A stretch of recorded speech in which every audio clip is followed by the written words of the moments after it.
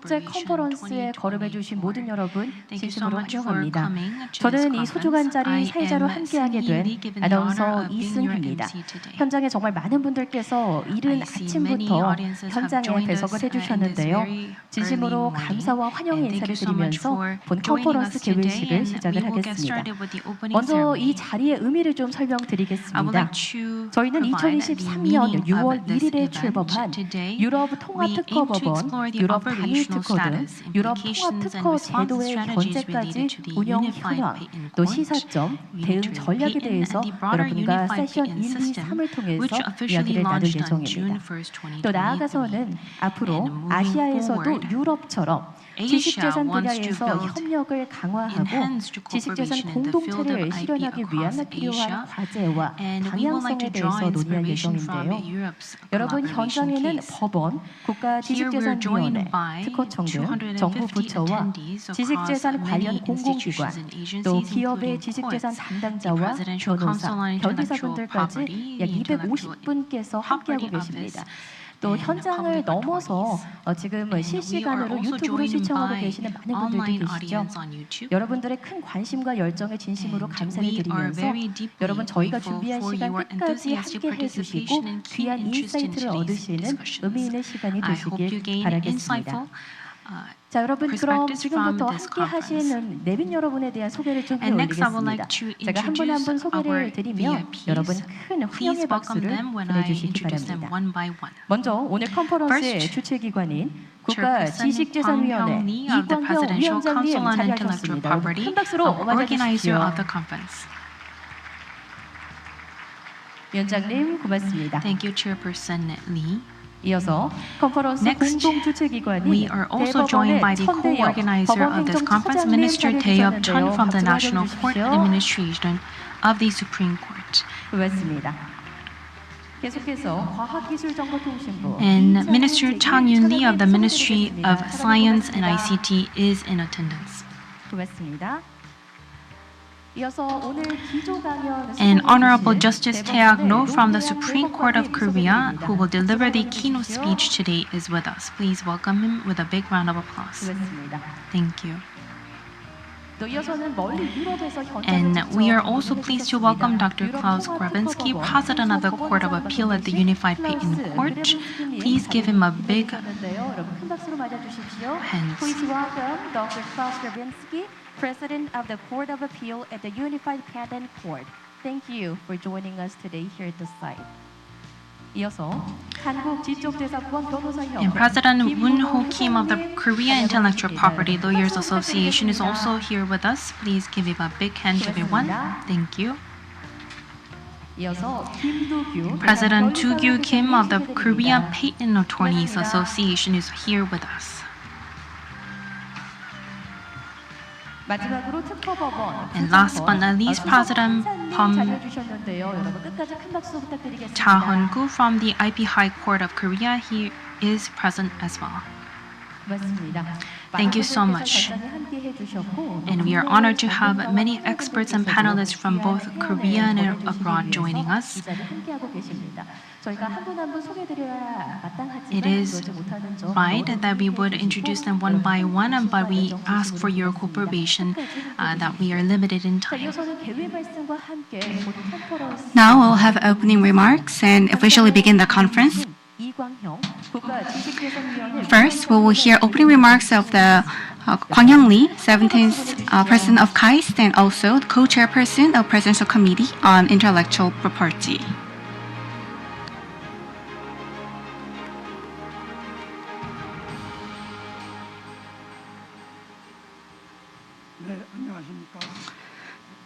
Good morning, distinguished guests. I'm Kwang Hyung-lee, Chairperson of the Presidential Council on Intellectual Property. First and foremost, I'd like to express my sincere gratitude to Minister Tae-yeop Chun of the National Court Administration and First Vice Minister Chang Yoon-lee of the Ministry of Science and ICT for their invaluable support. I also extend my heartfelt thanks to the Honorable Justice Tae-yeok of the Supreme Court of Korea for delivering today's keynote speech. And also to our esteemed speakers from Europe, President Klaus Grabinski of the UPC Court of Appeal President Carl Josephson of the Boards of Appeal at the EPO, Ms. Haley Pilayama, Principal Director at the EPO. Additionally, I warmly welcome all distinguished guests, both domestic and international, who have joined us for this significant occasion. Today, the judiciary and the executive come together to embark on a meaningful discussion under the theme, the current status of the unitary patent system in Europe and the future of IP cooperation in Asia. As we stand at the threshold of the technopolitics era, where advancements in cutting-edge science and technology play a pivotal role not only in economic development but also in national security and alliances, this theme could not be more timely. The recent U.S. presidential election, with Donald Trump's victory, signals a potential rise in protectionism and the intensification of trade conflicts between nations. These developments introduce new challenges globally and uncertainties around the world. Amid growing technological and trade disputes, devising collaborative strategies that foster mutual benefits is more crucial than ever. Europe's unitary patent system offers valuable insights in this regard. By establishing a single market and an integrated intellectual property framework, Europe has enabled businesses and researchers to safeguard their innovations more efficiently and resolve disputes more effectively. Asia, too, is emerging as a central hub for intellectual property and economic activity. Countries like Korea, China, and Japan are solidifying their positions as global leaders in intellectual property through technological innovation, while the ASEAN region is experiencing rapid economic growth. Now is the time for Asia to leverage collaboration and integration to create synergies. I hope today's conference will serve as a meaningful platform to share Europe's experiences with the unitary patent system and to explore pathways for strengthening intellectual property cooperation in Asia.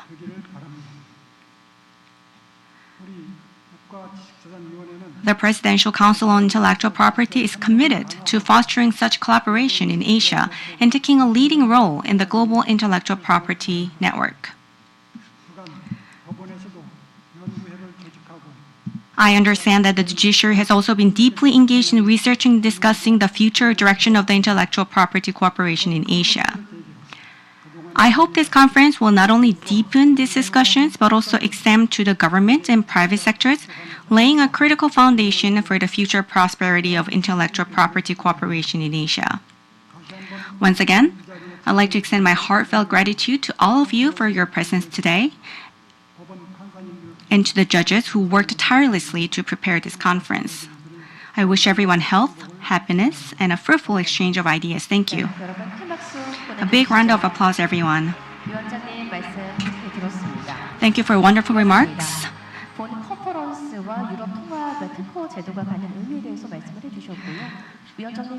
Chairperson touched upon the meaning of the conference and the importance of collaboration in IP. I hope this will serve as a meaningful forum, as our co-chairperson emphasized. Now we will have welcome remarks from Minister Chun Dae-yup of National Court Administration. Please welcome him.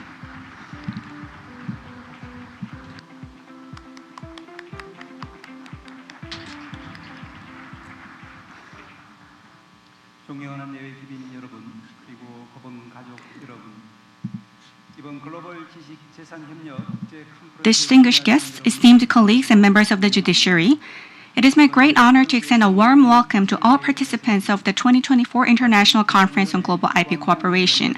I'd like to express my heartfelt gratitude to Chairperson Kwang-young Lee of the PCIP and all those who have worked tirelessly to make this conference a success. I also deeply thank each one of you for taking the time out of your busy schedules.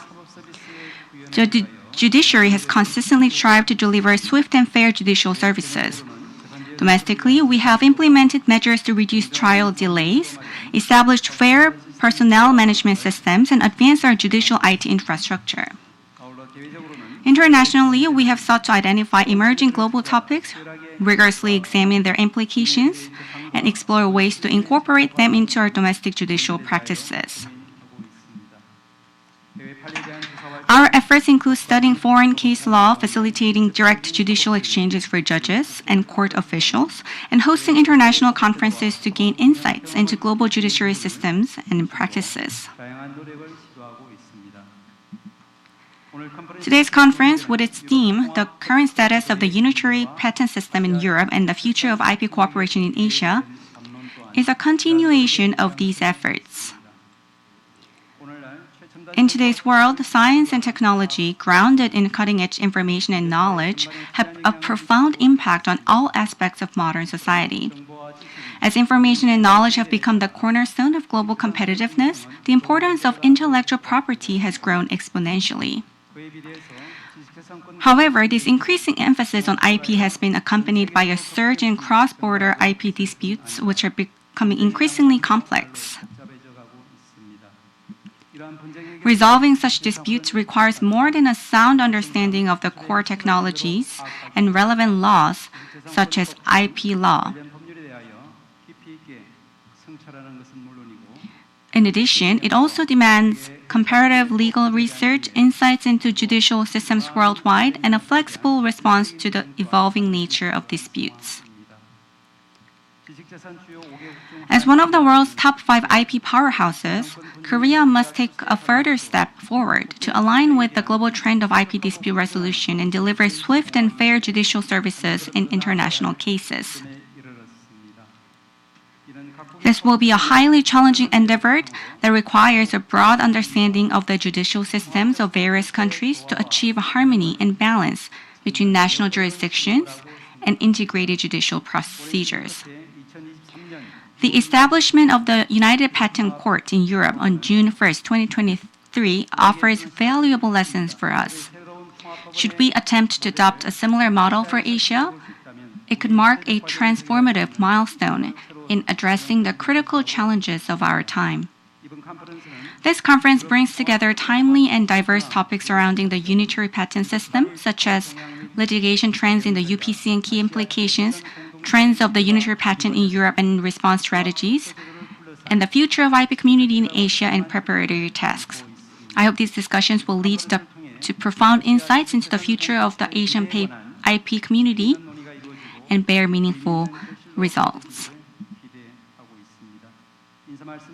Before concluding, allow me to share an update on an important international event hosted by the Korean judiciary.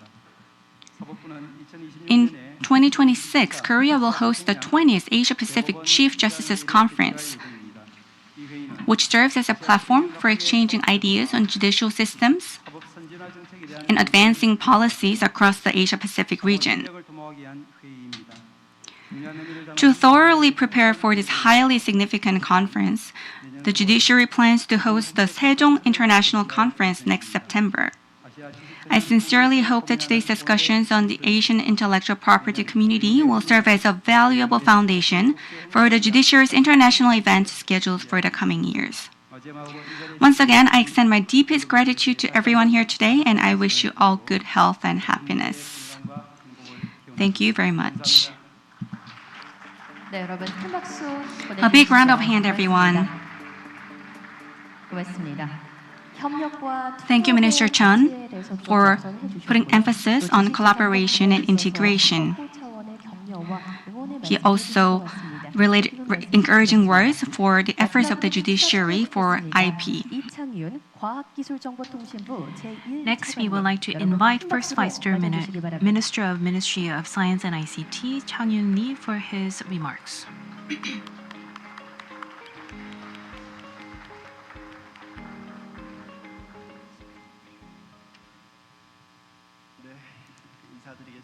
Greetings, everyone. My name is Chang-Yun Lee, the First Vice Minister of Ministry of Science and ICT. And this event is co-organized by Presidential Council on IP and the Supreme Court. Congratulations on the successful hosting of this conference, and thank you for inviting me once again. And I see there is a gap between this conference and the conference that I usually go.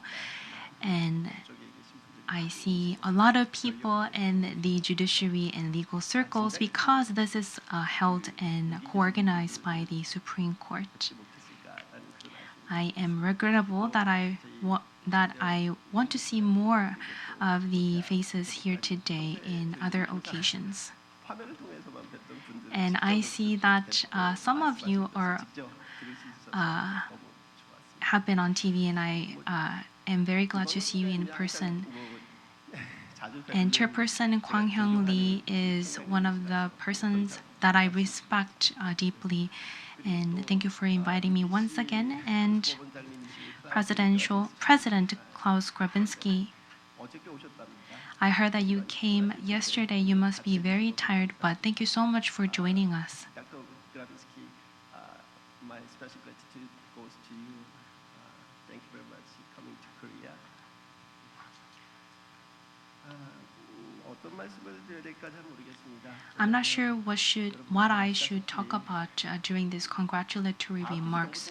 As you all know, the Ministry of Science and ICT is in charge of operating science and technologies very well to drive economic growth and to really achieve economic success in the country. But as you can see in the world, with the emergence of AI, we are seeing unprecedented situations. And in the book written by Chairperson Lee Kwang-hyung, and AI can actually bring a new civilization to our world. At the same time, we need to have a sense of risk and alertness. And the impacts of AI on industries are hard to imagine at this moment. And in order to secure AI competitiveness, we see rising competition in the world. And we are also seeing a trend of AI-based digital transformation. And digital transformation is accelerating innovation to an unprecedented level. And it's making our heads turn around because everything is going in a very fast manner. And AI is actually accelerating the speed of innovation. And amidst this world, how to secure IPs and how to protect IPs under the system is very critical to us.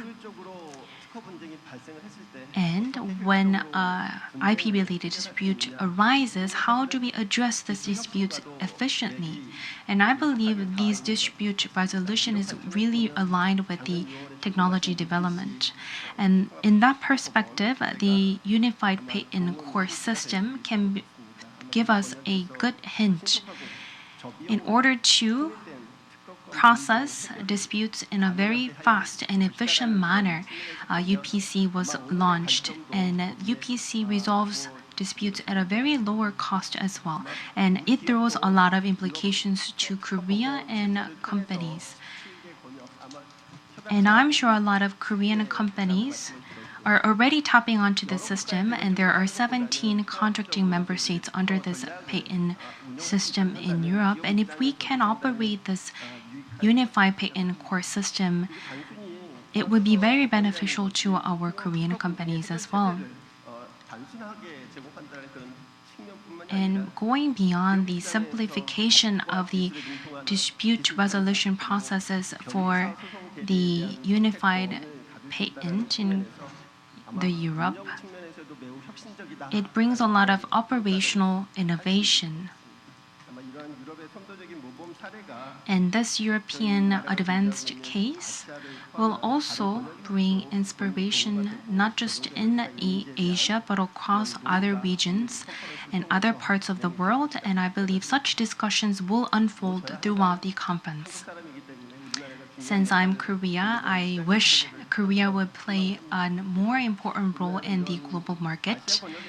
지식재산권을 보호하고 I hope Korea will be able to lead the IP protection in Asia. 과기정통부 And on behalf of the Ministry of Science and ICT, I want to tell you that we are committed in this journey with you. 어쨌든 이제 2024년도도 We are already wrapping up year 2024.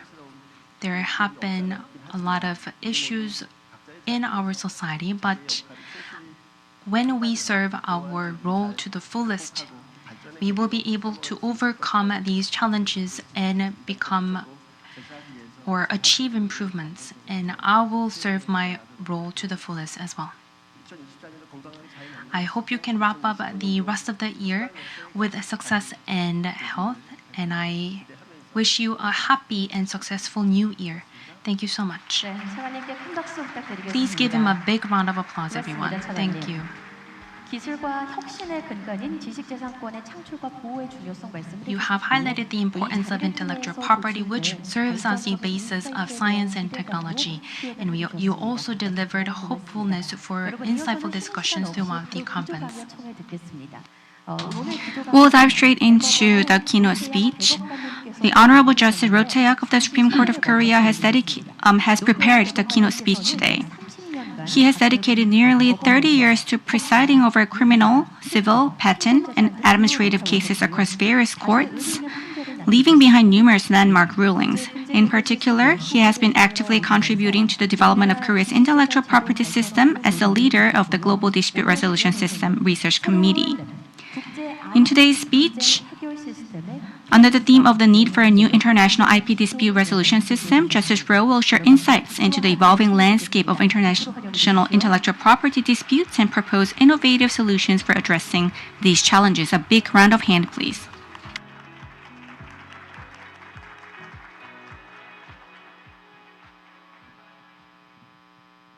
Good morning, ladies and gentlemen. It's a great pleasure and honor to be here and to have this kind of opportunity before this distinguished guest. Okay, let me get started. And thank you for your kind introductions. Okay. With the rise of the international patent filings under the Patent Cooperation Treaty (PCT) and the ubiquitous presence of the Internet intellectual property disputes now often rise simultaneously across multiple jurisdictions. This has created significant challenges in determining both jurisdiction and applicable laws, leading to conflicting and inconsistent court filings across the nations. A prominent issue in such a dispute is the growing practice of forum shopping, where litigants strategically file lawsuits in jurisdictions perceived to favor patent holders, especially involving large markets. This trend has intensified with the increasing prevalence of non-practicing entity (NPE), as you know, lawsuit, and the involvement of litigation financing firms, which often steer cases toward known for being more favorable to patent owners. Recent controversies include anti-suit injunctions triggered by extraterritorial application of domestic laws in fair, reasonable, non-discriminatory, as you know, friend principle dispute. Additionally, in case of IP infringement on the Internet, some jurisdictions have re-implemented the principle of territoriality, asserting their jurisdictions and applicable laws based on the economic impact on domestic patent holders. Consequently, there is an imperative need for a new international IP dispute resolution system, coupled with the establishment of a judicial framework reliable and predictable. Next, I'd like to the necessity of alternative dispute resolution, ADR. In the realm of IP dispute, the use of mediation, arbitration, including conciliation, as alternative mechanism for resolving conflict has gained increasing attention. For example, The Unified Patent Court in Europe is preparing to open its patent mediation and arbitration center by June of next year. Right, Mr. Kravinsky? Yeah. Similarly, the World Intellectual Property Organization, WIPO, operates a dedicated arbitration mediation center, offering mediation and arbitration as a viable alternative to litigation. The appeal of ADR lies in numerous advantages, including expedited and convenient resolution processes, confidentiality and flexibility afforded by its voluntary and adaptable nature. However, ADR is not without its criticism. Concerns have been raised about high cost, slower than expected progress in certain cases, and issues surrounding the selection of neutrality of arbitrators. Most notably, the inability to appeal arbitral awards, which renders decisions final and binding, is often regarded as a significant drawback. Therefore, it is essential to explore and develop new mediation and arbitration systems that address these shortcomings to better serve the needs of international IP dispute. Next. The launch of the Unified Patent Court in 2023. In June 2023, the UPC was officially launched to resolve issues caused by the unitary patent system. With the establishment of the UPC, it is now possible to address the issues such as patent validity and infringement under the jurisdiction of a single unified court. The UPC has been hailed as an exemplary model of the integrated judicial system, offering valuable insights for Korea and more broadly the East Asia region. However, applying the UPC model directly to Asia may prove challenging due to significant differences in economic, cultural, and social structure between the countries. For decades, as you all know, Europe has continuously worked to unify its markets and foster political integration and cooperation. In contrast, Asia presents much more fragmented landscape. While countries like Korea, China, and Japan share a common heritage rooted in Chinese character-based culture, they exhibit strong individual characteristics that result in substantial cultural and institutional differences. Next. I'd like two transitional measures for establishing a specialized court. Given Korea's exceptional international accessibility, highlighted by the world-class Incheon International Airport and its advanced infrastructure, it would be worth considering the establishment of specialized court in strategic locations like Incheon's Yeongjong Island or the nearby Songdo International Business District. This court could house the International Trade Division of the Seoul High Court and the International Division of the IP High Court in Daejeon and the Seoul Central District Court. As previously noted, considering the cultural differences between Asia and Europe, the immediate establishment of the International Specialized Court in Asia might be not easy. Implementing a new IP dispute resolution system in Asia may require a transitional phase, leveraging alternative dispute resolution mechanisms such as an international IP mediation and arbitration center. So, next, what elements should be considered? I think the first, enhancing procedural accessibility and convenience. One of the greatest challenges posed by foreign court rulings is ensuring the effective enforcement of those judgments. Today, Most countries recognize the validity of foreign court decisions under specific conditions and allow for their enforcement. The Convention on the Recognition and Enforcement of Foreign Arbitral Awards, commonly known as the New York Convention, is widely regarded as the standard framework for recognizing and enforcing arbitral awards. In a similar way, the Convention on Choice of Court Agreement, Hague Choice of Court Convention, aims to uphold the validity of exclusive choice of court agreements between parties in international transactions and to ensure the recognition and enforcement of judgment rendered under such agreements. While Korea ratified the New York Convention 1973, it has yet to accede to Hague Convention to enhance Convention. Given the potential of the Hague Convention to enhance flexibility in international jurisdictional agreements on the conflict of laws, Korea should actively consider joining this framework. Under the New York Convention, the arbitral award rendered in one contracting state is enforceable in another state, provided there is a valid arbitration agreement.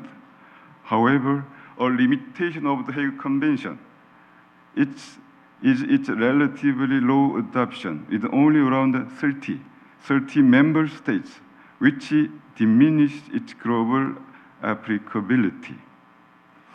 In recent international dispute, there has been an effort to integrate blockchain technology to simplify the authentication of legal proceedings, ensuring that they are conducted properly and in accordance with the process. This technological innovation could reduce unnecessary cost and time consumptions, thereby improving the accessibility and efficiency of the international specialized courts. Another critical consideration is the language used in proceedings. UPC faced extensive debate on which language to adopt, ultimately deciding on English, German, or French for its first instance court in Asia. Given the linguistic diversity and the difficulty of using all regional languages as official languages, English would need to serve as the primary language for proceedings. But English is not widely used across Asia. But I hope advancement in artificial intelligence-based translation and interpretation technologies offer promising solutions to overcome this language barrier. Furthermore, international specialized courts should allow a certain degree of legal representation by foreign attorneys. This would enable disputing parties to receive direct legal support from the attorneys they trust most, fostering confidence in the court fairness and efficiency. Next. The second thing, swift and efficient dispute resolutions. While Korea follows the civil law traditions, it would be worthwhile to consider incorporating procedural elements from common law systems, such as pre-trial conference and discovery and disclosure mechanisms, which have proven effective in streamlining litigation processes in international specialized courts. A clear set of principles of determining applicable law is also essential. If a new IP dispute resolution system are to be established, careful deliberation would be required to harmonize the diverse legal frameworks of individual countries into a unified body of law.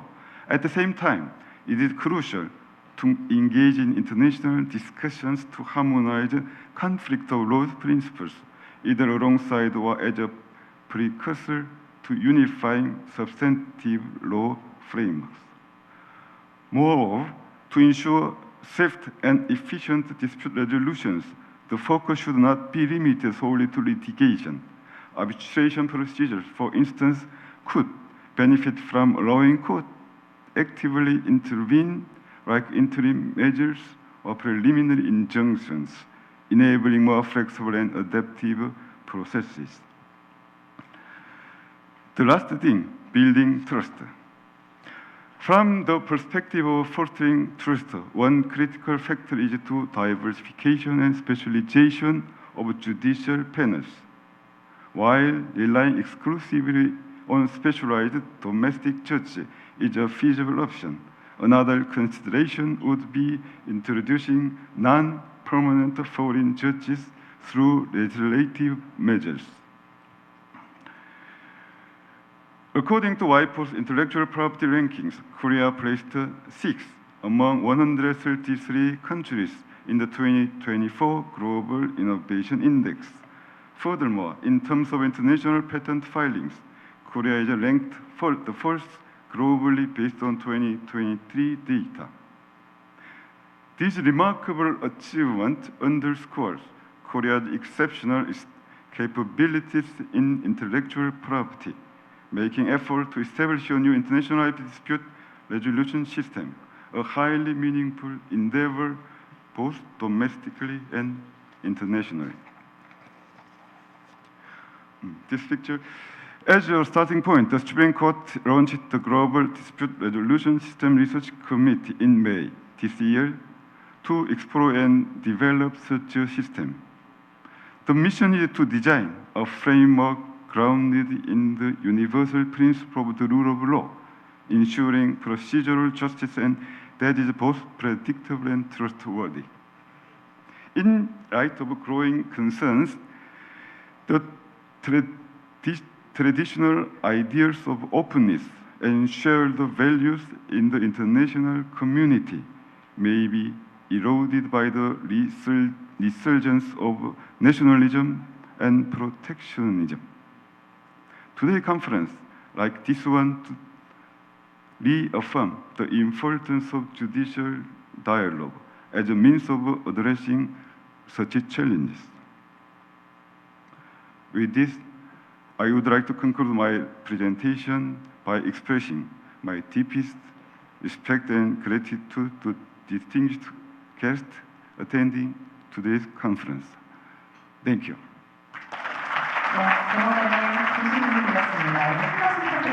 Thank you, Justice Rowe. Thank you so much for the wonderful keynote speech. 기조 강연 함께 해주셨는데요. 기조 강연을 통해서 우리나라 법원이 In his speech, Justice Rowe touched upon the future directions of the judiciary and shared valuable insights. Thank you for the wonderful speech.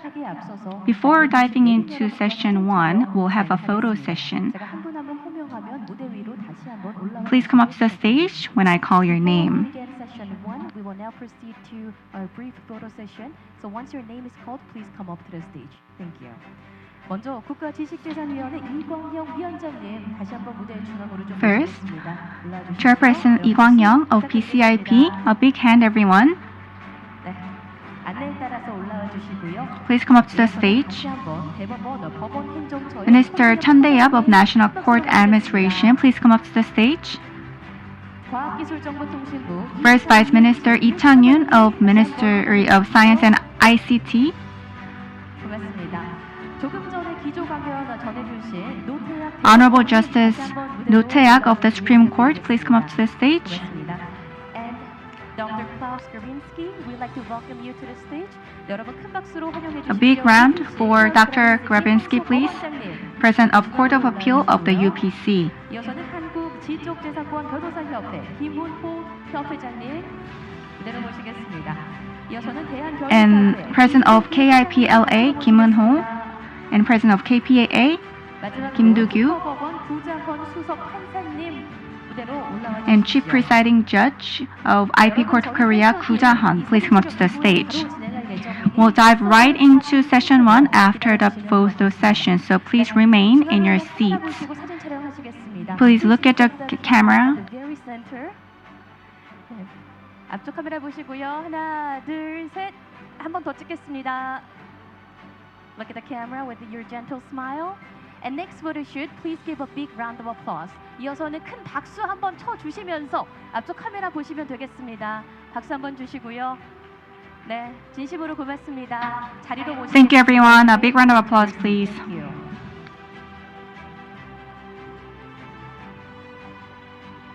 네, 기다려주신 여러분 진심으로 고맙습니다. Thank you so much for your 이렇게 저희가 patience. 준비한 개회식을 That is the end of the opening ceremony of the 없이 international 세션 conference. 1 Without 바로 any 시작을 break, we 하겠습니다. will get started with 여러분, session 오늘 1. 저희는 유럽통합특허제도의 Today, 결제와 we are 아시아 going 지식재산 to 검역의 dive 미래 into 국제 the 컨퍼런스 함께하고 있습니다.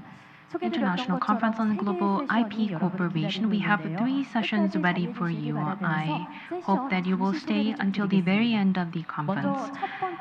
In the first session, we are going to learn more about the litigation trends in the Unified Patent Court and key implications. Our speaker for session 1 is Dr. Klaus Grabinski, followed by a panel discussion based on the presentation by Dr. Klaus Grabinski. So now please be seated on your seat. Thank you. 네, 잠시 저희 정돈이 되면 무대로 모시도록 하겠습니다. 자, 이렇게 지금 무대 위로 모시려고 했던 저희 클라우스 그라빈스키 And Dr. Grabinski 법원장께서 발표를 먼저 해주신 is going to present first, followed by a panel discussion among global and domestic experts. Once we wrap up the session 1, we will also serve lunch for you. And after luncheon, we will get started with session 2. Under the theme of Trends of the Unitary Patent in Europe and Response Strategies, we have 2 presentations ready for you. One by Mr. Carl Josefsson, President of the Boards of Appeal, and Principal Director Heli Hilayama from EPO. And we will also have a panel discussion followed by after 2 presentations. During the session 3, which will be the last session, we have a session titled Future of IP Community in Asia and Preparatory Tasks, and we want to explore ways to cooperate in the Asian region, taking lessons from the European case.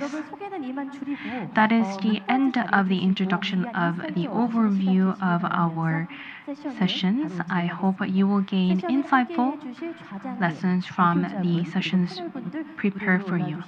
I would like to invite Dr. Grabinski to the stage. Please welcome him with a big round of and applause. esteemed speakers with a big round of applause. 무대 위로 올라와 주시기 바랍니다.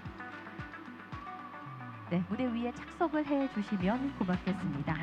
Please be seated on the stage. As introduced, the session first is titled The Litigation Trends in the UPC and Key Implications.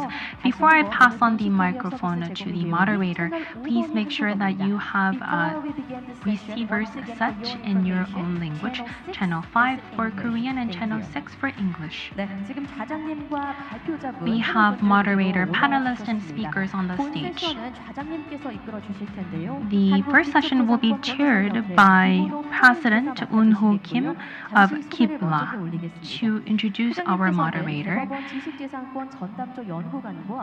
He has served. Mr. Kim Uno, he served as in the Supreme Court as a judge at the Seoul High Court's IP division and also handled numerous intellectual property cases with exceptional expertise. Currently, he serves as a distinguished expert in intellectual property law at Lee & Co., representing prominent domestic and international corporations in patent and IP disputes. Please join me in welcoming him with a big hand. 고맙습니다. 진행해 주시죠, 사장님. Please. 안녕하십니까. Hello, everyone. I'm the moderator of session 1. My name is Un-ho Kim. I'm an attorney. 한국어로 진행을 하도록 하겠습니다. I will moderate the session in Korean. 각 패널들은 그라빈스키 판사님의 발표 After we listen to Dr. Grabinski's presentation, each panelist will have 8 minutes to ask questions and engage in discussions. 첫 번째 세스는 UPC의 The first session is themed under litigation trends in the UPC and key implications. The UPC is about 1 year and 6 months old, so we will look at some progress it has made so far and also its future directions. 환경에 UPC가 어떠한 영향을 미치고 And the impact of UPC in global IP landscape and also what are the implications on 세션은 한 발 더 나아가서 global and Korean companies. X와 같은 새로운 IP 분쟁 해결 법원 And also, we will look at the task of establishing such court in Korea and a potential leading role played by Korea. 먼저 오늘 이 세션을 훌륭하게 채워주신 발표자와 토론자분들 차례로 간략하게 I will introduce our speaker and panelists briefly. 할 때마다 많은 박수 부탁드립니다. Let's give everyone a big round of applause after introduction. Speaker and panelists one by one. Today's speaker is President of Court of Appeal UPC Klaus Grabinski.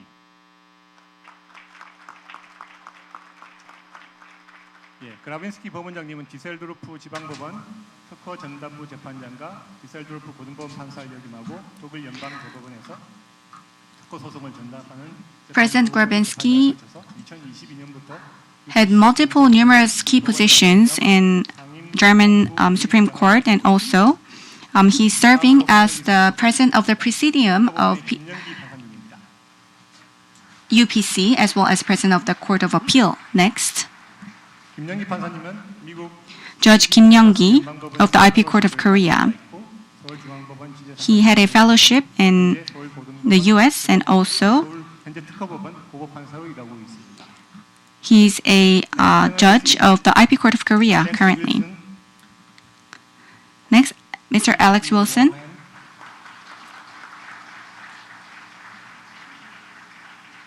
알렉스 윌슨 변호사님은 영국 런던과 아일랜드 더블린에 사무소를 두고 있는 로펌 파월 길버트의 파트너 변호사. Mr. Alexson is a partner at Powell Gilbert's in Ireland and the UK. He's also a solicitor in the UK. 다음으로는 민경아 LG 학 전문입니다. Next, we have Miss Min Kyung-hwa.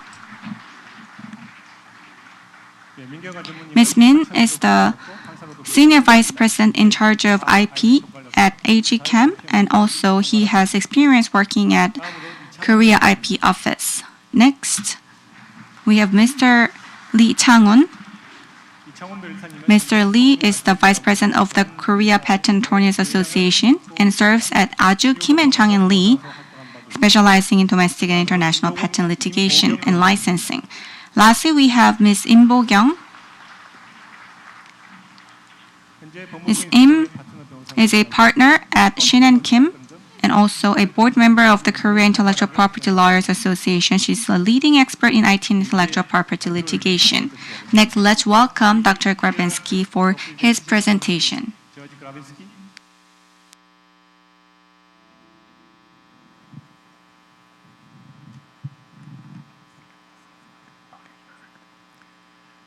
Good morning, everyone. It is a pleasure being here again, and thank you very much to the IP Presidential Council and the Supreme Court of Korea for having me invited to this conference. It is my third time to Korea, and it feels as good as always. The great hospitality of the Korean people, and also the wonderful landscape of the country makes it always a pleasure coming back to Korea. And I also appreciate the interest, the huge interest here in Korea into the new European Patent Court, the Unified Patent Court. And that gets me to my topic, the Unified Patent Court, state of play and implications. And I think it is always important to understand that such an institution like the UPC did not come into existence without a historical context.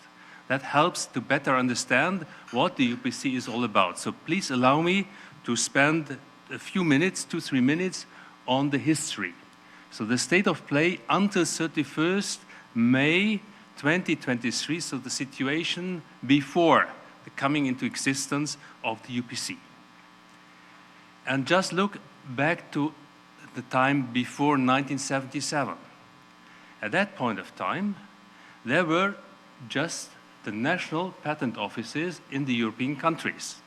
So for an inventor who wanted to have his or her invention to be protected, he or she had to go to the French patent office, to the German patent office, to the UK patent office, and so on.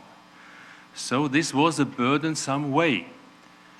both with respect to time and with respect to money. So there was already in the early 15th the idea to set up a European patent system. And the first decisive step in that direction actually came into effect in 1977 on the basis of the European Patent Convention, which was signed 4 years earlier in 1973. And what was the great achievement of this first step? It was a centralized granting procedure for a European patent. So no longer the inventor had to go to each of these national patent offices, but since then it is possible to go to just one patent office, the European Patent Office. So one-stop shop only up to the grant of the patent. And inspiring nowadays, it is this system has 38 contracting member states. So it is even much larger than the EU, because the EU has only 27 member states. So it is the 27 plus another 11 member states, such important states like the UK, Turkey, or Switzerland. However, what comes out of such a centralized granting procedure? So what is a European patent, essentially? A European patent has the effect of a national patent. So post-grant, so after grant, it gives you the same position, the inventor the same position like a national patent. So again, we are at a state-by-state approach. It gives you the effect in France like a French patent, in Germany like a German patent, and so on and so on. So what does it mean? Two aspects are important. The one is that for validating the patent and for maintaining the patent, you again have to go to all these national patent offices. And second aspect, in order to enforce the patent, essentially you have to go to the national courts of the respective country. So to the German court, to the French court, to the Dutch court. That has competence in patent cases. And of course, this is again burdensome as to time and as to money. And so there was the idea that that should be simplified. That it should also, like in the pre-grant, also in the post-grant, it should be a one-shop stop only. And in that regard, at the beginning, 17 EU member states gathered, and now I'm turning to the situation as of 1st June of 2023, when the UPC came into force and the unitary patent became available. And the basis for the court is the agreement, the UPC agreement. And the basis for the unified patent is the EU regulation you see here, 1257 of 2012. Now let's, just one slide, turn to the unitary patent. So it is building on the centralized granting procedure at the EPO. So in the granting, it is the same like a European patent. But after the patent has been granted the European patent, then the patent owner has within 1 month has time to decide whether he or she wants to have a unitary protection, so unitary patent. And that then means if the owner of the patent chooses for a unitary patent, that it is just one patent office with which he or she has to deal with. So as to maintenance, as to validation, and also the renewal fees have to be paid only in this one patent office. And the patent has the unitary effect in all the contracting member states of the Unified Patent Court. So at the beginning it was 17, but then it became 18. I come to this in a second. And also these patents now can be enforced in one court. Actually, they have to be enforced in one court because it is only the Unified Patent Court that has competence on these unitary patents. That is the essential point. So I skip this slide because you later will have a talk, a presentation, particular on how the unitary patent now works in practice. So I'm not touching upon this in this context. But let's proceed to the Unified Patent Court. And here you see, at the beginning, it was the 17 contracting member states you see at the first bullet point that are taking part in the court. But there was good news in September of this year. An 18th member state joined the project. So it is currently 18 EU member states out of 27 EU member states that are contracting member states of the UPC. Now, what is the jurisdiction of the UPC? Well, it is, as already mentioned, has jurisdiction on the unitary patents, so the European patent with unitary effect. And in that regard, it is an exclusive jurisdiction. But the court has also jurisdiction on the classical European patent, the patents that has the effect like a national patent.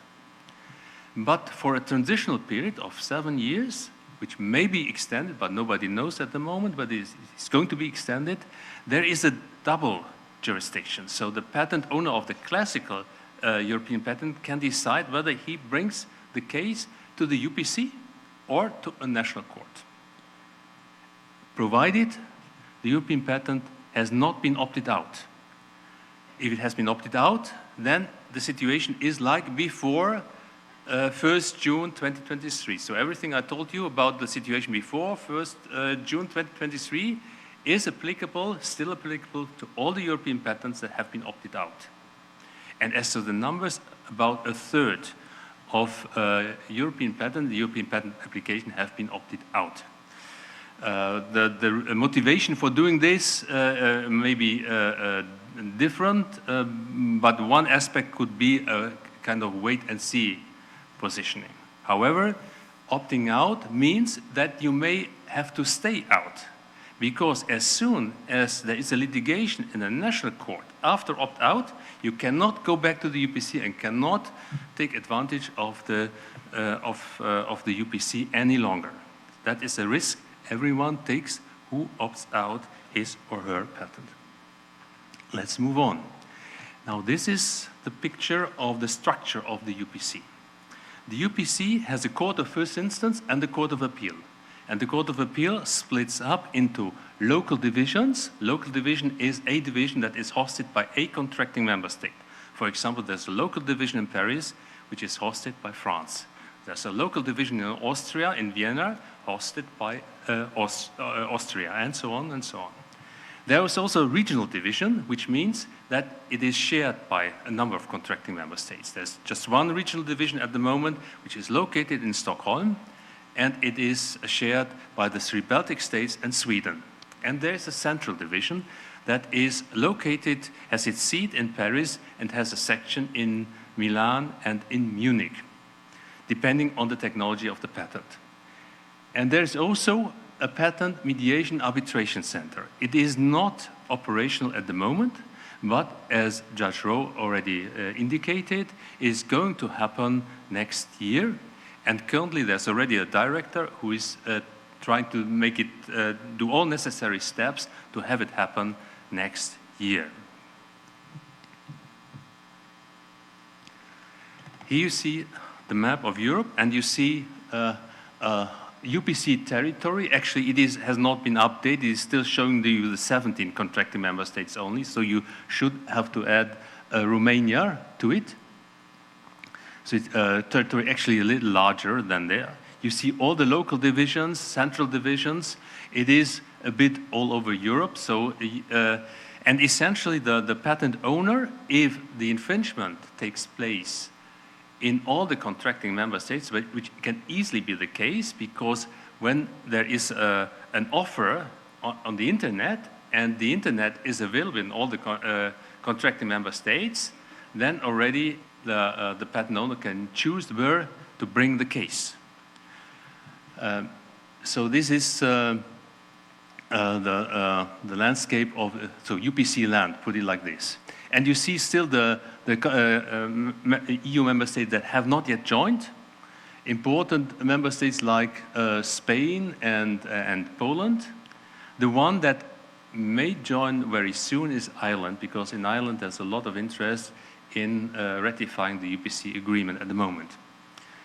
But just to give you, that's geographical aspect. If you look to the economic aspect, and you think of the gross national product that is generated in the EU, 3/4 of the gross national product are generated in UPC contracting member states. So you get 3/4 of the EU in one court. Okay, what about the acceptance of the new court by the users? As you can see, the numbers of 31st of October, already 429 cases have been filed. And actually 1 month later, this is the slides I sent a few days ago. Now we already also have the slides of 30 November, as the numbers of 30 November 2024, and the cases have increased by about 10%. So we are now almost 500. And you see all kinds of cases, infringement cases, counterclaim for revocation, and so on. I guess we get more into details a little later in the discussion. But also the Court of Appeal has already been busy, and that is mainly because parties can bring so-called procedural appeals with permission of the Court of First Instance to the Court of Appeal. That means already not the final decision in a case, but also decisions along the way to the final decisions can be appealed with permission of the Court of First Instance, which allowed the Court of Appeal to already issue a number of decisions on procedural aspects of the court. At the same time, the Court of Appeal also already rendered decisions in preliminary injunction cases, which already is telling you something on how the court may deal with issues like claim interpretation, with issues like inventive step, and also infringement. But the case, of course, is developing. Okay, who are the judges? The panel, most of the time, is composed, on the one hand, of legally qualified judges, on the other hand, of technically qualified judges. There's only one exception, when it is a purely infringement case and no counterclaim for revocation has been brought and none of the party has requested a technically qualified judge to join, then it's only legally qualified judges. But this is rather exceptional. So most of the time you have a technically qualified judge on board. So that's different to the Korean system, to my understanding, where you have technical advisors but not technically qualified judges. And of course, the technically qualified judges are from the technology of the respective case. And the legally qualified judges, most of them are not unknown to the users because they have been already judges in the patent field in their respective national jurisdictions. And Court of Appeal is, the composition is 3 legally qualified judges from different contracting member states. That's also an aspect. So there is never a panel, just the judges come from one contracting member states. It's always a composition from at least 2 contracting member states, but most of the time even from more contracting member states. Language, in principle, it is in the local divisions, it is the language that is a choice. It can be either the language of the member state hosting the local division. For example, Paris local division, it is French, but alternatively English. In all local divisions, alternatively it can be English. So it is then for the claimant to choose. Should it be, in this case, in my example case, French or English? In the central division, it is always the language of the patent, and you have to know European patents can have 3 languages, can have 1 out of 3 languages, I have to say, which is then the authentical language of the respective patent. So it can be English, French, or German. And about 75% of European patents have English as the authoritative language, 20% German, and 5% French. And so in the central division, it is the language of the patent. And then there is one specialty. If the defendant thinks that the language chosen by the claimant is unfair, he or she can go to the President of the Court of First Instance and ask for a change of the language from the language chosen by the claimant to the language of the patent. And in the past, this normally was a situation that it was the language of the member state hosting the case. So, for example, it could have been French or Dutch or German, and then please change it into the language of the patent, which most of the time was English, as 75% of European patents have English as the authoritative language.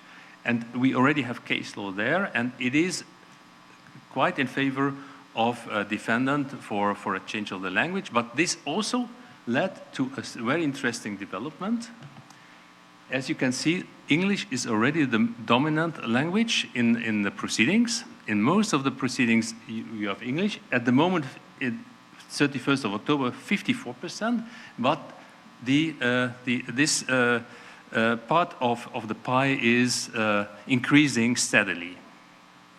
And German, the importance of German is reduced to some extent. And then you have a few more languages like French, Italian, and Dutch. But the languages that are not so commonly used are also not commonly used in the UPC,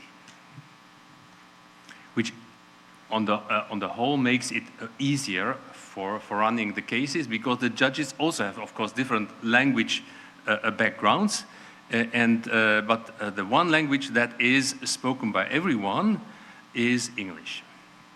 And again, also, if you think a bit on the political scale, the fact that there is actually the language, the most popular language in the UPC, is a language that is not the official language in any of the currently contracting member states, makes it also a bit easier for everyone to agree on this. So no one from that perspective has an advantage. Okay, stage of proceedings. What is important in that context, and I want to leave it there because I think our time is running out, I guess, is that it is a front-loading system. So that is different from what you know from the common law countries, at least from most of the courts. So the focus is on the written procedure. All the facts, all the evidence, everything has to be put in front of the court in the written procedure. It is only with the permission of the court when then later facts are added, and it always takes an explanation why have the facts been brought up so late. The advantage of this is that when all the facts, everything has to be brought in the written procedure, then the oral procedure can be much shorter. Because judges, everyone is expected to have read the files and is aware of the situation. And in practice, I can tell you, before oral hearing is taking place, the judges examined the files. They normally have a deliberation, and they already kind of organize themselves to prepare the oral hearing, so that it can all be done, at least if the case is not too complex, it can be done in one day. Interim procedure is essentially a management conference, but of course some aspects can be more focused. The interim procedure is run by a judge called judge rapporteur. So one of the legally qualified judges is the judge rapporteur, so the judge is responsible for all the management, everything that comes up while the case is running, developing. It is for the judge rapporteur to decide on. But at the moment, as we are a rather young court, and there was not so much time to develop a routine. Judge rapporteurs very often are also in close contact with the whole panel, in particular to the presiding judge, so that they are aligned. But it is always possible, if a decision is taken by the judge rapporteur, to bring that decision for a review to the whole panel.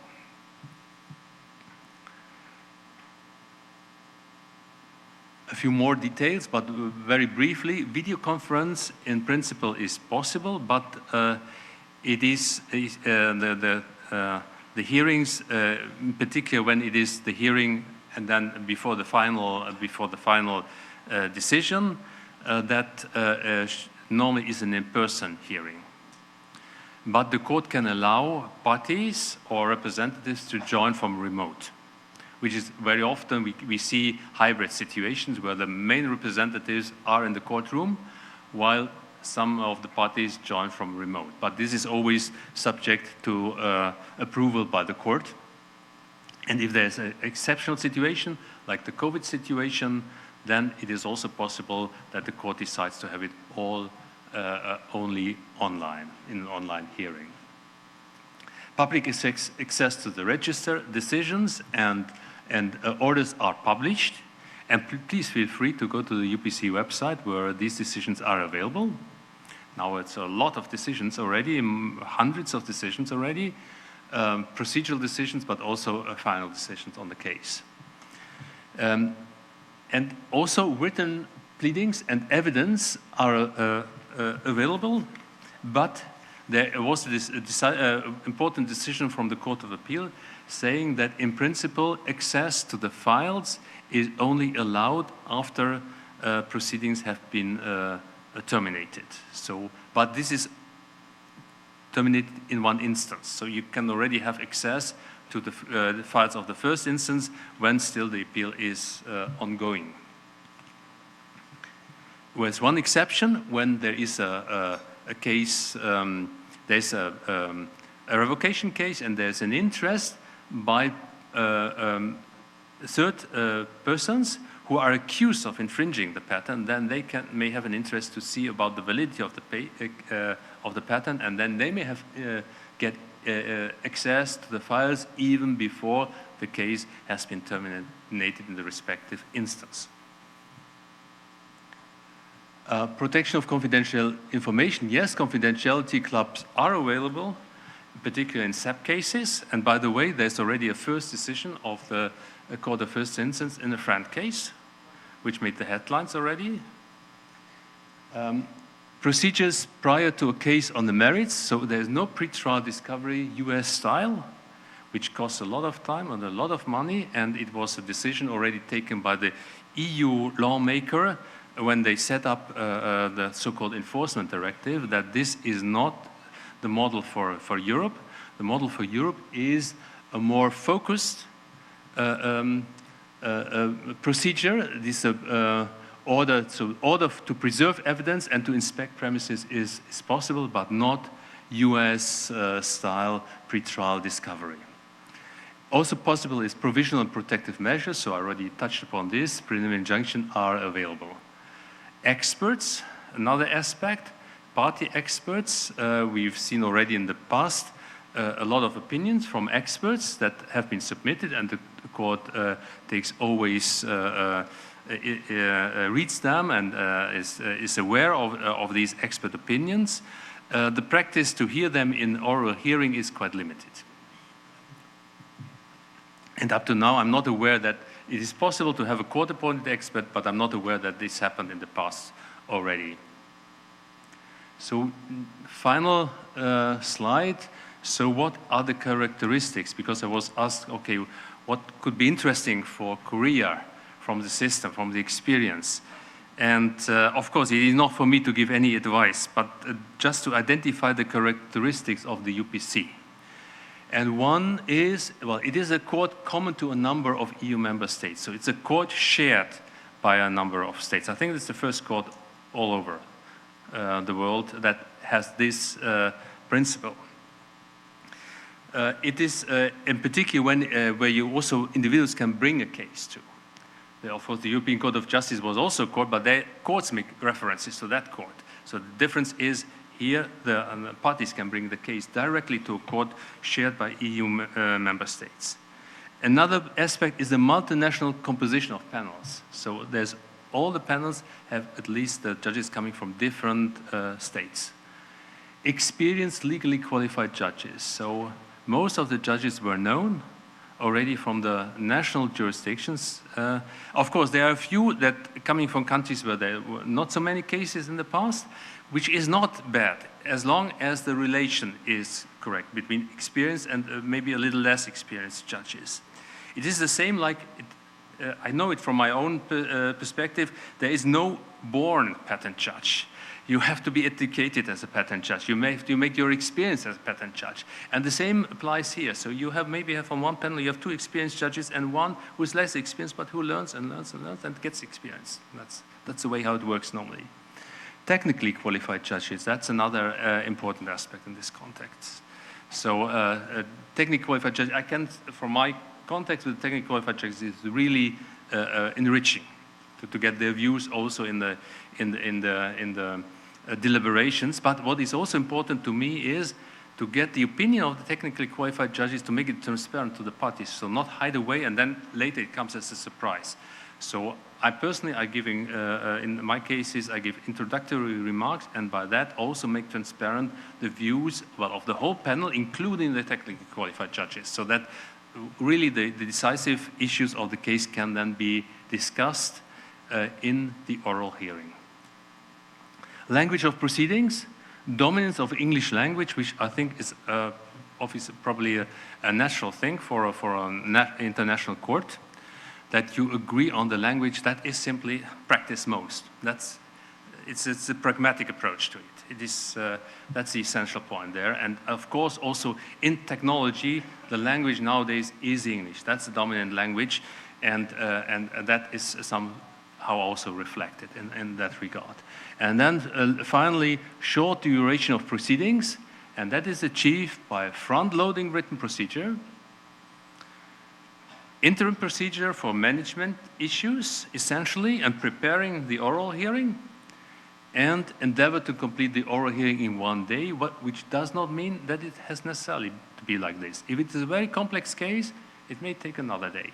The important thing is that the court has to deal with all the essential points in the oral hearing, so that on that basis, the court, after having heard the views of the parties on the essential points, can take a decision. And this is just a few pictures from Europe. So you can see the diversity of the courts. You see in the first line, you see the court, the regional division in Stockholm. The next one is the building of the local division in Vienna. These courts are not only UPC courts, I have to say. The UPC has rooms in these courts. The next one is the court in the local division in Hamburg. The lower line you see, of course, it's Paris, it's Ile-de-la-Cité, and they use courtrooms on Ile-de-la-Cité, and the court is very close to Ile-de-la-Cité.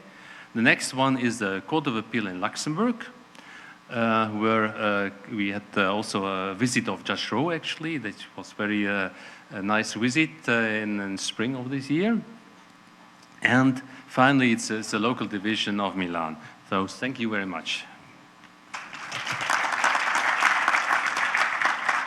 Thank you for your informative presentation.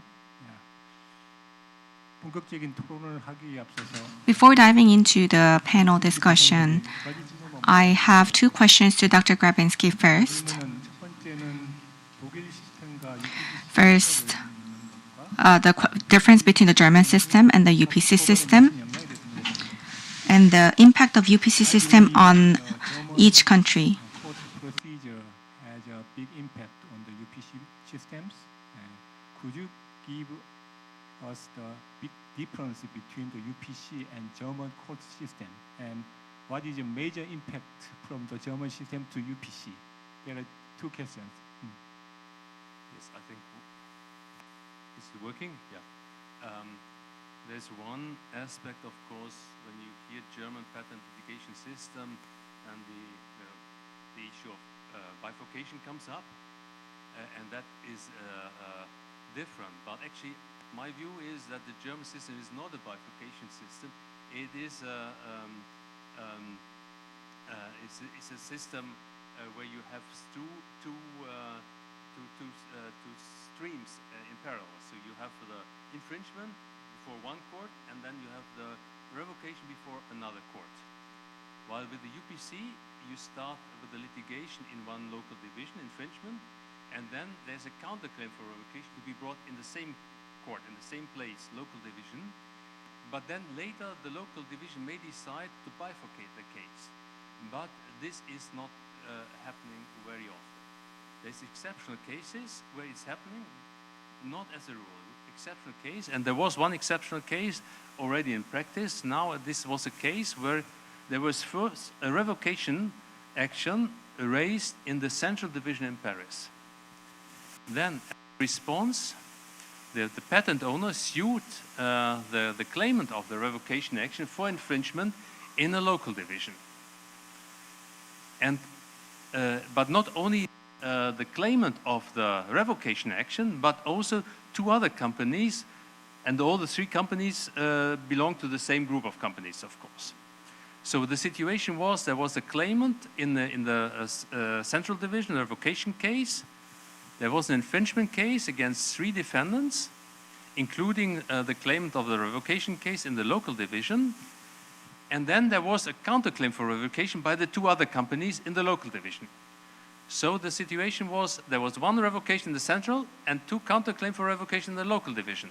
And there was an inherent risk that the central division would decide, for example, to uphold the patent, while the counterclaim would decide to revoke the patent, or maybe only in part.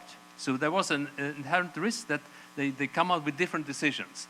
So the local division decided to bifurcate the case, send the two counterclaim for revocations to the central division so that all the revocation cases were in one court, and by this avoiding irreconcilable judgments, the risk of irreconcilable judgments. So in this situation, bifurcation can be a useful tool. However, in a normal situation where you have nothing pending in the central division, just infringement action brought in the local division, and the counterclaim for revocation brought in the also in the local division, then I've seen, at least for the time being, I'm not aware of any case where then the local division decided to bifurcate the case and send it to central division. There's no need. 다른 질문 하나는 지금 UPC 시스템이 정착되면서 각국 법원에 미치는 Another 영향에 대해서 question is the impact on national courts with the introduction of UPC. Transitional period, the regional court, national court, and the UPC has a overlapping jurisdiction over standard European patent, right? Yeah. In that sense, but the whole, at least the whole contracting member states agree with UPC system, and if that UPC system is a consensus of the that countries, is it possible for in the future the whole UPC system influence to the national court system and lead to bigger harmonizing in the future, at least at the member states? The UPC has no decision of the UPC don't have binding effects on decisions of national courts, but I would consider them to have persuasive authority. So that means that the national courts, when it is brought to their attention that there is already a decision of the UPC, and in some regard they have to take note of this and then to decide whether they join or they don't. That's the same, like, for example, also the relation between the national courts and the EPO boards of appeal. So there's an influence, they influence each other, but there is no binding effect. And that is the way how it will work also in the future, I'm pretty sure. So there will be a tendency to align, but without having one court on top of all the different procedures. So that's probably the way how it will work. For the time being, we don't see many differences. And the UPC, of course, when there is established case law, as with regard to many respects already from national courts, and they are all aligned, then it is quite likely that the UPC will also follow that case law. Thank you. 패널 디스커션을 시작하도록 하겠습니다. 우리 기업 1순에서 IP 업무를 담당하고 있는 Let's begin the panel discussion. So Mr. Min, please. Hello, everyone. I am Senior Vice President of IP at AOG Chem. Thank you so much for the invitation to this very meaningful conference. And Dr. Grabinsky, I heard that you arrived just yesterday, so you must be very tired. So I will start with a question that's not, hopefully not too hard for you. So as someone responsible for handling patent-related litigation in a company, I believe the launch of the UPC presents many opportunities and possibilities. So from a litigation strategy perspective, the ability to reduce the burden of filing patent lawsuits in individual courts across Europe and save time and cost is a significant advantage offered by the UPC. When deciding which court to file a lawsuit in as a plaintiff or a patent holder, factors such as the speed of the trial, litigation costs, the impact of the ruling, the reliability of the judicial system are all considered. However, the most important question is whether a lawsuit can be successfully pursued, or what are my chances of win.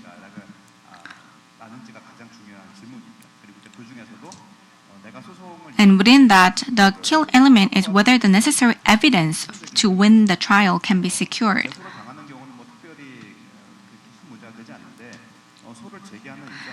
If you are the one filing a lawsuit, if you lose the suit, then you have to take a huge responsibility. So, which jurisdiction to choose, which court to choose is very important, especially if you are filing a lawsuit. So that this is my first question. As far as I know, the UPC does not adopt the US-style discovery process, but instead has a disclosure mechanism where parties can request a court order to disclose documents that may have a significant impact on the litigation.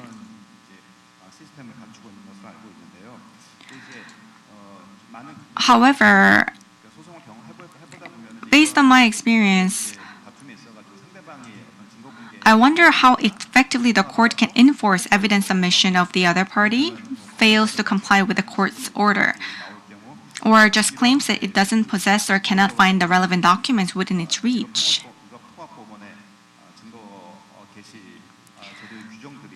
So I was wondering if the court can effectively enforce the disclosure of documents in a trial. Moreover, the duty of disclosure should apply equally to all parties in order to uncover the substantive truth. I believe that patent holders as plaintiffs should also be required to disclose evidence such as invalidity materials they might possess.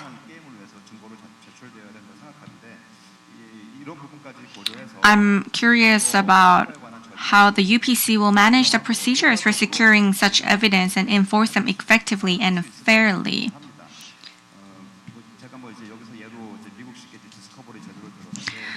I quoted the US discovery style process as an example. I mean, it certainly places a considerable burden in terms of cost, but I believe it is the most effective way to uncover substantive truth.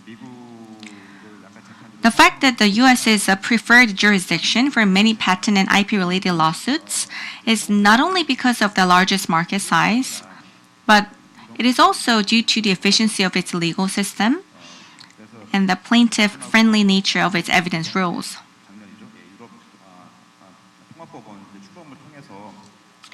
So, hoping that the UPC can become a preferred forum for patent holders, just like other patent jurisdictions, such as the US.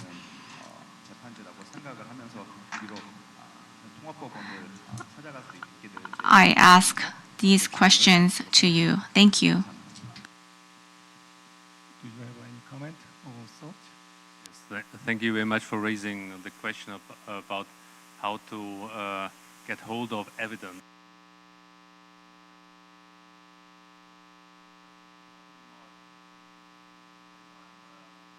I'm more than 20 years as it is rather easy to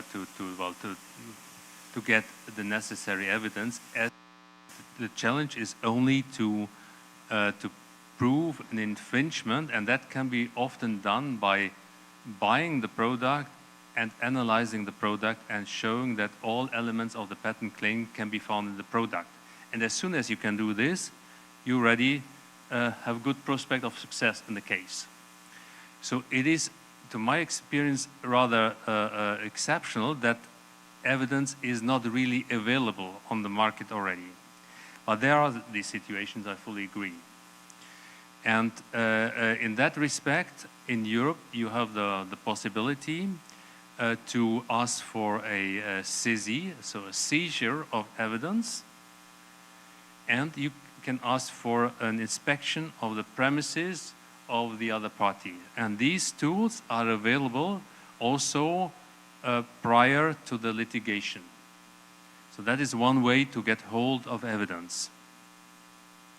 So you can go with the bailiff at 9 o'clock in the morning on the defendant's side and find out what they are doing, provided, of course, you can show that the evidence is not also easily be accessible on the market. That is particularly important when we talk about method claims, process claims, because products can be analyzed, but in particular production methods cannot be analyzed. You can, of course, deduct from the product how it might have, the way how it might have been produced, but this is not always possible. So in that situation, particularly, you may ask for an inspection on the premises. Okay, other evidence. When in particular you think about the friend cases, then very often the question comes up, okay, what is friend? And of course, comparables. So comparable licenses become very important. And how to get to know about this? Very often, SAP owners say, well, we can't give you any information because we have our confidentiality agreements with other licenses, so we can't do this. So in this situation, it is possible to come to the court, UPC, and ask for a production of evidence. And then, of course, there may be some confidentiality requirement, confidentiality clubs, also in the interest of the other party. That is all available tools are there.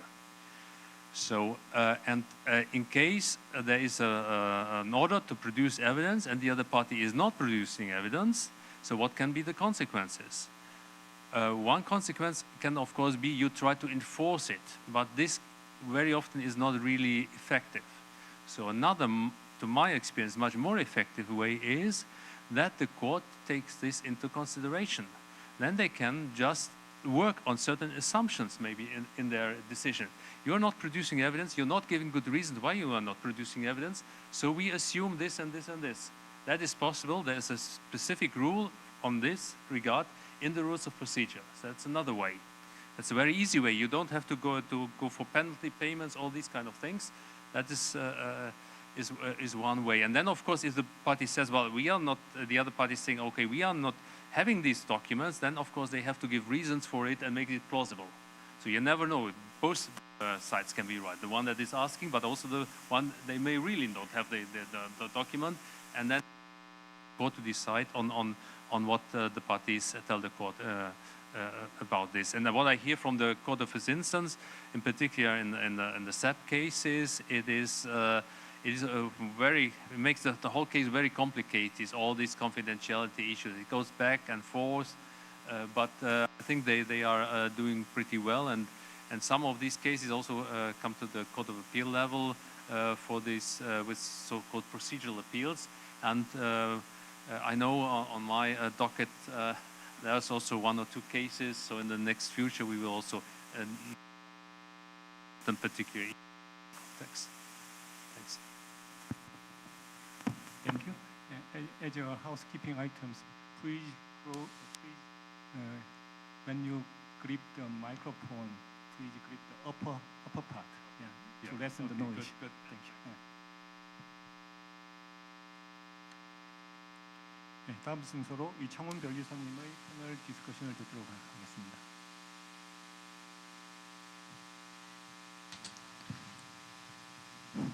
네, 안녕하십니까. Hello everyone. I am Chang-Hoon Lee. I'm the Vice President of the Korea Patent Attorneys Association. And I'm very honored to be presenting in this panel discussion with the President, Klaus Grabinski. When the UPC was being established, there were some concerns over the success of the UPC, but we are seeing an increase in litigation cases before the UPC, and it seems to be going very well. And congratulations to Dr. Grabinski. And I would like to give questions on the UPC cases.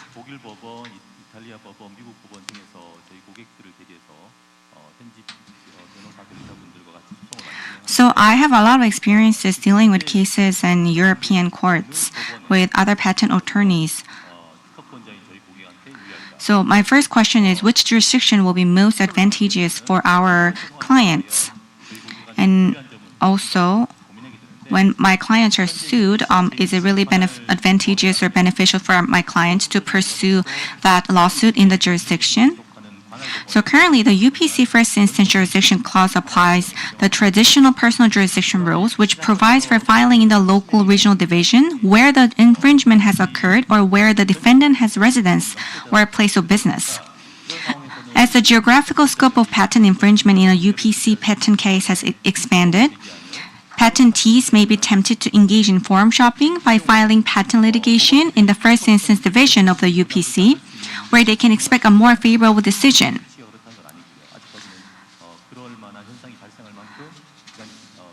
I don't think the UPC has enough history to see this yet.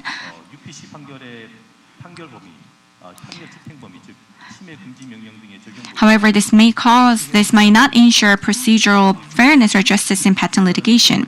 In particular, given that the enforcement of judgments of the UPC court covers all UPC member states, I believe that patentees should not be given an undue advantage by filing in a particular jurisdiction. As you probably know, in the U.S., the Western District of Texas has seen an unusually high rate of patentee wins, where the judge has applied litigation proceedings in favor of patentees. As a result, many patent holders have been filing patent lawsuits with the same judge in the same district court. The U.S. federal court has taken a number of measures to address this problem. In the case of the UPC, as I said, it's difficult to confirm if this phenomenon is happening because it's only been in operation for about a year. But please explain if there are any measures at the level of the UPC court system or at the level of the Court of Appeal to prevent such problem that may occur in the future.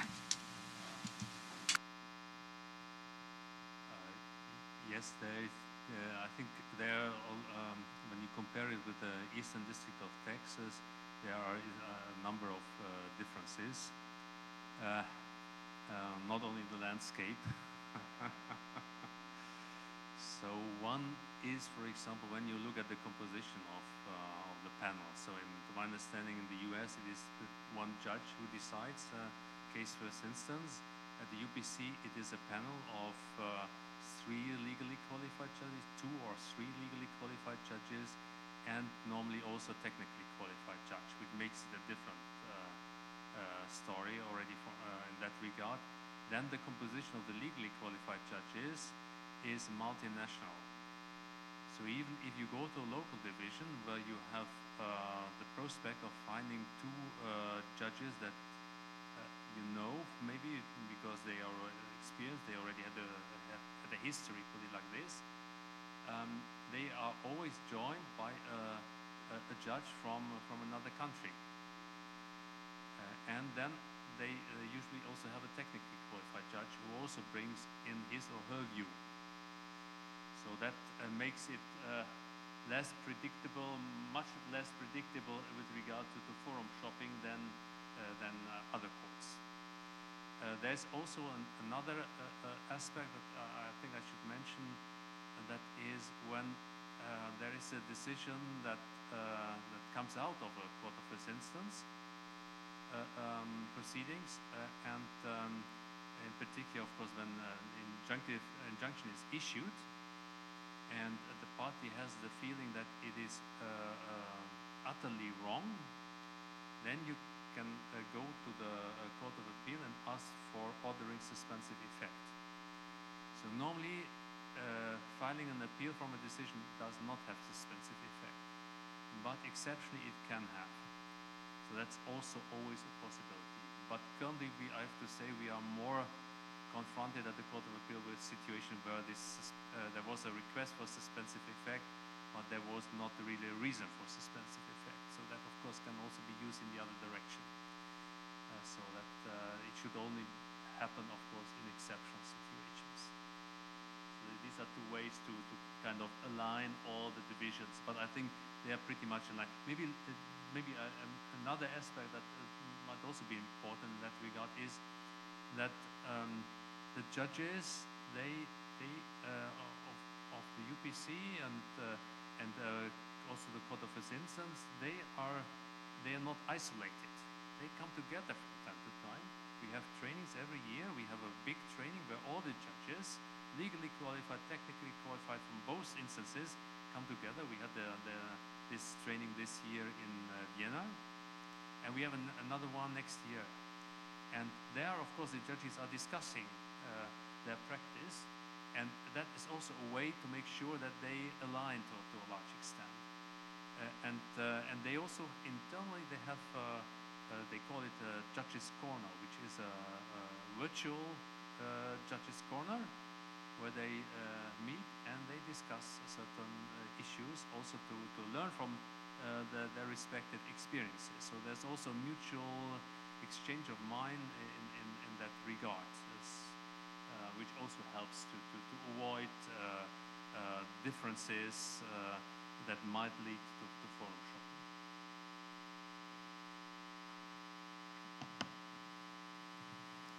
Thank you for your assurance. 드라빈스키 법원장님께서 말씀해주신 여러 가지 내용이 UPC 법원의 Many of the things that Dr. Grabinsky touched upon, it looks like there are a lot of measures already in place to make sure that forum shopping is will not happen too much in the UPC, which is relieving. I have the second question.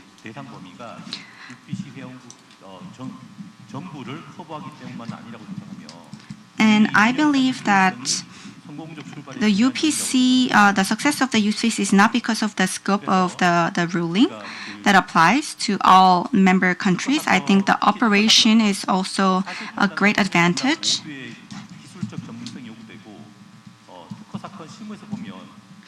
When it comes to patent rulings, especially when it comes to substantive matters, it is especially important to deal with technical knowledge.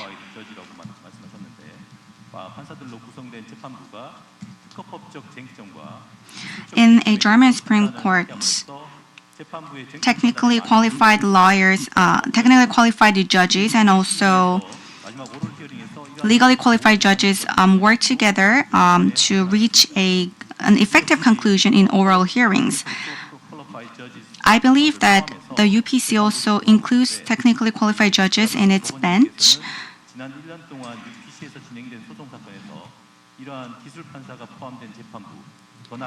Over the past year at the UPC, do you think that the inclusion of technically qualified judges and also the collaboration with the lawyers and patent attorneys has been effective? And also, is there any success factors in terms of operation?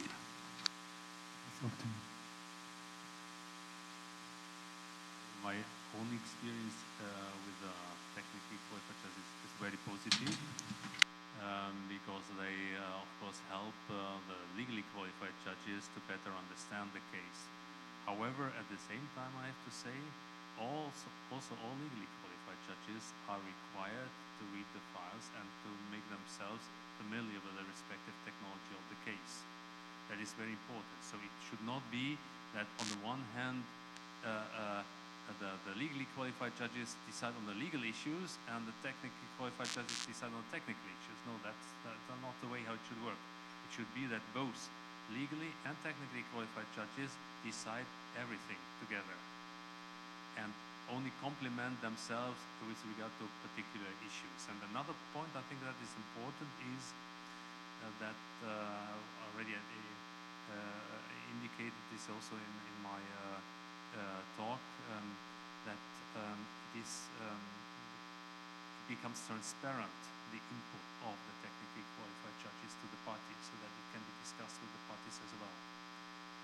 And that is at least in the hearings I'm have the pleasure to chair is in the introductory remark to make transparent what is the preliminary assessment of the case from the judge's side.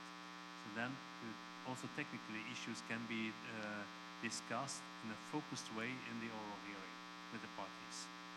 Because I think it is important that all the judges, technically and legally qualified judges, are aware of the views of the parties on the decisive aspects of the case, and that of course includes the technical aspects of the case. You can have different views, and no party can require that their view is accepted by the court. The court will form its own view, but the court has to be aware of the positions of the parties before deciding on these decisive issues. And at the moment I have the impression that it works pretty well in that regard. Thank you. 이번에는 UPC에서 변호사로서 Moving on, 변호사님에게 I would like to give the floor to Mr. Alex Wilson.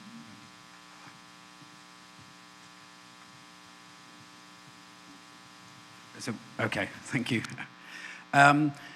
Dr. Grabinski, you spoke about, well, firstly to say thank you very much for having me here today. It's an honor. I'm a representative before the UPC. I'm also a board member of the European Patent Lawyers Association and the chair of its Asia group.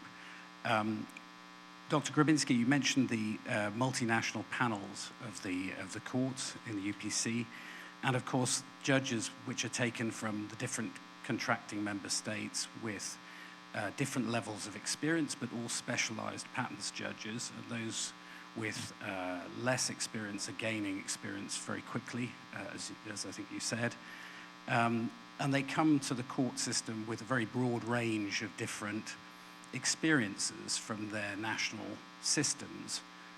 Although in Europe, the patent law has been converging on some important issues like questions of equivalence, questions of contributory infringement, and even validity aspects over the years.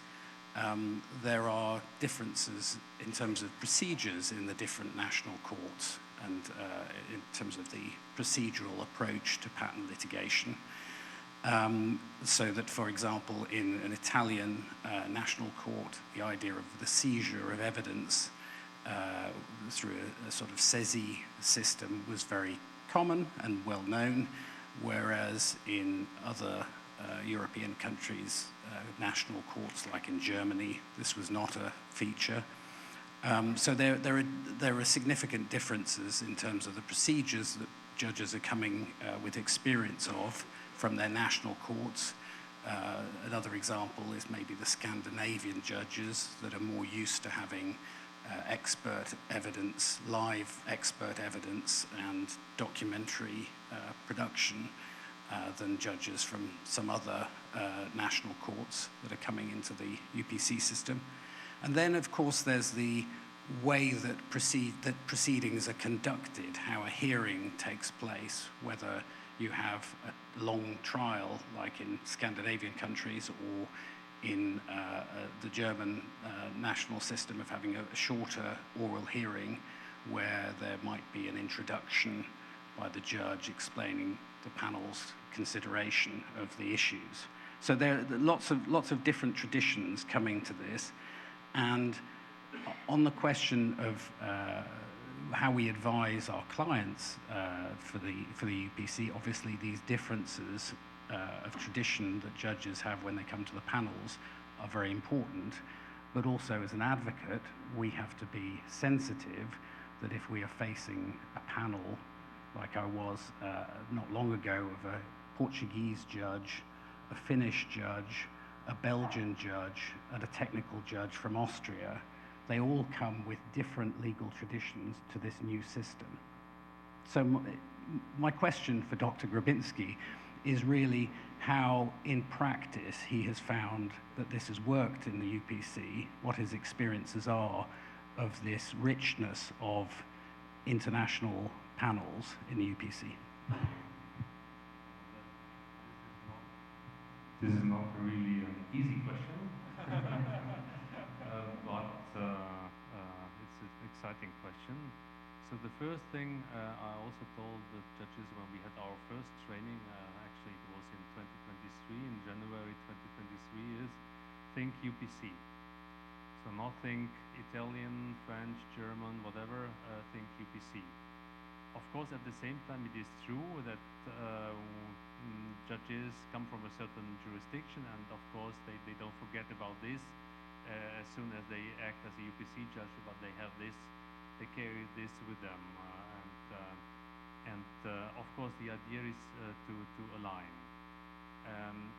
With regard to substantive law, I think it is there is just one way at the end of the day to interpret the law, and it is the role of the Court of Appeal to define this.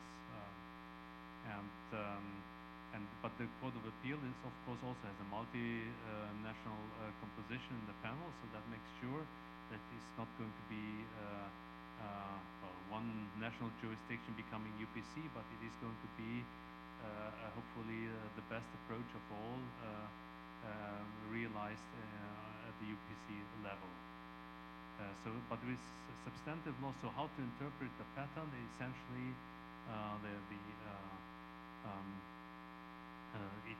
it will be the case law of the UPC Court of Appeal that will be decisive. With regard to procedural issues, there of course there are some there's rules, important rules in the agreement, in the rules that also apply, and when they apply it's mandatory, then they have to be also be applied by the court first instance. That's true. But then of course there are some rules that give some leeway to some extent. That is the question, for example, of there is an introductory remark at the beginning of an oral hearing or not. I know there are different traditions, and that explicitly in the rules of procedure said that the presiding judge or any other judge may give introductory remarks, so the may. And that might be that then there is a certain local flavor. In certain local divisions, you can expect the judges to make these introductory remarks, and in others you don't, or only to a limited extent. And that might be then is also a reason to go to a certain local division or not to, but I think that's not so important at the end of the day. That's just one aspect that is there, and certainly also applies in other jurisdictions. When you go to different places, in particular larger jurisdictions, if you have different local flavors, that's to some extent acceptable. I think would not be acceptable when it's about substantive law, and of course it should not lead to any different result at the end of the day. That I think are the important aspects, and I would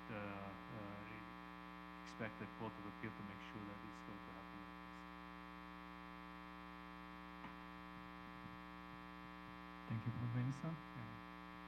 We are running out of time, so please constrain your question by two. Yeah.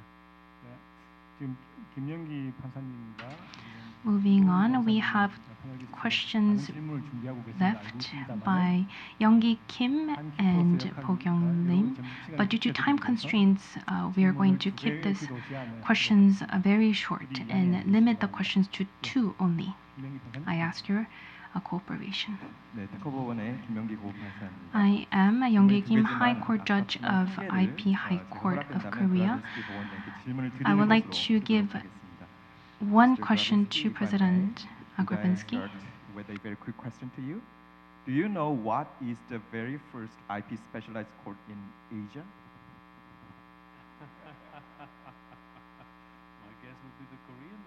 Yes, correct. Thank you. I'm very proud of it, and they are all proud of it. 좋습니다. 제 질문은 그러면 짧게. I will keep my question very short.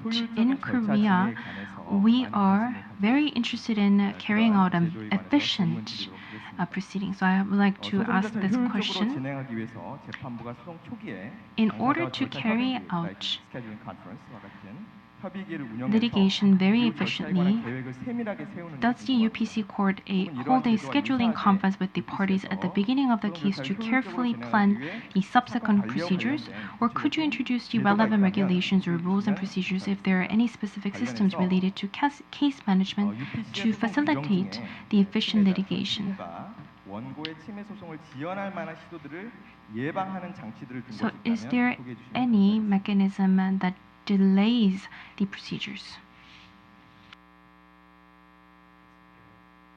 Case management essentially is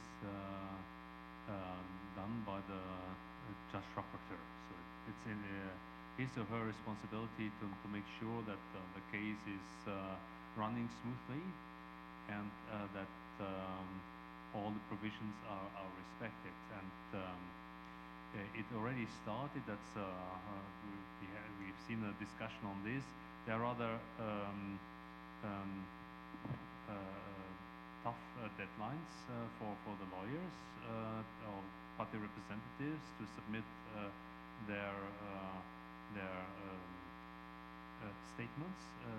It begins 3 months and later it's 2 months every time. And it can be very complex cases, and of course the question came up: is it possible to extend the deadlines? Because if the deadlines are respected, if they are laid down in the rules, it is a really fast track procedure, and I think there is no room for delays if you respect this. And to my understanding, the judges are, in the first instance, quite reluctant in extending deadlines. Sometimes they did, but always it takes a good reason for extension of deadlines. And then the next step for case management is the interim conference. The question is this has there always been is necessary to have an interim conference in all of the cases? Probably not. The rules of procedure say that the judge rapporteur has discretion in that regard. So if it's a really easy case, it might not be necessary. But what I heard is in many cases you have these interim conferences, and the main idea of this interim, well, actually there are two ideas. The one is to explore whether it's possible to settle the case. Maybe also in the future to send the case to the arbitration mediation center at that point of time. And the other aspect is to do everything necessary to prepare the oral hearing so that the oral hearing can be done within 1 day. So that could also include, of course, summoning witnesses or arranging for witnesses, so parties can present witnesses, which is very often much easier than if the court would officially summons a witness, and all other necessary measures in that regard. And on the whole, that makes, I think, it makes it possible that the cases more or less are decided within 1 year. Of course, when now, if the cases get more complex because there's a counterclaim for revocation, and then there's a request for amendment of the case, that each of which is initiating new workflows, because counterclaim, of course, is an action by its own.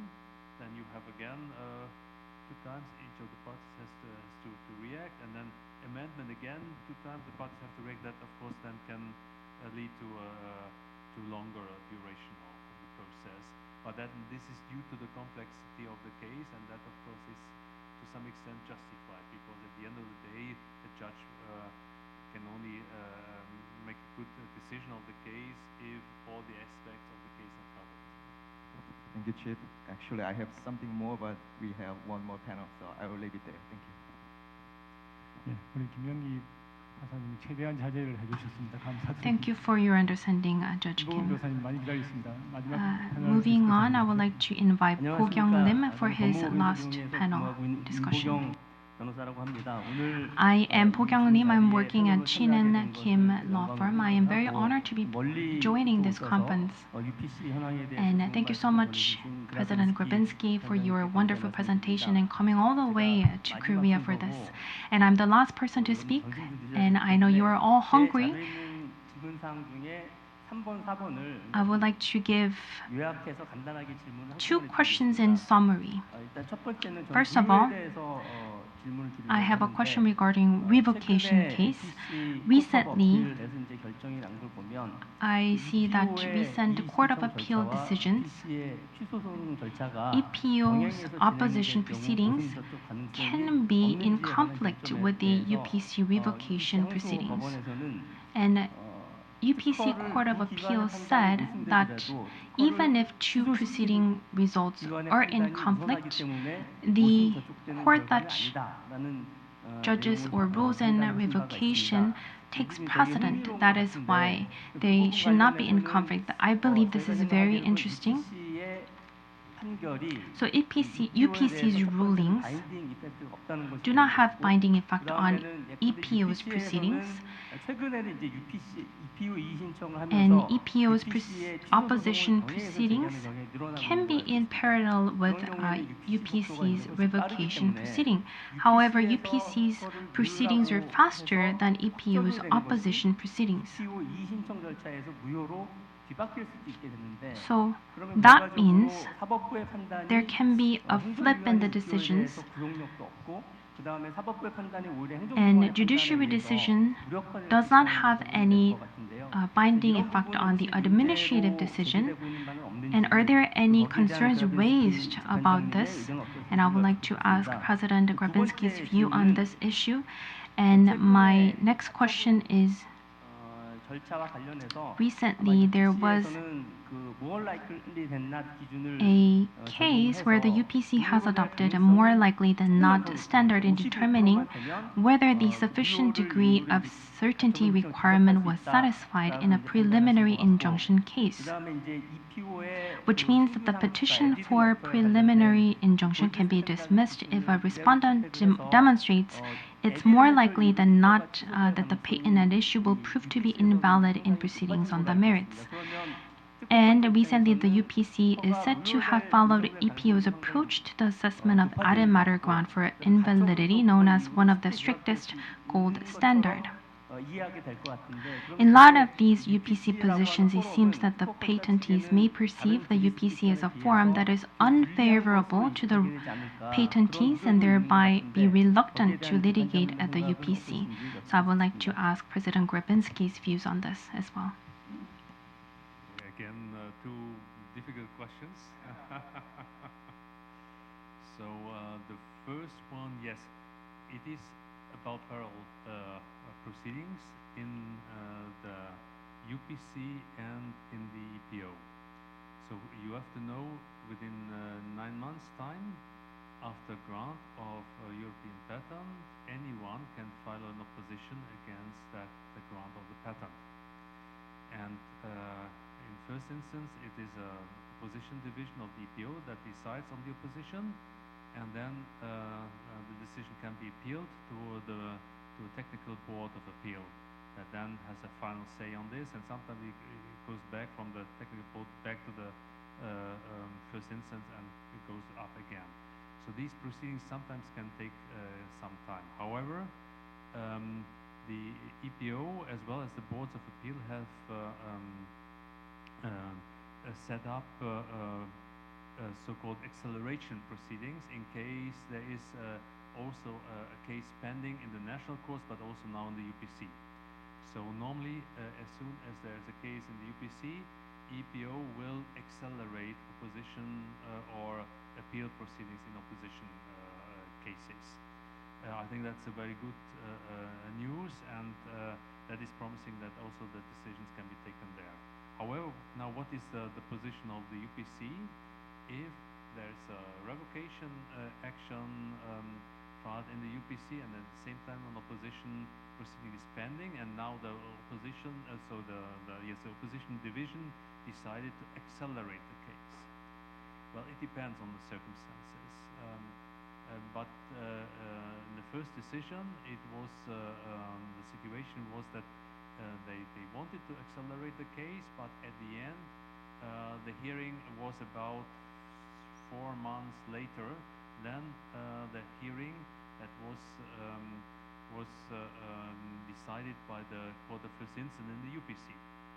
And in that situation, the decision was appealed, the procedural appeal coming to the Court of Appeal, and the Court of Appeal said there's no need to stay proceeding in the UPC and wait for the decision that where the hearing was 4 months later.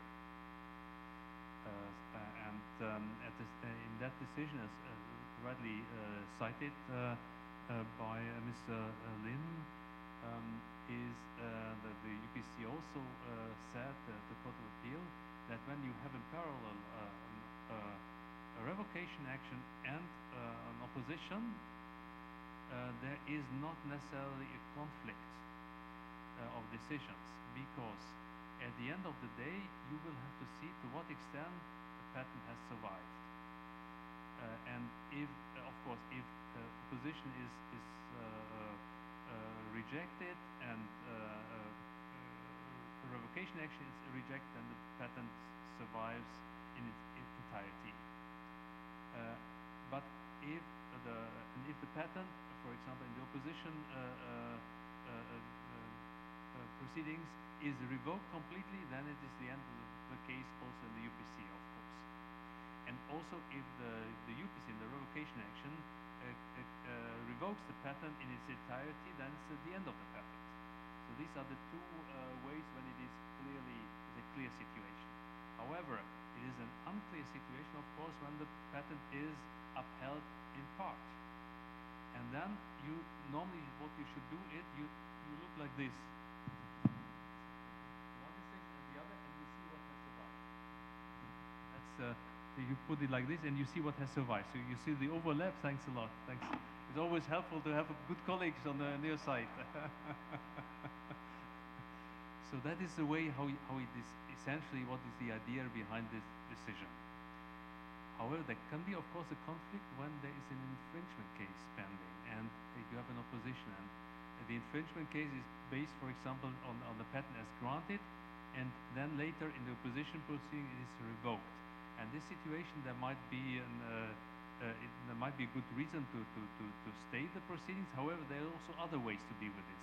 You can just wait with your hearing in the UPC and see what is going to happen in the opposition proceeding. So there are different ways how to deal with this.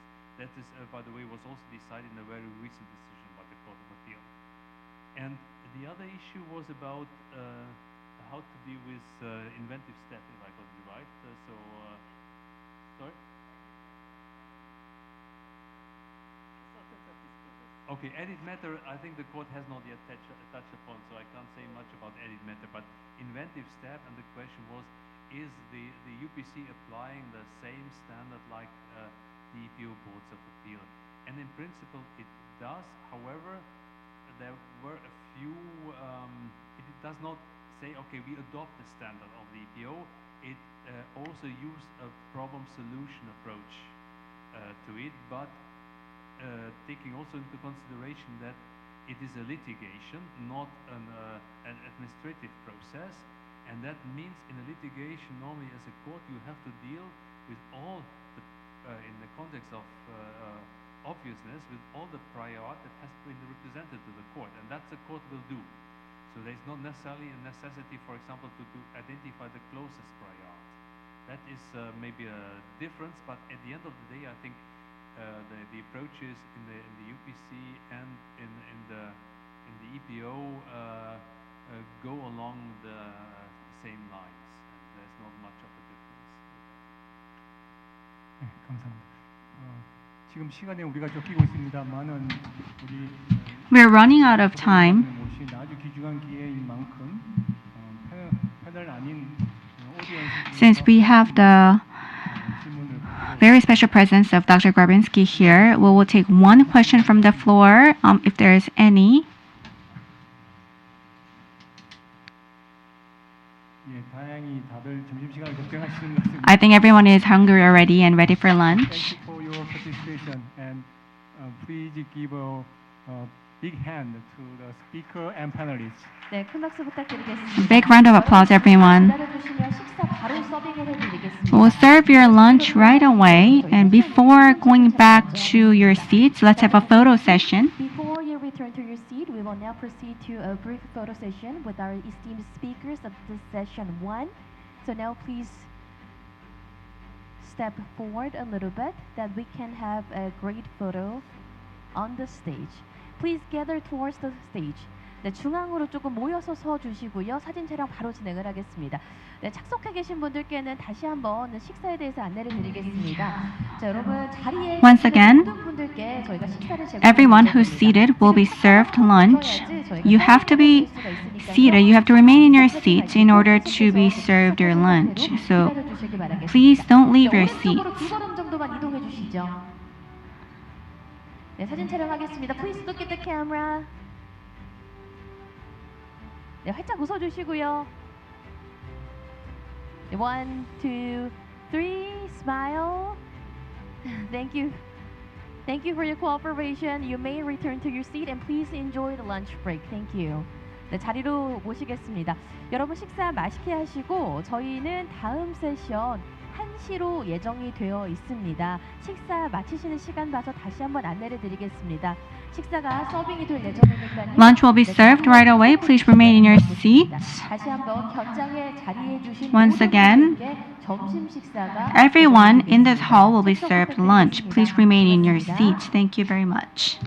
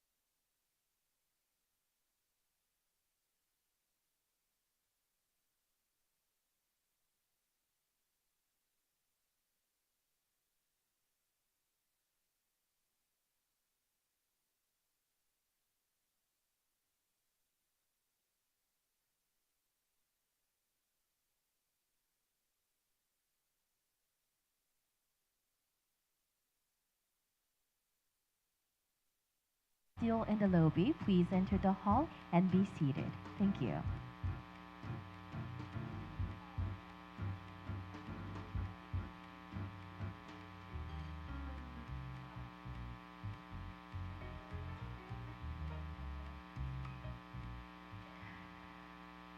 네, 여러분 식사는 맛있게 하셨을까요?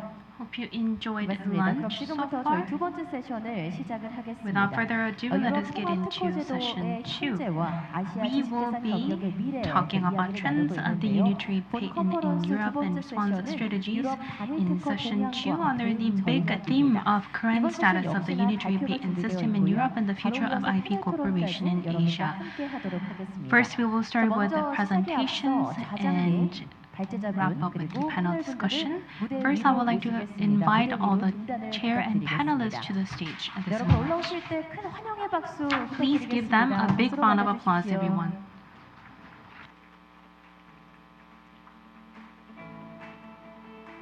네, 모두 착석을 해주시면 되겠습니다. Please take a seat, everyone. 무대 위로 모시겠습니다. We have invited chair and panelists to the stage. As introduced, we are learning more about the current status of the unitary patent system in Europe and explore ways to adopt a similar system in Asia. And first, we will start with presentations. We are joined by two presenters from Europe. We are joined by two presenters via Zoom, and the entire session will be chaired by our chair. Let me introduce our moderator, Kyu Kim, the president of Korea Patent Attorney Association. He graduated from engineering in KAIST, and he is committed to developing the IT sector in Korea, and we believe in his leadership in leading this discussion today. Thank you so much. The floor is yours, Chair. 예, 방금 소개받은 세션 2를 맡게 된 Hello everyone, I am Kyu Kim, president of KPAA. I'll be moderating this session for you. 먼저 오늘 함께 하실 발표자와 패널 First, I would like to introduce our presenters and panelists. 현재서 온라인으로 발표를 We are joined by President Carl Josefsen Josefsen of the Boards of Appeal at EPO. Then we introduce our President Carl Josefsen. From 2013 to 2017, he served as a senior judge and vice chairman at the Svea Court of Appeal and the Swedish Patent and Market Court of Appeal. He was also a member of the Unified Patent Court Advisory Panel from 2013 to 2016. Last night, I had a quick call with Mr. Josefsen, and he answered that he's joining us via Zoom on the other side of the globe at 5 a.m. in the morning. Thank you so much, Mr. Josefsen, for your participation. And our second presenter is Heli Ihayama, Principal Director at EPO. She is responsible for all patent law and procedures related matters under the EPC and PCT. Please welcome her with a big round of applause, everyone.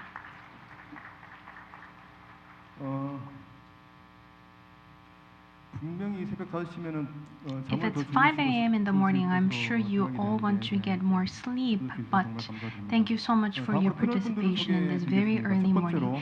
Now I would like to introduce our panelists.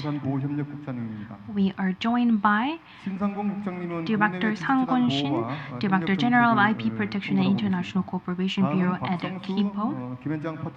And let me introduce Sung-soo Park, lawyer and partner at Kim and Chung. He is an attorney in the firm's intellectual property practice, IT and entertainment practice, and litigation practice. He is a real veteran in the IP sector. And next, I would like to introduce Secretariat Director General at KINPA, Tae-jun Seo. At the Korea Intellectual Property Association, known as KINPA, he is overseeing all activities of KINPA. And next, Kang Min Lee, patent attorney at INIPN Law. He's serving as the Vice President of the Korean Patent Attorneys Association. 오늘 발제자와 패널 다시 한번 Once again, let us welcome our speakers and panelists for session 2.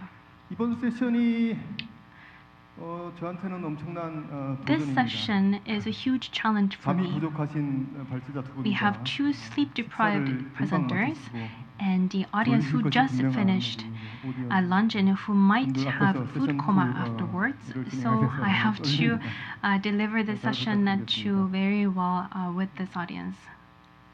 먼저 First of all, 칼 요셉슨 I would like to invite Mr. Carl 발제를 Josefsen, President of the Boards of Appeal at EPO, for his 칼 presentation. 요셉슨, are you ready?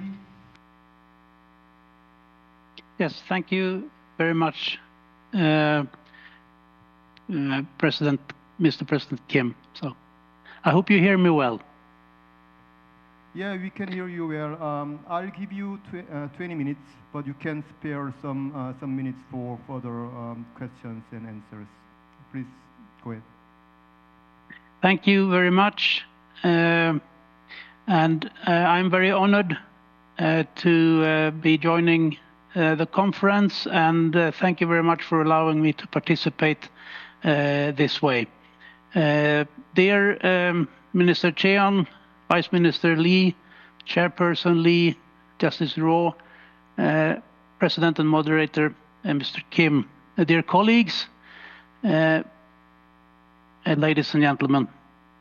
I will talk about the Boards of Appeal in the context of the Unitary Patent Court, UPC, and the Unified Patent Court, UPC, and the Unitary Patent and the developments in Europe. As you know, the Boards of Appeal of the European Patent Office are the first and final judicial instance in the European patent system with regard to the granting of European and unitary patents.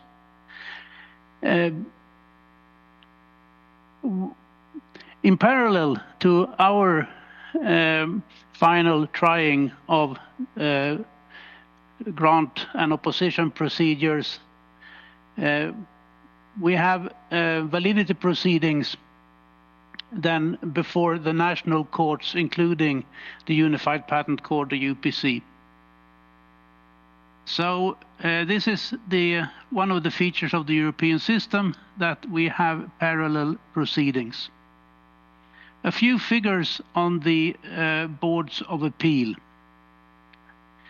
We, for the time being, settle more cases than we receive and are able to work off a backlog. And last year we settled some 3,500 cases while receiving merely 2,000. We do most of our hearings online, 60% online and 40% in person. The figures have continued the same way this year, and during the first half then we settled some 1,700 cases and received merely 900. We will at the end of this year have less than 3,500 cases in stock. A few words on the oral proceedings by video conference. We have a stable proportion since some 2 years back, with 60% online and 40% in person, and very few in mixed mode.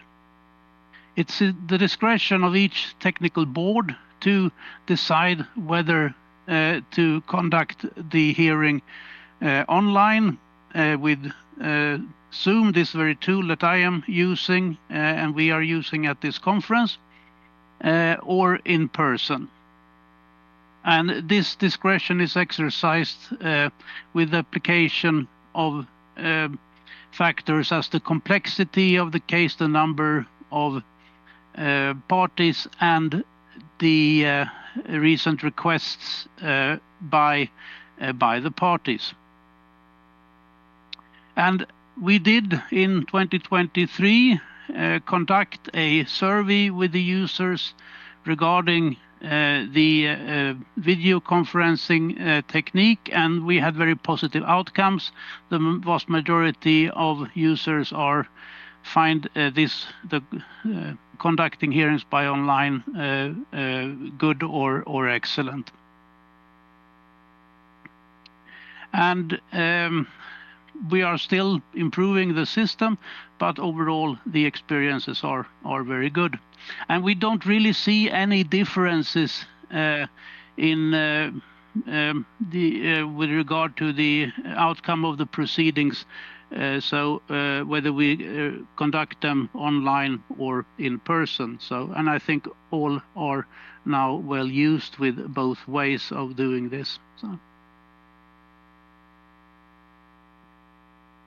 We did, quite some time ago, set ambitious objectives for the Boards of Appeal, and we have achieved these.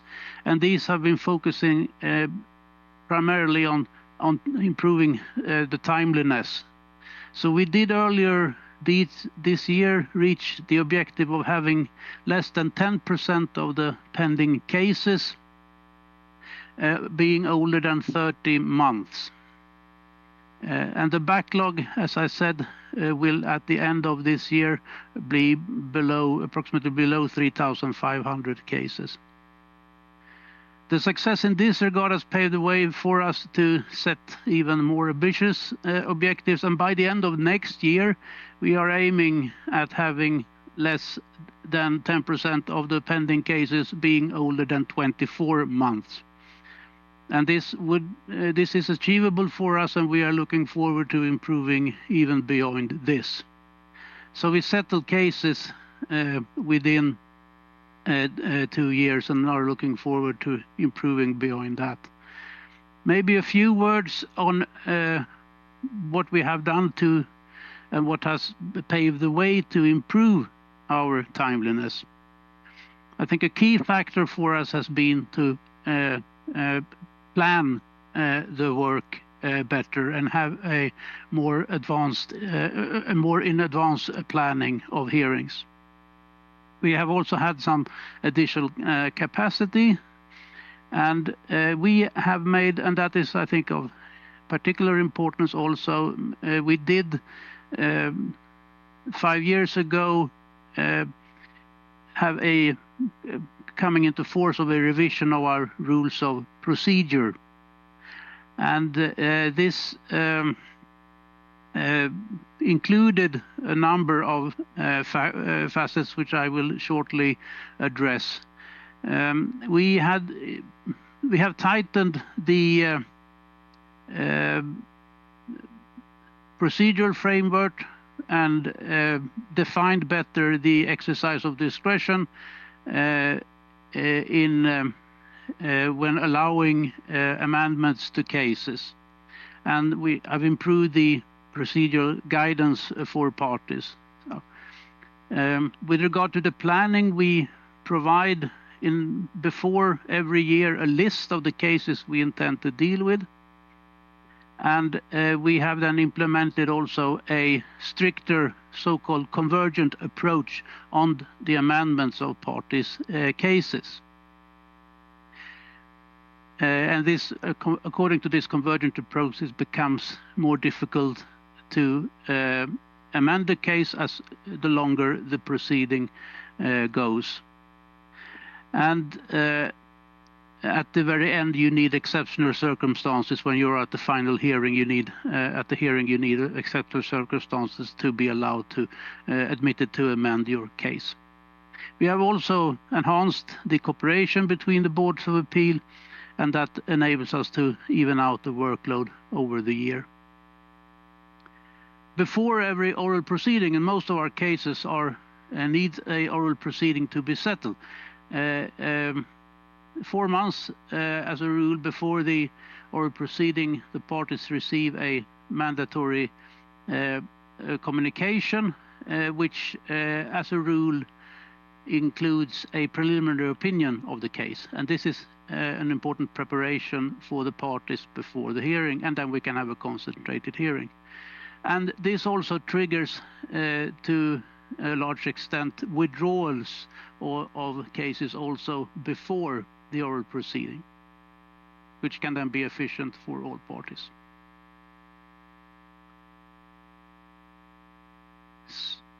I will then.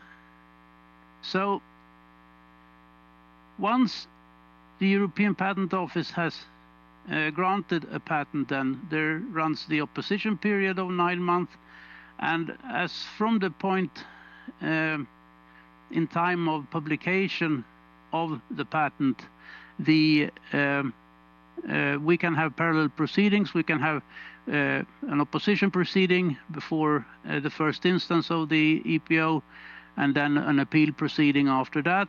And we can, at the same time, have a validity proceeding before the UPC, the Unified Patent Court, or other national courts.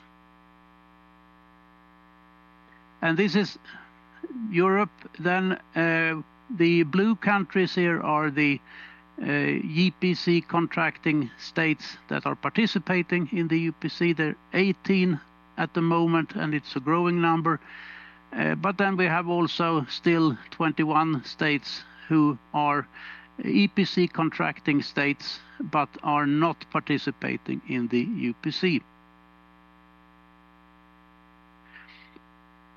One of the things that we do when we, or can do when we have parallel proceedings, is to accelerate the case. So when from the horizon of the boards of appeal and of the first instance on the EPO, then what we do then as a rule is that when we are informed of a pending case before the UPC, we accelerate. Acceleration can be requested by parties, and they need to reason it so, and typical reason is that there is then infringement proceeding running or foreseen. And we then endeavor to issue the next procedural step at the earliest possible opportunity, and we accelerate and we inform the UPC, the national court, and we apply then a strict time frame for the case.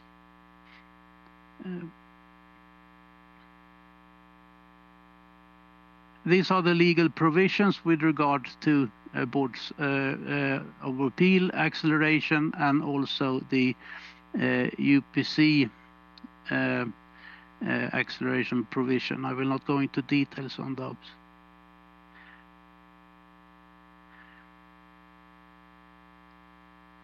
The underlying the European Patent Convention is a harmonization philosophy, a philosophy to achieve at the harmonized application of the EPC. And this achievement, this is a joint responsibility for all jurisdiction applying the European Patent Convention. And there are a number of factors which contribute to achieving this over time. In the boards of appeal, the enlarged board of appeal, the most important part of the boards of appeal, who decides on the most important cases and provides the most important harmonized interpretation of the convention, have also external member in its composition, and these external members are nominated and by the contracting states and appointed by the Administrative Council of the EPO. The external members come then from each contracting state and are appointed to cases of the enlarged board. And in a G case, the important cases before the enlarged board, we have usually 1 or 2 external members from the contracting states. So, and these are 1 and 2 of 7 members of a composition. And this in itself, of course, contributes to having harmonization in the system, since we then cooperate both judges from the contracting states and of the EPO. We also have as a principle that we from both sides, from the EPO, from the Boards of Appeal side, and from the National Court side, we take into account each other's and consider each other's decisions. This is steady practice of the enlarged Board of Appeal since the 1980s, that we are obliged to take into account the decision of the national courts. And similarly, the national courts and the highest courts, the Supreme Courts of contracting states, have established similar principle that there is an obligation to take into account decisions from the EPO and in particular from the enlarged board and the Boards of Appeal. And this is not, decisions are not binding, but we take them into account. And this is the way the system works here. So there's a long tradition of that. In addition to this judicial exchange in the daily practice, we have also a long tradition of exchange informally between judges, patent judges in Europe. We have had already since the 1980s also a biennial judges symposia, which we are intending to restart. We have an annual judges forum in Venice, and we organize, the Boards of Appeal organize every year an expert workshop where we invite national judges, and we meet national judges, including judges from the UPC and Boards of Appeal members. We also have a case law conference for the users where we have national judges participating. We have provide judicial internships at the Boards of Appeal for European judges, and we also of course participate in conferences like today and similar events organized also by, for example, WIPO in Geneva. We also have a regular dialogue established with the UPC. And all these contacts and exchange, I think, is crucial to build the trust and the informal exchange which provides a uniform application, although we are not bound by each other's decision.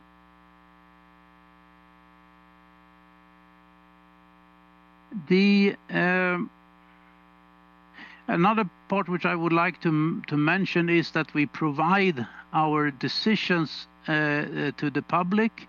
We also and to the other to the national courts. There is a abstract of decisions which are available on our website, and where we every month provide the most important summaries of our most important decisions. A concrete example of how the exchange in Europe can work, and I would like to take a concrete example to finalize with, and that is a decision from last year, 2023, on priority rights. This has been a topic which has gained a lot of attention in Europe, and where the enlarged Board of Appeal then in its decision of the 10th of October 2023 in cases G1 and 2 for 22 established that some important principles with regard of trying a priority claim. And the important principle is the establishment of a rebuttable presumption that under the autonomous law of the EPC, an applicant claiming priority are entitled to its claim of priority. And so this is the starting point. This of course makes the system and these cases much easier and foreseeable so for the parties. And this is an important principle. It's a rebuttable presumption, so it can be rebutted, but it is the starting point. And this decision then came in October 2023, and we have, in the wake of this decision, been able to recognize then that this principle has been. And well, first maybe I should, before I come to the national decisions, I should say that what we did in the enlarged board in this decision, as we always do. We carefully look into the practices of the courts of the contracting states. So this is part of this decision, that we carefully look on, well, what are the principles in the contracting states, and we take that into account as a basis for the our legal reasoning and inspiration for our legal reasoning. And then what we have been able to see in the wake of this decision is that it has been, to put it short, followed then by the UPC in the first instance decision, and also by the German Federal Court of Justice, the Swedish Patent and Mark Court of Appeal, and the Swiss Federal Patent Court. I think I stop with that, and thank you very much for your attention, and I'm looking forward to questions. Thank you very much.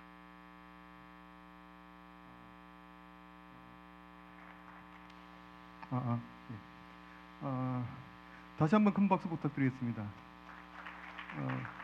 제가 자꾸 박수를 유도하는 이유는 식사하시고 졸리실까봐 손바닥에 자극을 좀 드리기 위해서 박수를 자꾸 유도해드립니다. Thank you, President Josephson. Thank you for sharing your insights with us, and especially thank you for sharing your early morning with us. You explained you achieved the objects to reduce the number of the pending cases and settle the cases earlier, and you achieved the goals, and now you set a higher goals, right?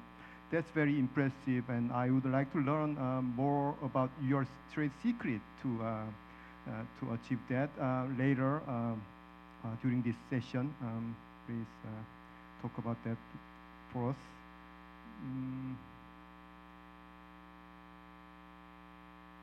And I think because you achieved a lot of goals, we can all benefit from your achievements from around the world. 켈리 준비되시나요? 지금 두 번째 프레젠테이션으로 장면을 Our second speaker, so I think our tech team is having a little bit of time to show the presentation. So in the meantime, let me explain the format of our panel discussion. Should we start right away? Okay. Okay, then let's dive right into the second presenter. Ms. Heli Pilayama, Principal Director at EPO. Are you ready? Yes. Okay, Good morning, I will give you 20, good afternoon. 20 minutes, but I'm ready. Yeah, if you can spare a few more minutes, then it'll be appreciated. If you are ready, please go. I'll give you 20 minutes. Good. Thank you very much, Mr. President Kim, honored ministers, honored judges, dear participants of the conference. I'm greeting you also from Munich. It snowed here yesterday evening, so when it is no longer dark and the sun gets up, then I will see whether the world looks white in Munich or whether we are back to the dark December again. I would love to be in Seoul to see how the weather looks there, but here on the screen you can at least see the EPO main building in a very green setting. The green setting is what I would like to tell about, because green is the color of hope. And there was hope for decades in Europe to come from the established bundle patent system to a system of a unitary patent, where the granted European patent would exist in the whole territory with the same effect and with one administration of the patent through the whole Europe. Since summer 2023, this hope, this dream has become true, and now we have the the unitary patent in Europe.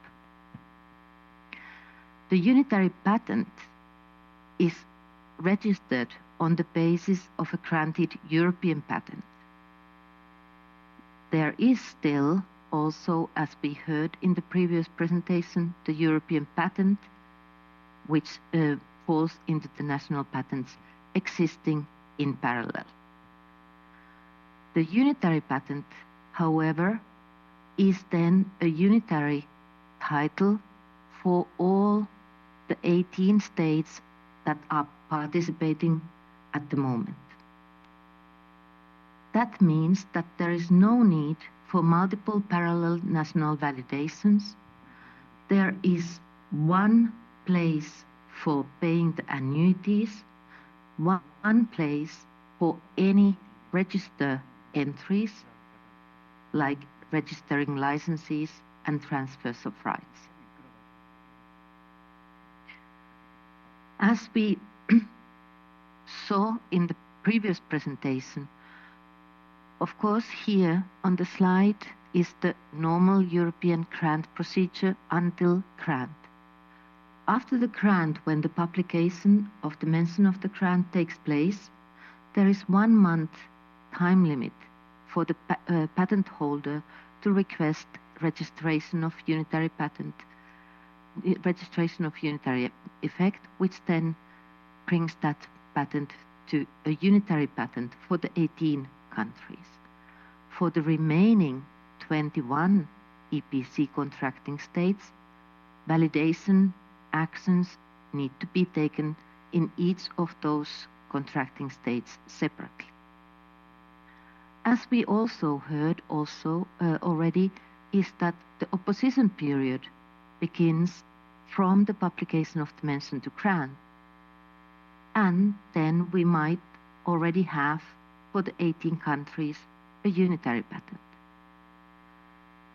Therefore, in order to ensure legal certainty and efficiency of the proceedings, the European Patent Office accelerates all the opposition proceedings where we get information that proceedings at the Unified Patent Court have been initiated during the opposition period or when the opposition is pending.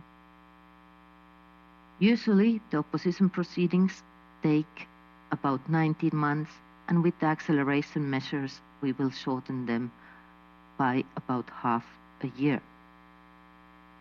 We get the information about cases pending at the Unified Patent Court automatically, so there is no specific request needed, and currently we have about 30 parallel pending cases, so cases where there is an opposition pending at the EPO and an action at the litigation or infringement action at the UPC.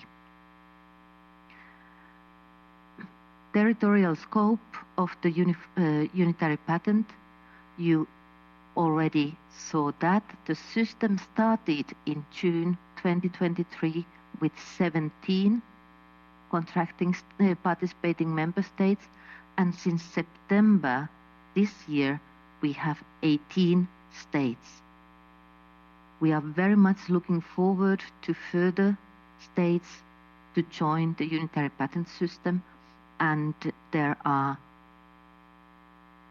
some proceedings that have been initiated, so we hope to have more states joining soon. We see that the unitary patent system has become the success as it was hoped for. We have already almost 45,000. Okay, today here you have on the screen statistics of yesterday, and today we have already 44,000, so soon we will be at 45,000 registered unitary patents for Europe. In 2024, we have received by today almost 27,000 requests for unitary effect. That means that more than every fourth granted European patent will be registered as unitary patent for the 18 participating member states. When we look at the patent applications that come from the European Union countries, we see that the uptake rate is even higher, 36.5%. When we look beyond the continent of Europe, we see that from the USA, about 15.9% of the patents granted are then registered as unitary patents. The uptake rate for China is 18%, 19% for Republic of Korea. So from that area, you are the leaders, and 7.5% in Japan. When we look at the unitary patents in general, we see that the majority of the unitary patents, their proprietors come from the EPC countries, then comes USA and China, Korea and Japan. What I would like to mention in this context is that what we also see is that especially for the European patent proprietors, the unitary patent appears to be very attractive for small and medium-sized enterprises. They are represented over proportionally in the statistics for the European unitary patent holders, even though also the big industry in Europe is very actively using the unitary patent. We have all the statistical data very transparently available on the EPO website in the so-called unitary patent dashboard. And there you can find even the top 25 proprietors of unitary patents and all other statistical data. As I mentioned earlier, there is the possibility to make all the registrations for the register of the patents, so the proprietor register, centrally with the EPO, and that even without an extra fee if you use the online services My EPO. There is also a possibility to register the intention to license, which will then even give a reduction of the annuity fees. When we look at the statistics of the unitary patents from Korea, we see that there has been in 2024 an increase, a very clear increase towards 2023 in the activity, and that the uptake rate is growing. As I said, you are the leaders from the Asian region. In the top proprietors list, we have Samsung Group. Here, actually, we have quite a rapid increase from Samsung Group in the past months in the registrations for unitary patent. And Samsung Group is with that activity also today the third most frequent proprietor globally of unitary patents, preceded by Siemens and Johnson & Johnson. Then we see also that the unitary patent is appreciated as a protection measure in all technical fields. So here the statistics globally, the top 5 areas, and then the top 5 areas of the use of unitary patent in Korea. Here, something that I would like to mention, because that had been discussed before the unitary patent entered into operation, was that there was some questioning about pharmaceuticals and medical technology, but as you can see, medical technology is very high up, and pharmaceuticals globally is also in the top 10 technical areas. The EPO is doing its best to be as transparent as possible about the unitary patent system. We have a lot of material on our website available for everybody, and as I said, also the dashboard where all statistics are very transparently available to anybody having interest in the unitary patent.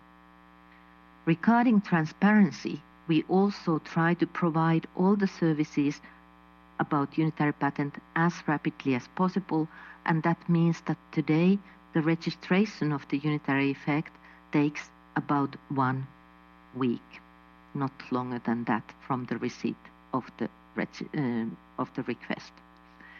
Further aspect of transparency is that in 2025 April we will publish the first set of unitary patent guidelines, which provides then in one place information about all the different actions concerning unitary patent requests or registration of changes of names, transfers, licenses in the register, as well as fees and compensation.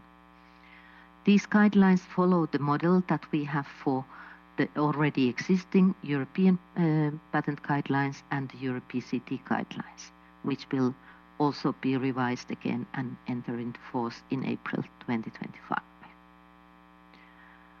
Further aspect of transparency is the register of European patents, where you can even find the information whether the European patent has been opted out from the unitary patent system or whether it is in the system. And then we have the separate section of the patent register, which is about unitary patents, where you can find all the information about the unitary patents registered. And with that, I would like to thank you for your attention. Happy to take any questions later, and I hand back to the chair. Thank you. Thank you, Director Pialyama. It's very impressive that you took a lot of measures to improve your system, especially to accelerate procedures and to increase the efficiency and increase the transparency so that all the parties can see what's going on within your organization, and you set up the clear guidelines to make the things go properly. Thank you very much for your all the efforts, and big congratulations on your achievement and successful launching of unitary patent system. Thank you. One thing that got my attention is that the uptake rate is not that high. It's not as high as I initially expected. It's you said it's 25.3%, and you also said that the uptake rate from Korea is increasing. I'm wondering if that's the same is true with other countries and as well, or globally. If you see the uptake rate is going up, I'd like to hear from you about that after the panel discussion or during the panel discussion, if you have the chance to talk about that. Okay, thank you. 그럼 패널 디스커션을 Without further 시작하겠습니다. ado, let us go into our panel discussion. 패널 디스커션에 지금 30분. We are given 30 minutes for panel discussion. 패널들께 5분씩 I first would like to give 5 minutes to each panelist first, and after the first round of panel, and we will then move on to additional questions raised by each panelist. So first I would like to invite all panelists to give UPC가 도입된 questions. 후에 So after the 고객사들을 introduction of 대비를 UPC, 하시는 when 현장에서 you represent your clients, 겪고 계시는 그 변화 are there any changes that you directly experience when you actually help clients adopt into the UPC, or are there any concerns raised by clients about the unitary patent or unified patent court? So I would like to ask each panelist to provide your impression on the changes and then also give questions to each speaker. And I will give you 5 minutes to each panelist. I would like to invite Sung-Soo Park.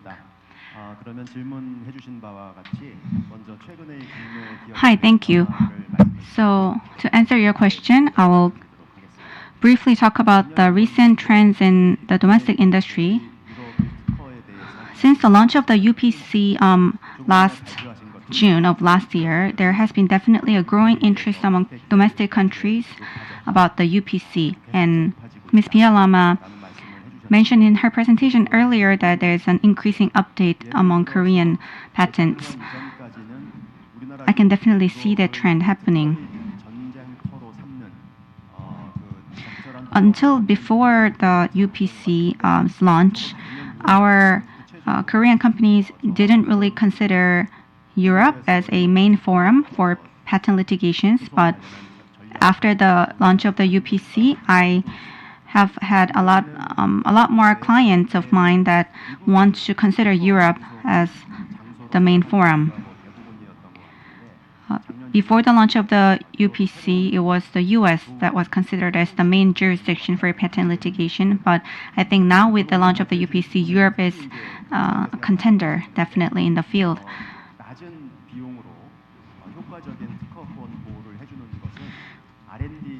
Low cost and high protection with the launch of unitary patent, that's very beneficial, but for companies that are heavily invested in R&D, which is the case for most of my clients and also for Korean companies. And I have a short question to end my time. As far as I understand,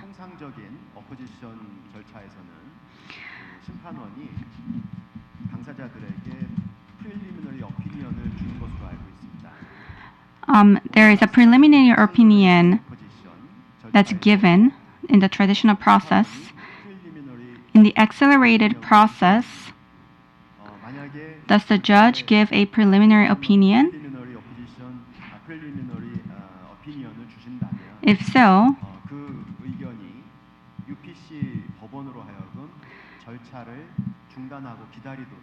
does that have the impact of having the UPC stop and giving stay?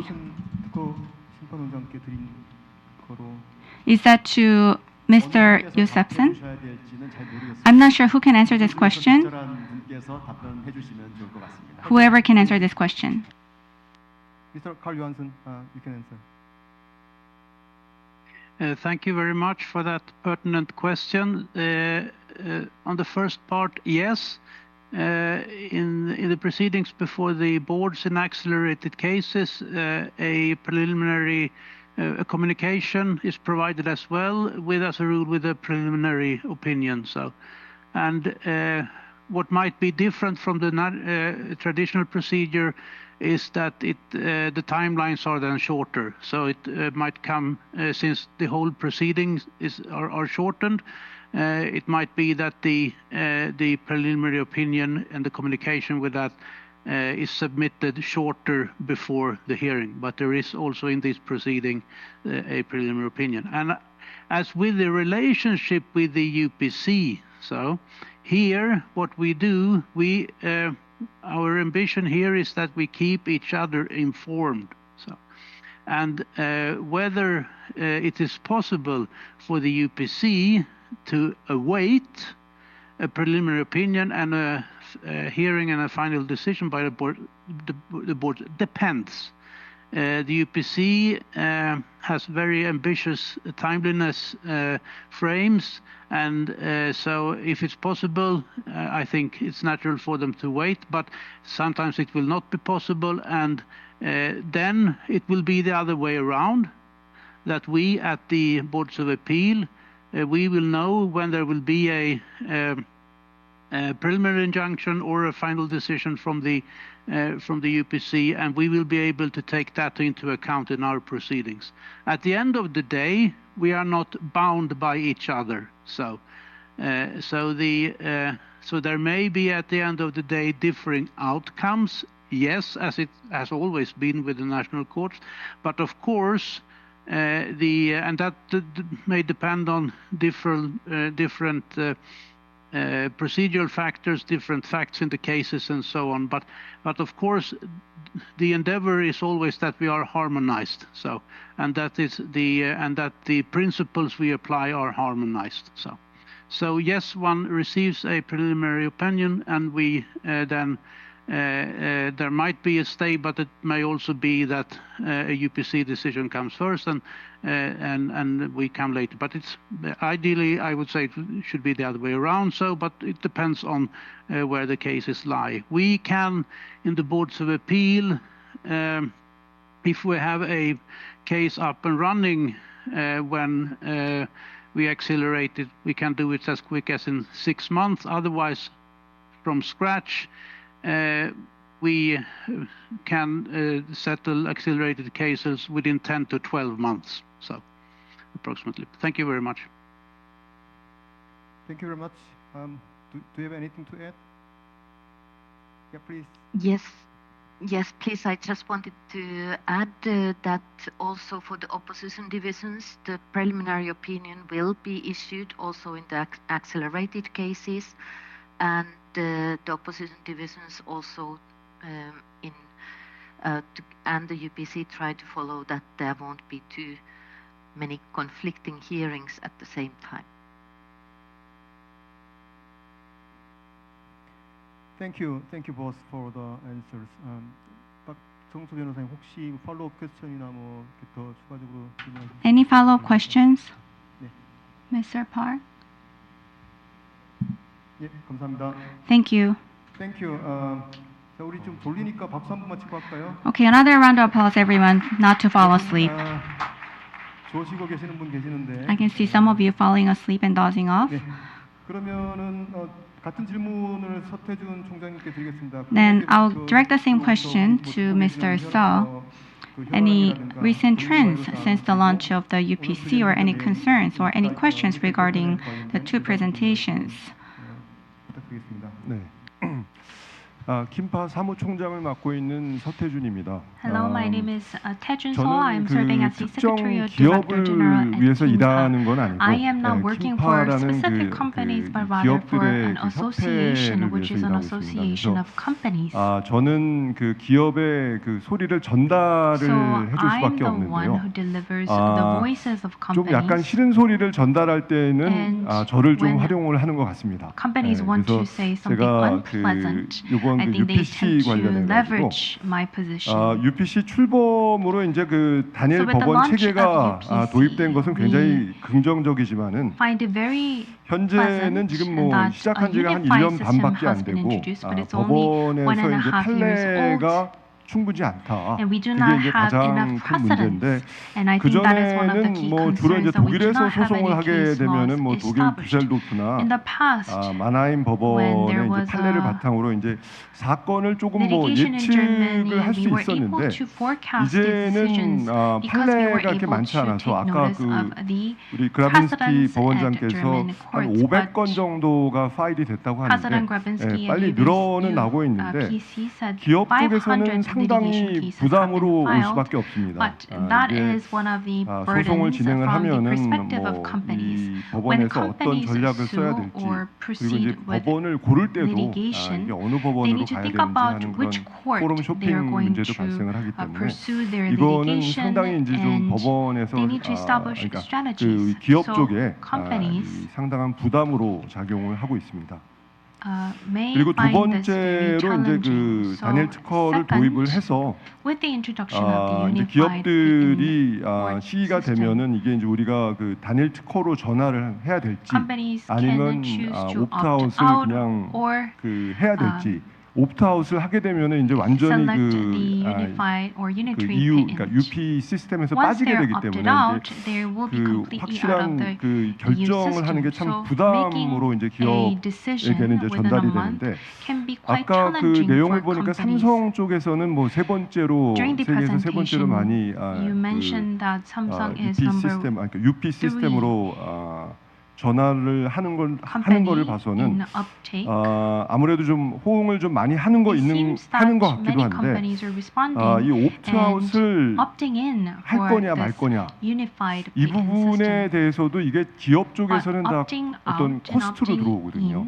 이게 많이 고려를 해야 되고 또 하게 되면은 또 비용이 들어가기 때문에 특히 그 EP 특허는 뭐 한국이나 뭐 중국이나 미국 에 비해서 상당히 좀 고가입니다. 여러분 아시다시피 그래서 기업들은 한정된 그런 예산이 있기 때문에 만약에 이 비용이 자꾸 늘어나게 되면은 수원 건수를 줄이던가 아니면은 진짜로 그 이 몇 개국만 선택을 해서 들어가야 되는 그런 상황이 벌어질 수 있을 것 같습니다.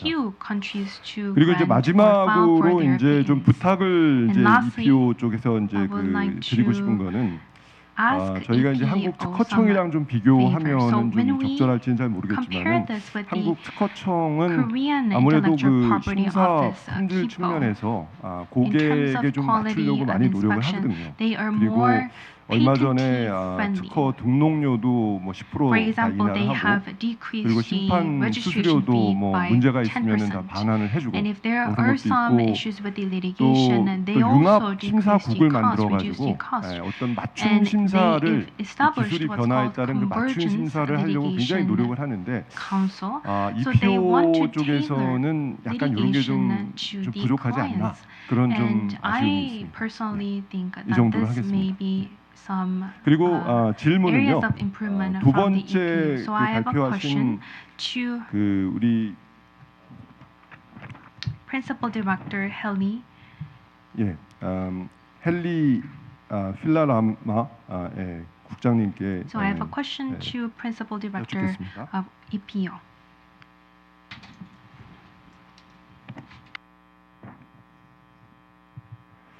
네, 유럽 그 당일 특허 제도를 도입할 당시에 유럽 국가에서는 이제 특허를 획득하는데 소요되는 비용 절감이 그 하나의 큰 이유였는데 Cost reduction was one of the main reasons to adopt the unitary patent system. 대기업보다 중소기업들한테 좀 유리할 수 있다고 For that reason, small to medium-sized enterprises may benefit more than big-sized corporations. Do European SMEs, small to medium corporations, do they apply for unitary patent in reality a lot? This is a question to Ms. Pialyama. Yes, thank you very much for the question. This is, of course, in today's world, a very important question. And as I mentioned in my presentation, the uptake rate of the unitary patent system is steadily growing from all continents. And actually, we expect that we will be next year above the initial predictions. The unitary patent system is cost-effective for applicants also because of the reason that everything that you do after the grant of the patent, so when you need to pay renewal fees, it's one place, one currency where you pay. You don't need to go to different countries in Europe and use representatives in different countries to do that.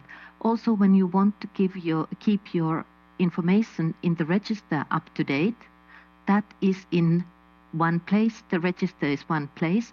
And as I said, if it's done via the online system, there is even no registration fee to get name changes, address changes, licenses, and transfers of the patent registered in the register.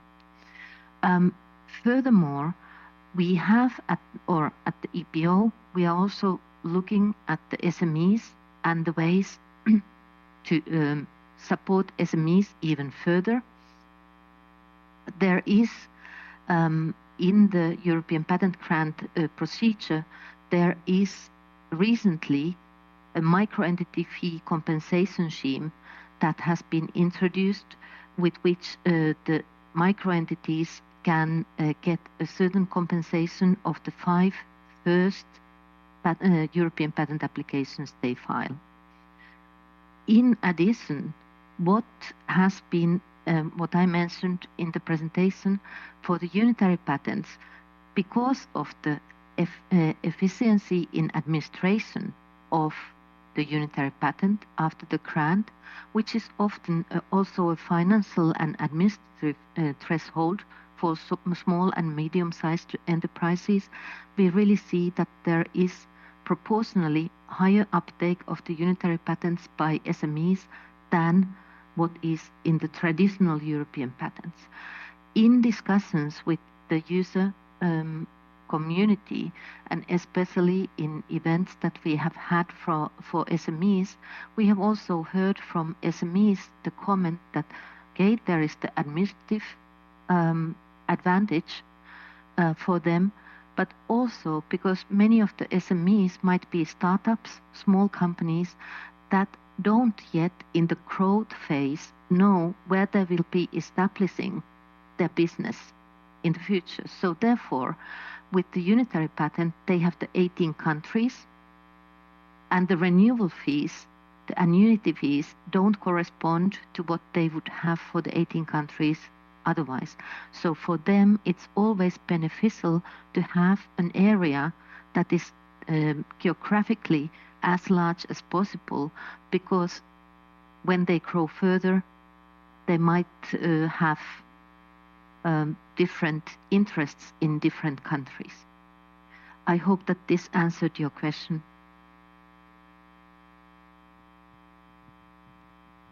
Thank you, Director Pialjama, for your answers. President Josephson, do you have anything to add? No? Okay, that's good. 서태준 총장님 혹시 뭐 추가 질문이나 관련돼서 Mr. Seo, any additional comments or questions? 뭐 다 얘기한 것 같습니다. I think I'm good. Thank you very much. 다음은 그럼 이강민 Next, let's move on to Mr. Kang-min Lee. 도입 이후에 국내 기업들이 겪고 있는 현장의 변화. What are some recent trends that you're witnessing in the domestic market among your clients, and also any questions or comments regarding today's presentations? 네, 안녕하십니까? Hello, 부회장을 맡고 있는 이강민 변호사. I am Kang-min Lee. I am president of Korea Patent Attorney Association. Thank you so much for your presentations, President Josephson and also Principal Director Pialjama. Let me share a little bit of insights on the current trends regarding the unitary patent system and the launch of UPC. From Korean companies' perspective, whether the patent needs to be at the market as fast as possible for immediate commercialization, or whether it's more of a general patent with a broader scope, that those are the two different stories.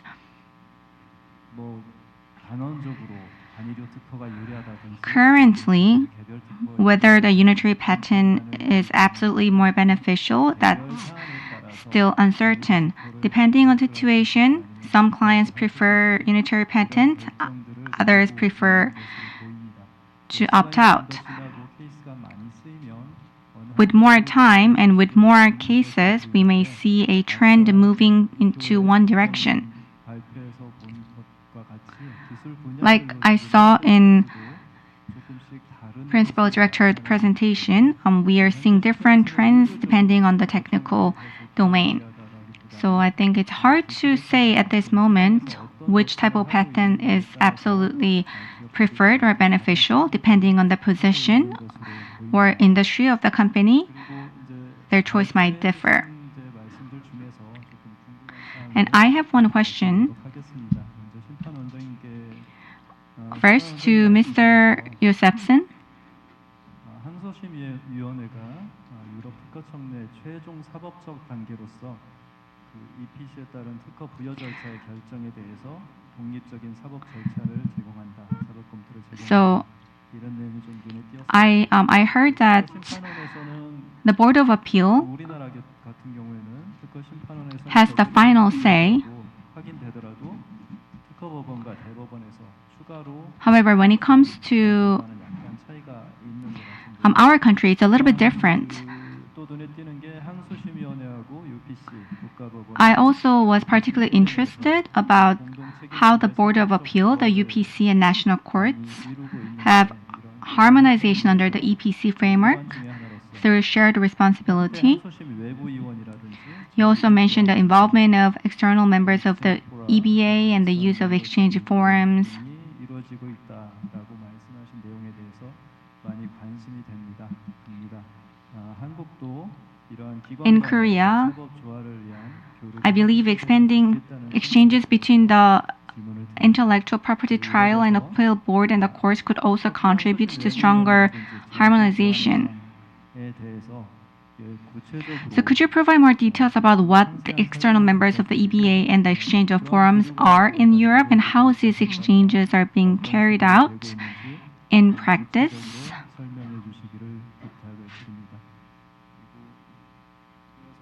And my next question is to Ms. Pilayama. So my question to Ms. Pilayama is that, looking at the trends, there were a little bit of differences in data depending on which domain we are looking at.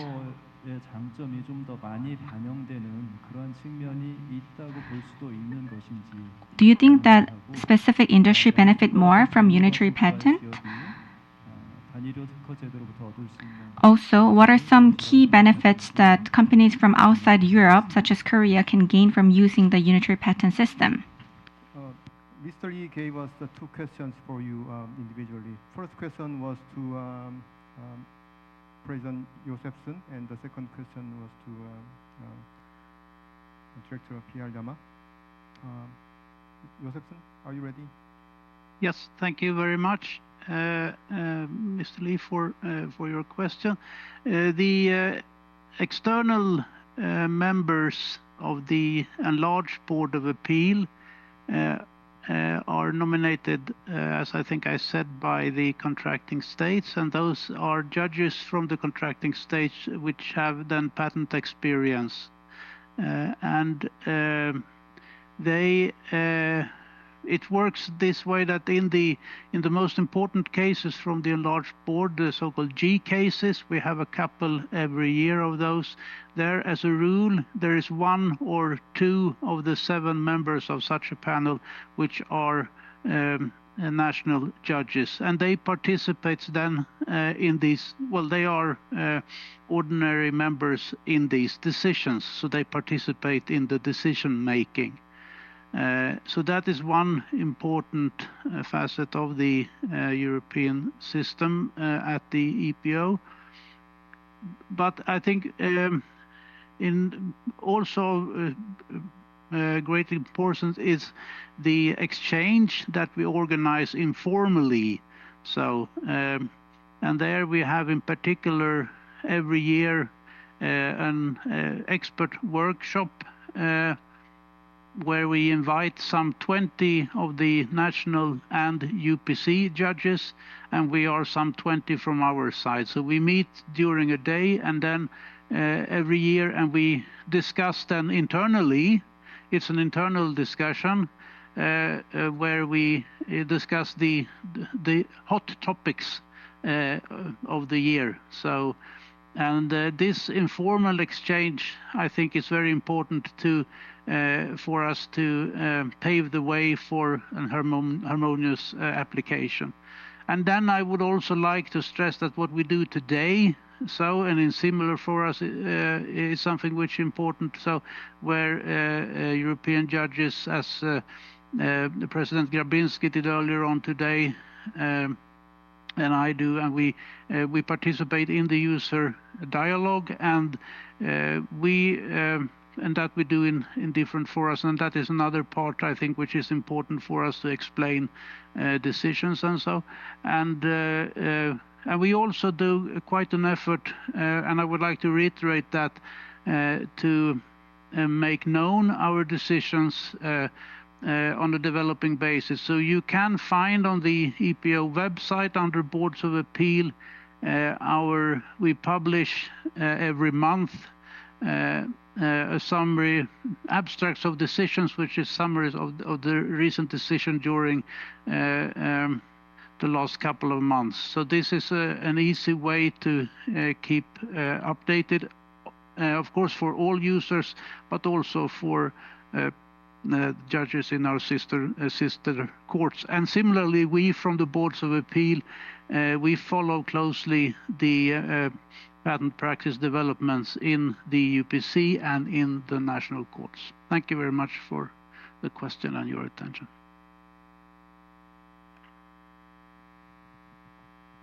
Thank you very much for your answer. Director Pialyama, are you ready to answer the second question? Yes, thank you very much.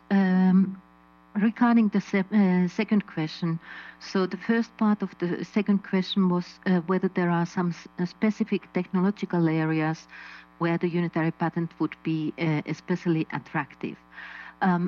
Actually, different to what was discussed before the system became operational, we haven't seen any strong deviations. So it is all the technological areas use unitary patent. Then there was also part of that question, I think, is about the opt-outs, and there I would like to make a differentiation. There was a lot of discussion about opt-outs before the system became operational in summer 2023.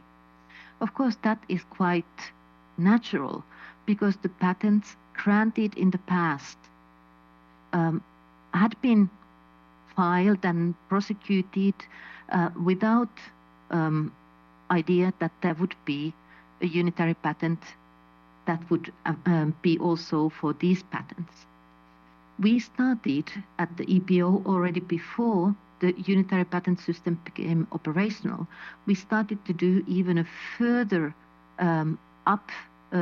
top-up search at the end of the grant phase to make sure that there won't be any infringing national prior art from the EPC states, which might not have been seen during the prosecution or when the patent application was filed. Of course, that has further increased the validity and legal certainty of the European patents granted. And therefore, what we have seen now is that there are many companies that have taken a decision that they go now for the patents granted by the European Patent Office since summer 2023, they register unitary effect, which means opt-in. And they do that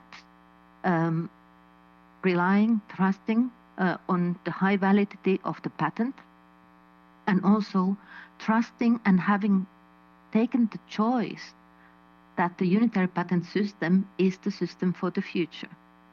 And therefore, we don't see big differences in technological areas. We see that there are differences in the big company strategies. Some big companies go more or less full or go full for the unitary patent. Some have a certain kind of distinction, which patents are registered as unitary patents and which not. But we see really very much warm embracing of the unitary patent system from all the European patent proprietors since summer 2023. 3. And of course, when we talk about the benefits of the system, that was part of the question as well. I think I have been saying it already many times. So the administration at lower cost. And of course, what is important there is we have the Unified Patent Court as the sole court in Europe deciding on infringement and revocation, which brings predictability and transparency in the European patent system. And of course, we shouldn't also not forget that with the unitary patent, it is one patent that covers the territory of more than 4 million inhabitants. Thank you. Thank you very much for your answers about. 자, 우리 그 패널 토론 마지막 분 남았습니다. 우리 We have one last panelist. I don't think anyone is dozing off, so we will skip clapping hands, but I would like to invite Mr. Sang Kwon-shin, Director General at KIPO. First, can you share your perspectives on this? So, with the introduction of UPC, many companies may be involved in litigation cases in Europe. Are there any policies that you are considering at the Korean Intellectual Office to provide support for our companies? And do you have any questions to our presenters today? Thank you so much, Mr. Yosefson and Ms. Pilayama. I am Sang Kwon-shin, Director General at KIPO.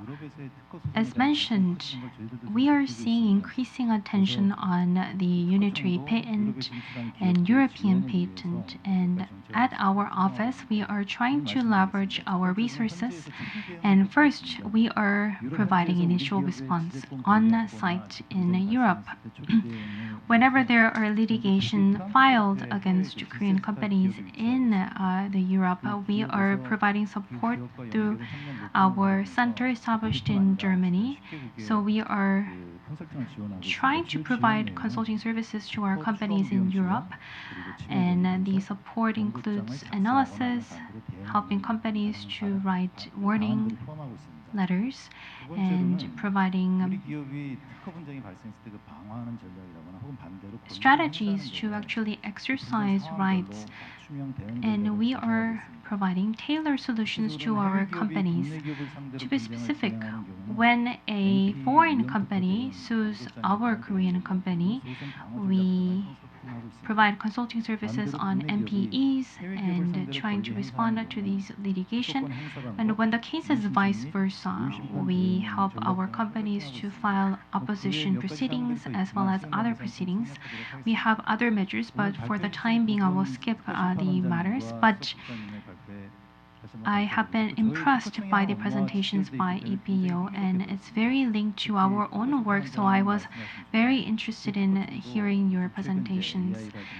At our office, we are actively adopting AI technologies and online video conferencing, and we are thinking about how to really adopt AI technologies into our proceedings, and we want to know more about how to improve efficiency while reducing time in carrying out these proceedings. Mr. Yosefson talked about the adoption of video conferencing and other measures to really accelerate opposition proceedings, and I could feel that we share the same concern. And I have a question to Ms. Filayama.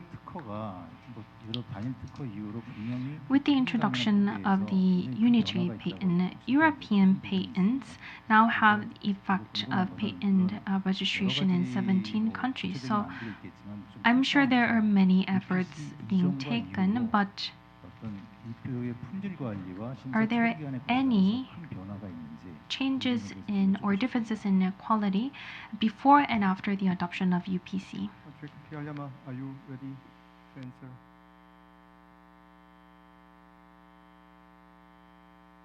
Thank you very much for your question, Mr. Sin.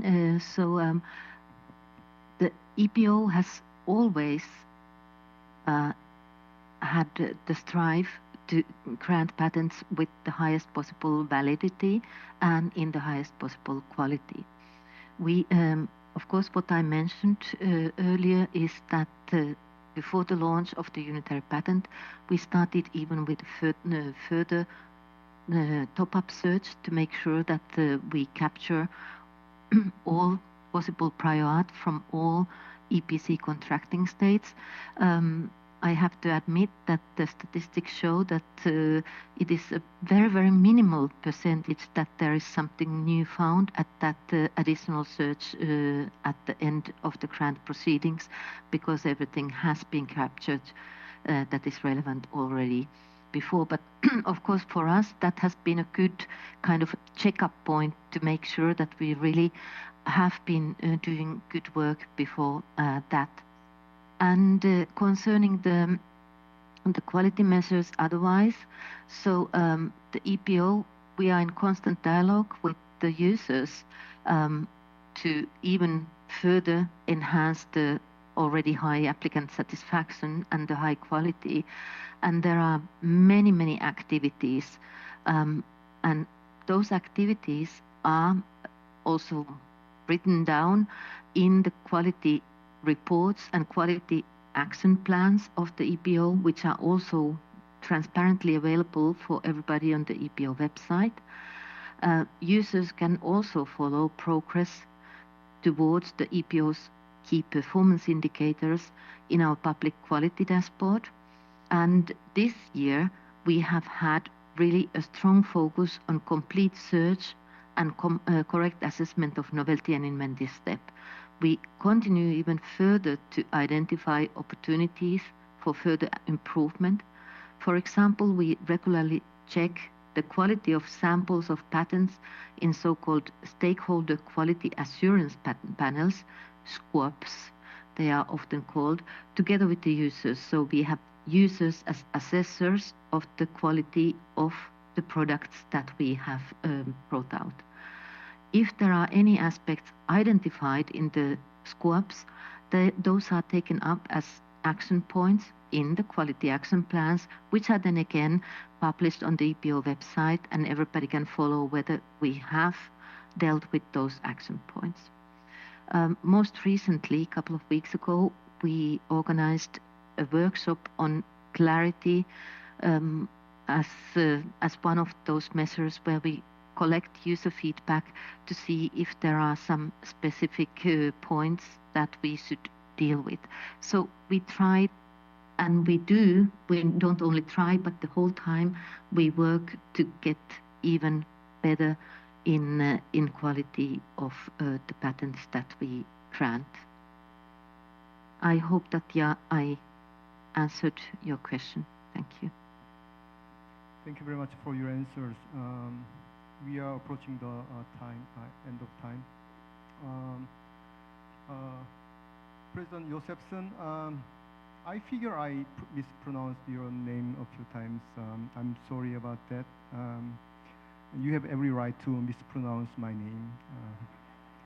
Please accept my apology. The UPC agreement was signed 2013, and it took 10 years for us to actually see the UPC in the real world. So that proves that how difficult task this was, right? And you are the one who made the impossible possible. And I think you should be proud of yourself. Big congratulations again. And we will have another chance to talk about your know-how, how to improve the efficiency and the speed of the procedures. And I think you can share your know-how with the Korean Patent Attorney, Patent Office and the Appeal Board. And I think our Patent Office will have a lot to learn from the European Patent Office for all the measures that you take to improve the system and improve the transparency and the efficiency. Thank you very much. Thank you very much for joining us from the opposite side of the globe. I really appreciate that. 그리고 오늘 패널로 참석해 주신 네 분께도 Thank you, 감사의 말씀드리고 our four panelists, for joining, and thank you for listening, our audience. Thank you. 큰 박수 부탁드리겠습니다. A big hand, please, everyone. Ms. Wilson and Ms. Pialyama, please remain on the Zoom platform. That we will now proceed to a brief photo shoot with our esteemed panels here on the stage. Please remain in that Zoom platform so that we can have a brief photo shoot with our online speakers and offline speakers. 현장에 계신 분들께 안내 말씀드리겠습니다. 저희 10분 정도 휴식 시간 취하고 세 번째 세션. We're going to have about 10-minute break after the photo session, so please enjoy the short break and come back after 10 minutes.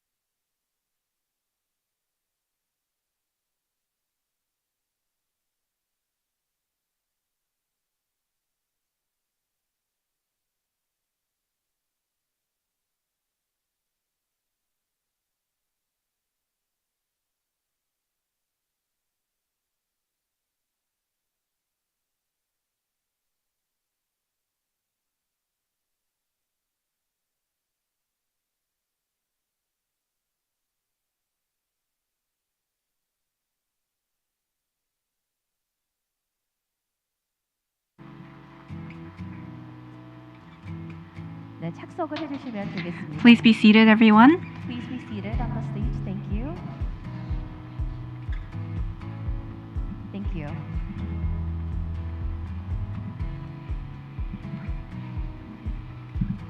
네, 고맙습니다. 귀한 시간 내주셔서 오늘 발표도 준비해 주시고 잠시 후 진행될 패널 Thank you so much for your invaluable time, and our speakers and panelists will stay with us through the presentations and panel discussion. So the moderator for this panel is Koo Jang-hun, Chief Presiding Judge of the IP Court of Korea. He has worked at Seoul High Court, and also now he's the Chief Presiding Judge of the IP Court of Korea. He's putting forth a lot of efforts to improve IP collaboration in Korea and beyond. A big round of applause for Mr. Koo Jang-hun. Please. 네, 안녕하십니까.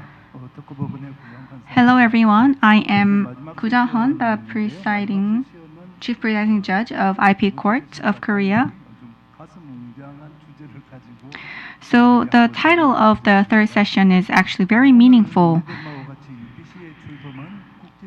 The launch of UPC has introduced a new model for international dispute resolution. In our third session, by learning from the launch of the UPC in Europe, we will look into a possible launch of such court in Asia if we can introduce a system like that here. And if so, what are some of the tasks at hand? Before we dive in, I'm going to introduce our panelists.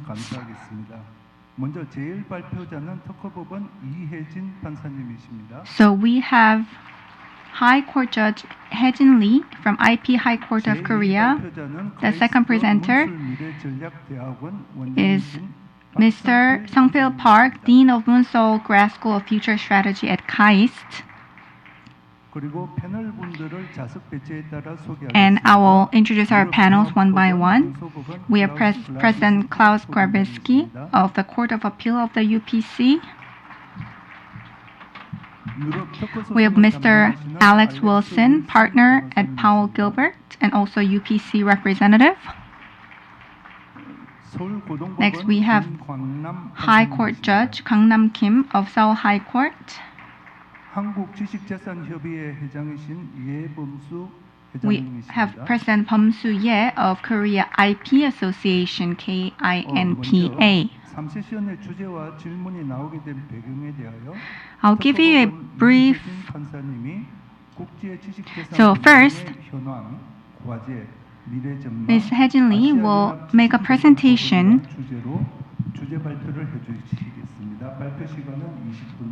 And we have 20 minutes for her presentation. 안녕하세요. 특허법원 고판사 이혜준입니다. Hello, I am Hae-jin Lee, a High Court Judge at IP Court of Korea. Today, I will talk about the trends, challenges, and future prospects of international intellectual property disputes. I'll also like to propose the establishment of an Asian unified IP court as a direction we should pursue in the future. First, I'll discuss trends in the international IP system. Then, I'll move on to examine global simultaneous patent litigations. And lastly, I'll highlight the necessity of establishing the Asian unified intellectual property court. Let's begin with the trends in the international IP system. As you can see on the screen, 분쟁과 관련된 규정하는 법들은 굉장히 오래전부터 domestic laws regarding IP differ across countries based on region, ethnicity, politics, and economics. 그 뒤로 여러분 잘 아시죠? The Paris Convention of 1883 and the Berne Convention of 1886, followed by the establishment of WIPO in the 1970s, followed by the Patent Cooperation Treaty, which allows inventors to file a single application to seek patent protection in multiple countries simultaneously.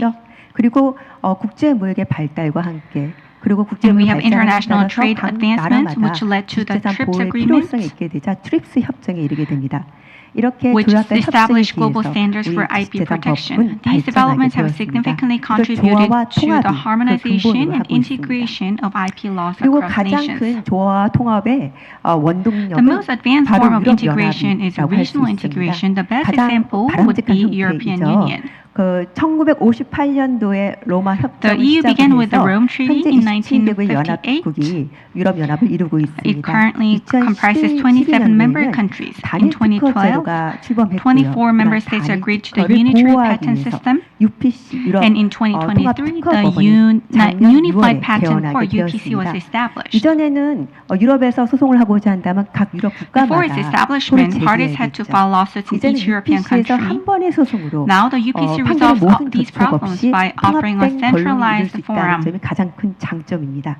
그렇지만 However, there's 단점도 also a 존재합니다. downside. 비준국이 18개 국가인데요. There are 18 한 번의 ratifying 소송 countries. 절차에서 무효가 되는 Losing a single 경우 case in the UPC 18개의 could 국가 result in a 모두에서 patent 효력이 being 상실할 수 invalidated 있다는 across all 위험성이 존재하게 18 됩니다. ratifying countries.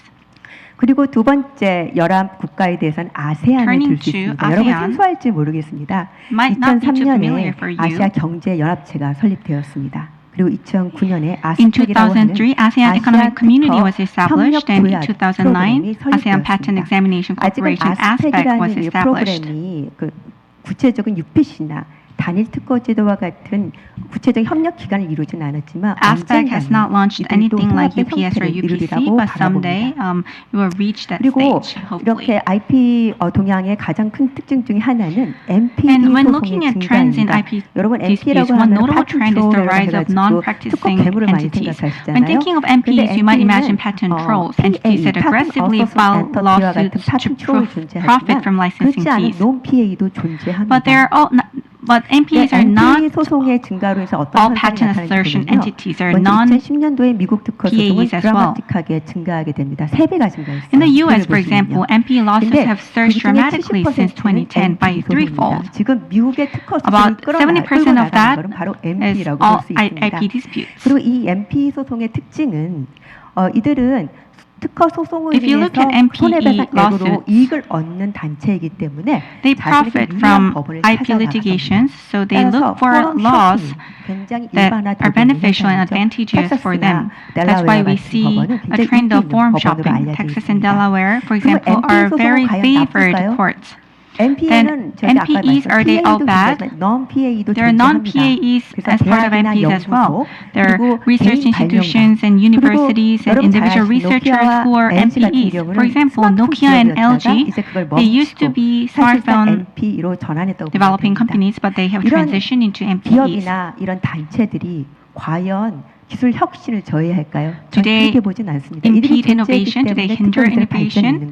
I think they contribute to innovation as well. 아마도 무형의 재산인 특허가 어떤 독립된 거래에 MPs 대체로 also 가는 signal the 과도적 growing 모습이 아닐까 recognition 저는 of 이렇게 patents 생각합니다. as intangible assets. 포럼 쇼핑에 대해서 제가 언급했는데요. I mentioned forum shopping earlier. 2022년 9월에 설문조사가 있었습니다. In September 2022, the IP court actually conducted a survey with the Korea Intellectual Property Association to understand the preferred jurisdictions for litigation. 그리고 미국의 경우에는 The preferred courts were U.S. and German courts, and within the U.S., courts in Texas and Delaware, and also in Germany, Düsseldorf. 그러니까 손해도 크겠죠. 그리고 Bigger market, which means bigger damages, 프로세스가 굉장히 빠릅니다. bigger 이런 걸 compensations, 장점으로 and 생각하고 faster 여기서 많은 소송을 processes. 제기한다고 합니다. 우리나라 기업의 미국 소송은 매년 증가하고 있습니다. Even among domestic companies, as you can see on the screen, litigation in 그리고 the U.S. 심지어 has 한국 기업들이 been increasing. 미국에서 ITC에 소송을 제기합니다. 여러분 잘 Korean 아시겠지만 companies also 2019년에 filed litigations in LG ITC. 솔루션과 SK As you probably know, 이노베이션 소송이 LG 있었죠. Energy 그리고 Solution versus ITC에서 SK 또 다른 Innovation 소송, case in 2019, 메디톡스 and also 휴젤이 Meditox 2022년에 and 있었습니다. Hugel in 그럼 2022. 현재의 우리가 선호하는 IP 포럼은 어딜까요? And what is the 미국과 most preferred forum? Not 유럽입니다.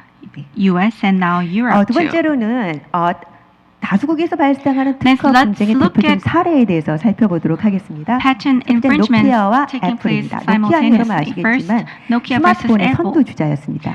Nokia was the leader in the smartphone industry, 2007년에 but 애플이 드라마틱하게 등장하게 됐어요. 해성처럼 등장하게 Apple 됐고 actually entered the market late in 2007, and Nokia filed a lawsuit against Apple. 2009년부터 2017년 사이에 두 번의 From 소송이 있었습니다. 2009 to 모두 2017, there 노키아에게 were 유리하게 two 실시권이 lawsuits. 인정되었어요. the results were favorable towards Nokia. 결정을 하게 됩니다. After the first round of lawsuits, Nokia exited the smartphone market and transitioned into an NPE. 그 특허 기술을 넘기게 됩니다. So Nokia sold 그리고 their 두 patent 번째 to 소송은 또 Microsoft. 놀랍게도 전 세계적으로 소송을 일으키죠. And a 11개 second 국에서 round of 소가 litigation 제기되었습니다. followed in 근데 11 결국은 두 countries. 기업은 합의하에 But 소송을 ultimately, 끝마치게 the two 됩니다. companies settled 여러분 in 두 번째 소송이 진짜 2017. 유명하죠. The second 이것도 case 스마트폰 두 involves 번째 전쟁인데요. Apple versus 애플과 Samsung. 삼성전자의 Smartphone 소송입니다. case. Smartphone case 2007년도에 again. 이제 애플이 등장하고 나서 후발주자로 삼성 After 갤럭시가 Apple entered the market in 나타났어요. 2007, a 후발주자였지만 시장 점유율이 latecomer 굉장히 was 빨랐습니다. Samsung. 애플은 However, 삼성전자를 Samsung 상대로 소를 grew in 제기하기 market share 시작했습니다. very fast. So 2011년도에 Apple 미국에 소를 filed 제기했는데요. lawsuits against 이 소송도 Samsung. 전 세계적으로 10여 개의 국가의 50여 The 개의 lawsuit 소송으로 expanded to over 확대되게 50 됩니다. cases across 10 그렇지만 이 countries. 두 기업은 이렇게 시간이 오래 장기화되면서 Due to the significant time and cost involved in the litigation, the two companies reached an agreement in 2014 to withdraw all 미국에 있는 lawsuits 소송을 outside of 제외하고 the U.S. 나머지 국가의 소송은 모두 취하하기로 관할 합의를 하게 됩니다. 결국은 소송은 미국에 집중되었고 Ultimately, the 결국 litigation 미국 소송을 기초로 focused 해서 in the U.S., where the two 2018년도에는 companies 두 resolved the 기업은 dispute through a settlement 모두 원만히 합의하기로 in 하고 소송을 2018. 끝마치게 됩니다. 네, 세 번째 소송은 여러분이 The 너무 third 잘 case 아시죠? involves 다부스 Dabus, 케이스. which you're probably all 닥터 very 스티븐 familiar with. 테일러는 Dr. 다부스라는 Stephen 인공지능을 발명했어요. Taylor 근데 테일러 is 박사가 발명한 an 인공지능은 AI system developer. 두 개의 발명을 했다고 해요. 테일러 In 2020, 박사의 Dr. 주장에 Taylor claimed that 의하면요. Dabus 또 had made 테일러 two 박사는 inventions and 이런 filed 주장에 patent 근거해서 applications in multiple 두 개의 특허 countries, 출원을 naming 합니다. Dabus as the inventor. 다부스를 발명자로 표기한 특허 출원입니다. 이에 대해서 특허청은 고심하다가 거절을 했죠. However, it was turned down by many patent offices across the world, 박사가 소송할 사건이 바로 and 다부스 Dr. 케이스입니다. Taylor appealed. 이거 보시면요, So that's the 푸드 famous Dabus 컨테이너, case. 음식 용기가 Food 이제 container, as you 첫 can 번째 see here, 발명이고요. that was the 다부스 first 인공지능 invention by 발명했다는 Dabus, 소송이고요. the 두 AI, 번째는 비상 전멸 등입니다. and the 두 flashing 번째 beacon, the 발명입니다. emergency signal. So that was the 다부스라는 second invention 인공지능이 이런 by 발명했다는 것도 Dabus. 놀랍지만 더욱 놀라운 것은 특허 출원서에 Can you believe that 다부스 AI created these 인공지능이 things? 발명자로 It's 기재되어 remarkable. What 있다는 점이죠. even more surprising 이거에 is 대해서 that 이제 AI was 법원들의 listed 판결은 as the inventor 재미있습니다. on 보시면 patent. 2022년도에 In 2020, the 영국에서는 UK's 테일러 박사의 first 청구를 instance court 지각했습니다. dismissed Dr. 근데 Taylor's claim. 2021년에 호주 However, in 법원에서는 2021, 인공지능도 Australia's first 발명자가 instance 될 수 court 있다고 ruled in 보고 favor of 받아들였어요. recognizing 청구를요. AI as an 그리고 inventor. 나서 그 뒤에 영국의 Subsequent 항소법원과 rulings in the UK 미국과 Court of Appeal, 그다음에 the US and 독일 Germany 법원은 all rejected 아니다. Dr. Taylor's 인공지능 claim. 발명자가 될 수 없다 보고 테일러 박사의 청구를 기각합니다. 이런 여러 나라들의 일련의 판결을 지켜본 호주의 항소법원은 Eventually, Australia's 1심이 appellate 잘못됐나 court 보다 하고 overturned the first 1심의 판결을 instance decision, 뒤집고 dismissing the claim 인공지능은 as 발명자가 well, 될 수 없고 오직 인간만이 발명자가 될 수 있다고 quoting 보아서 that the 테일러 AI 박사의 cannot be 청구를 quoted 기각하게 as 됩니다. the 그대로 inventor. 한국과 일본도 Similar outcomes 모두 followed in 청구를 Korea and Japan, 기각하게 where the 되죠. courts also rejected the 이렇게 recognition 1년에 of 저는 AI as an 사건의 inventor. 대표적인 사례를 살펴봤습니다. So we looked at some 그로부터 저희가 representative 추론할 수 있는 cases of 것이 international 있습니다. IP 노키아, disputes. 애플, 삼성 케이스는 기업들은 Nokia, Apple, Samsung 시장이 큰 cases. 단일 법원에서 If you 소를 look at 제기하기 원한다는 these 거예요. cases, companies 왜냐하면 want 시간과 to 비용과 에너지가 file a 절약되기 lawsuit 때문이죠. in a 그리고 두 single 번째, market to save 다부스 time and money. 케이스부터 뭐를 알 수 있을까요? And as seen in the Dabus 판사들은 case, 자기 혼자 독단적으로 판단하지 courts 않고 often 동일한 reference 사례의 rulings 경우에는 from other 다른 나라의 사례를 jurisdictions 보면서 for the same case, 합리적이고 통합적인 결론을 striving for reasonable 이끌어간다는 and 것을 우리는 알 수가 integrated 있습니다. conclusions in complex and 그래서 cross-border IP 저는 disputes. 이런 일련의 판례들과 IP 동향들을 보면서 So looking at these 아시아 trends in 연합 IP 지식재산 법원, disputes and the past 아시아 유나이티드 IP cases, 코트를 제안하는 바입니다. I propose the 먼저 establishment 보시면요, of an Asian 현재 Unified Intellectual 새롭고 Property 혁신적인 Court. IP 법원의 필요성에 관해서 Currently, there is a growing demand for new and innovative IP courts. 그리고 These courts fast must process, feature a 빠른 single market 절차와 jurisdiction, 그다음에 fast and 적은 economical 소송 비용, procedures, 그다음에 and 합리적이고 reasonable 통합적인 and 결론이 바로 integrated conclusions. 당사자들과 원하는 요구 사항입니다. 그렇다면 우리가 UPC와 같은 형태로 바로 갈 수 Then, 있을까요? can we jump to something like 사회, UPC? 경제, 문화, 인종, 언어 Social, 모든 것이 저희는 UPC의 사정과 다릅니다. cultural, economic structures are 경제적 all very 통합도 different from 이루어지지 Europe. 않고 있습니다. Economic 그렇지만 integration is not even 궁극적인 there in 형태는 Asia. 유니파이드한 IP 코트로 However, 가야 합니다. ultimately, that is UPC is the 근데 goal 저는 that 그 we should 중간 pursue. 단계는 필요하다고 봐요. But 한꺼번에 we 가려고 need 하면 일본의 같은 경우에는 transitional 헌법을 period. 고쳐야 된다고 합니다. 아마 많은 나라들이 In a lot of 헌법을 countries, maybe there needs to 바꿔야 be 되는 amendments to 경우가 the 생길 수 constitution. 있어요. So we 근데 need 이렇다면 정말 transitional 불가능한 일이 period. 아닌가 이렇게 생각이 드실 거예요. 그렇기 때문에 저는 Meta Hearing Together So as a 시스템을 transitional 오늘 form, 제안하는 바입니다. 한번 이 propose a 시스템이 뭔지 meta 한번 hearing 같이 together 살펴보기로 합니다. system. Let's look at what this system is. 이건 메타버스 코트입니다. 저는 메타버스 코트를 전제로 하겠습니다. So this is based on a metaverse court. 각 당사자는 일일이 그 나라를 찾아갈 필요가 없어요. 내가 소를 제기하는 원하는 나라를 So in a 찾아갈 필요 metaverse 없습니다. court, 근데 parties do not have to go to each country. For example, imagine that company A files patent lawsuits against company B in Korea, Japan, and Vietnam. Company A could first choose the countries where it wishes to proceed within the metaverse court. 상대로 한국, 일본, 베트남에서 소를 제기한 메타버스 코트에서 So 선택했다고 가정해 봅시다. Company A files 그러고 나서는 lawsuits against 한국과 company 일본, B in Korea, Japan, and Vietnam.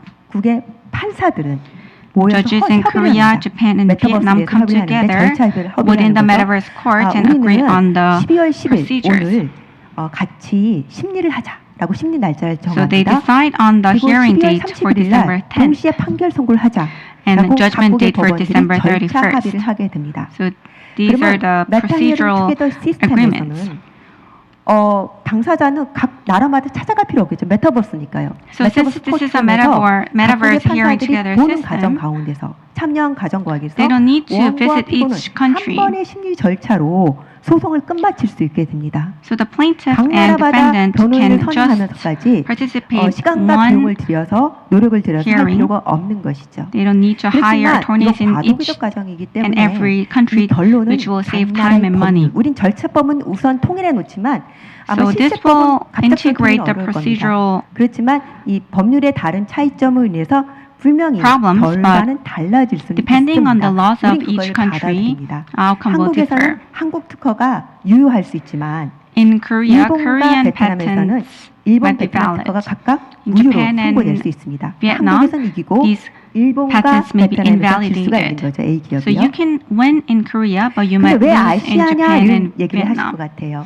Then why focus on Asia? 앞에서 보셨듯이 미국과 유럽에는요. Courts for international IP disputes already exist in major markets like the US and 아시아는 Europe. 어떤가? 아시아는 However, 없어요. Asia lacks such an 근데 왜 institution. 아시안가라는 질문엔 또다시 저는 그나마 경제적 공동체를 이룰 수 있는 곳이 우리 한국을 포함한 I think Asia is 아시아이겠다 one 하고 region 제안하는 where 겁니다. economic 왜냐하면 integration 우리가 could be achieved. 2020년 11월에 In 2020 RCEP이라는 November, 협정이 체결됐어요. We signed 아시안 what is called 10개국과 RCEP, Regional 한중일, Comprehensive Economic Partnership. 호주, 뉴질랜드, 비아세안 10 5개국이 countries, 모여서 10 Asian 협약을 countries and 5 체결합니다. non-Asian countries 여기에는 came 무역 together to sign 협정과 경제 RCEP, 공동체적 내용과 a 함께 framework for 이를 economic cooperation and 활성화하기 IP 위해서 protection across 지식재산 Asia. 보호에 대한 여러 조항들이 구비되어 있습니다. 굉장히 글로벌 스탠다드에 So 맞춘 this is 규정입니다. a global 그렇기 standard 때문에 agreement. 이러한 So RCEP this kind of 협정을 토대로 agreement could 우리가 provide a solid 조금이나마 foundation for the 연결고리는 establishment of 약하지만 an 유럽보다는 Asian 시작할 수 unified 있겠다 하고 intellectual 제안하는 property 바였습니다. court. 그러면 메타 히어링 투게더 Then 시스템은 어떤 what is the 장점을 meta hearing together 가질까요? system and what 제가 아까 benefits does it 말했죠. offer? 저는 이러한 아이들 어디서 얻었냐면요. PCT 출원과 그다음에 메타버스 코트에서 다부스 소송에서 이걸 한번 구해내면 I got the 어떨까라는 idea of 생각해서 the 한번 찾아내 PCT and 봤습니다. also the PCT Davos 출원도 case. 한 번의 출원으로 여러 나라에 출원할 수 있잖아요. 그러니까 In 메타버스 코트에서 PCT2, 들어가서 you 내가 can 원하는 걸 apply for 선택만 하면 patent, 여러 and 나라에 then 소송이 after that 되는 you can 겁니다. apply in multiple 여러 나라에 countries. 소송이 되고 심리는 각국의 판사들이 심리 일정을 칭해서 So 한 번의 심리로 이루어지기 때문에 There's one single hearing, 메타 히어링 but different 시스템에서 outcomes 심리도 한 번의 potentially. 절차로 이루어지게 됩니다. 절차가 굉장히 So the 간결하게 process will be very simple and convenient. 간편합니다. 당사자는 간편하고요. 굉장히 효율적일 것입니다. Efficient, of 그리고 course, 경제적으로 비용을 and cost 아낄 수가 effective. 있게 됩니다. 각 나라마다 소송을 제기하고 찾아갈 Rather than 필요가 filing a 없게 lawsuit in 됩니다. each and every country, you can just 근데 have 여러분 one 우려하실 single 건요. joint hearing. 판결의 모순 조촉은 You might worry about 어떡할까라는 potential 의문을 제기하실 inconsistencies 거예요. or conflicting judgments 우선 among 과도기적 courts. 모습에서는 이걸 In the 받아들입니다. transitional phase, 어쩔 수 such 없이 inconsistencies 법과 might be 판례법이 다르기 unavoidable 때문이죠. 아시아 because case 국가들이라도요. laws and domestic laws are all 그렇지만 우린 different 다부스 사건에서 by 보지 country. 않았습니까?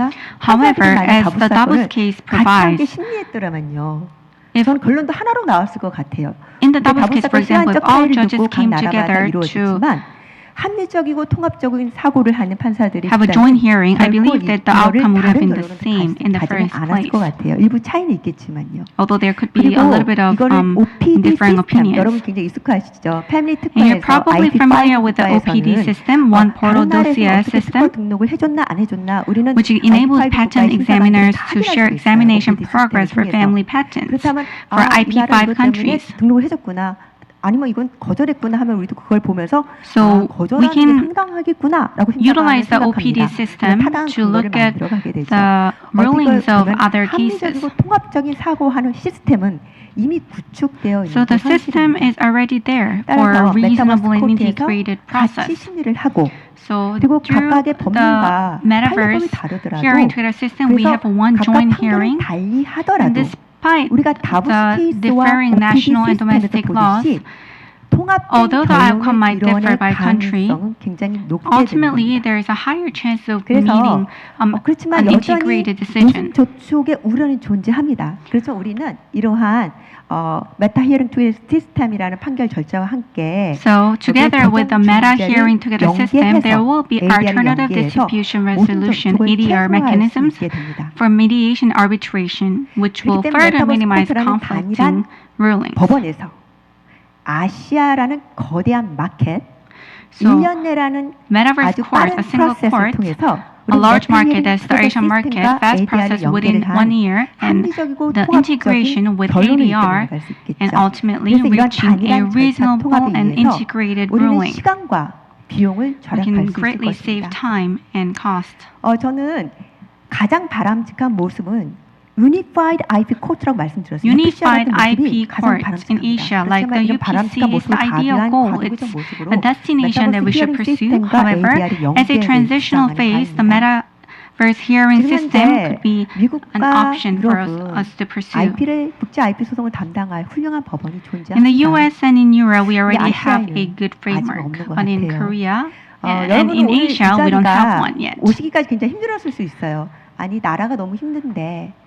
You might have a hard time to be here today because, as you know, the entire nation is going through a difficult time. 무슨 말일까라고 질문하실 수 있어요. So you might raise a question, what does this all mean during this chaotic period?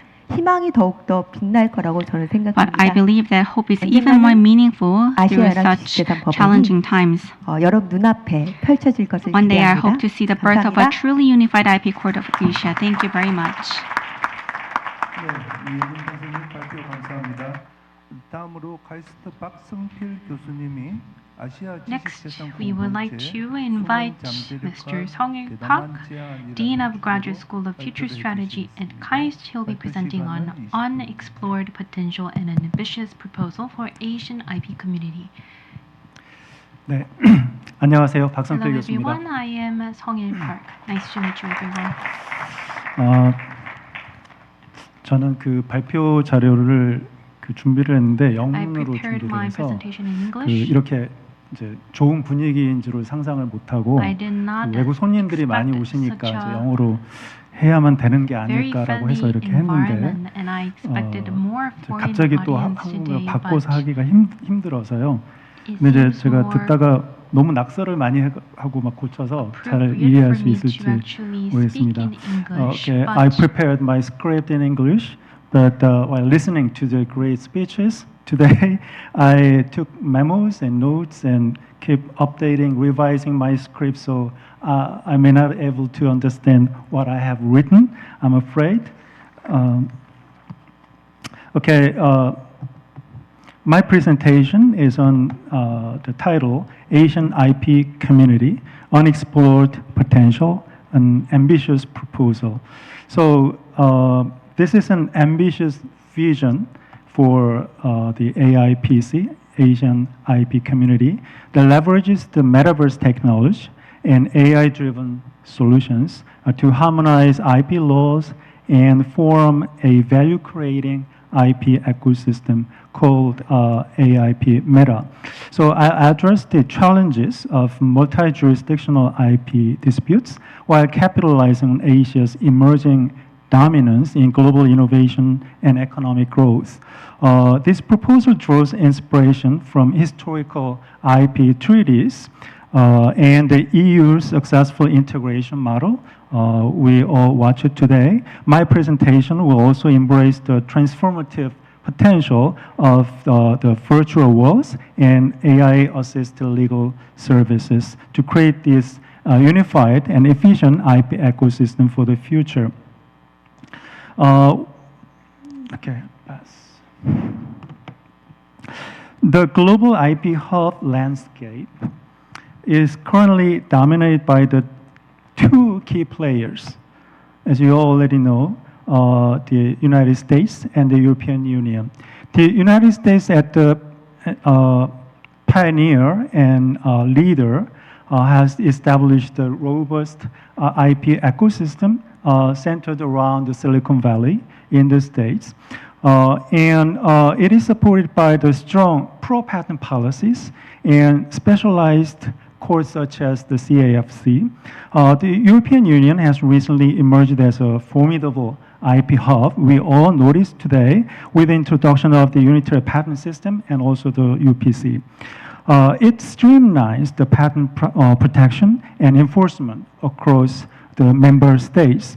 Then what about the Asian region? Just as the Honorable Haejun Lee also mentioned in the previous presentation, my presentation is to suggest that Asia is poised to become another, the third IP hub in the future by establishing what I name a group of people discussing this issue with me. We named it AIPC, Asian IP Community. In technical sense, this IP community in Asia is called the AIP Meta, which is a metaverse-based IP community. It offers an innovative solution to overcome geographical and legal and language barriers, cultural barriers in the Asian region. As the global IP wars continue, a joint leadership among Asian countries, including the ASEAN, in China, Korea, Japan, in fostering cooperation through the AIPC, will play a crucial role in shaping the future of the global IP landscape. So let's examine how the landscape of the asset has dramatically shifted over the past few decades. Before 1975, tangible assets dominated. It accounted for 80% of corporate value calculated in terms of the market capitalization. By the year 2010, we witnessed a significant reversal with the intangible assets rising to almost 80%. In the post-COVID era, this trend has intensified further with the intangible assets now representing 90% of the corporate value. This transformation underscores the growing importance of intellectual property in our modern economy, and it highlights the need for robust IP management and protection systems. Well, let's examine the EU's journey as a model for our proposed AIPC. The European Union's integration began in 1951 with the formation of the European Coal and Steel Community, eventually leading to the establishment of the European Union in 1993.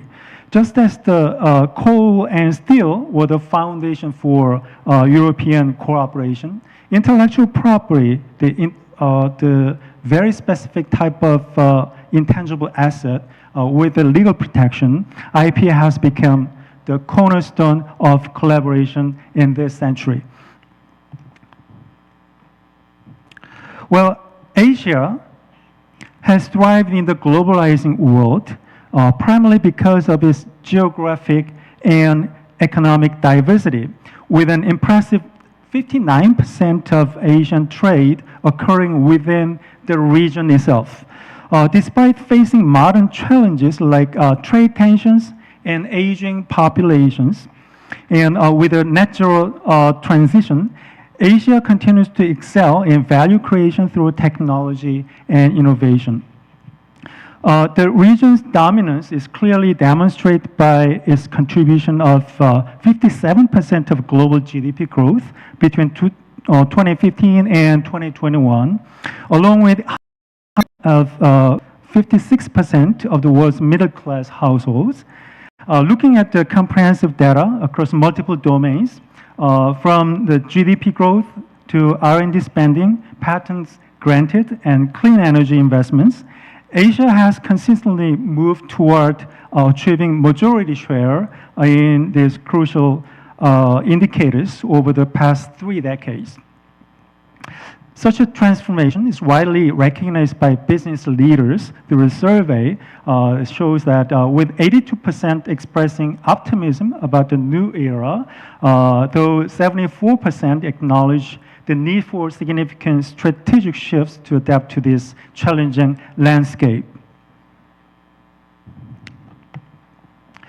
The EU's journey from a coal and steel community to today's unified economic bloc provides a compelling model for how we can build the AI PC. In our digital age, IP has become as fundamental to economic growth and regional cooperation as coal and steel were in the industrial era. This parallel suggests that establishing the AI PC could be as transformative for our region as the European coal and steel community was for Europe's integration. The recent surge in multi-jurisdictional IP disputes, exemplified by the high-profile Apple-Samsung litigation we all experienced, has highlighted significant challenges in our current IP system. These challenges stem from 2 fundamental principles, territoriality and state sovereignty, which create barriers to efficient dispute resolution across borders. The resulting problems include significant inefficiencies, as Dr. Gravinsky repeated several times, excessive legal fees, and wasted time and effort, and perhaps most concerning, discrepancies in judgments across different jurisdictions. As a response to these challenges, there are increasing calls for harmonization in IP law and dispute resolution mechanisms. The advent of the Unified Patent Court, along with this unitary patent system, represents a significant step forward in addressing these issues, offering a good, best model for more streamlined and consistent IP dispute resolution. Okay, let me walk you through the evolution of international IP cooperation. This slide shows the key milestones of the IP harmonization, starting with the Paris Convention of 1883 on the industrial property rights, and the PCT, which streamlines international patent applications through a centralized system, and progress through the Berne Convention for copyright and TRIPS agreement, and culminating in the recent UPC and unitary patent enforced in 2023. For over 140 years from the Paris Convention, the first comprehensive IP treaty, the global community has been experienced the evolution of a patent administration to a more complex but efficient international framework.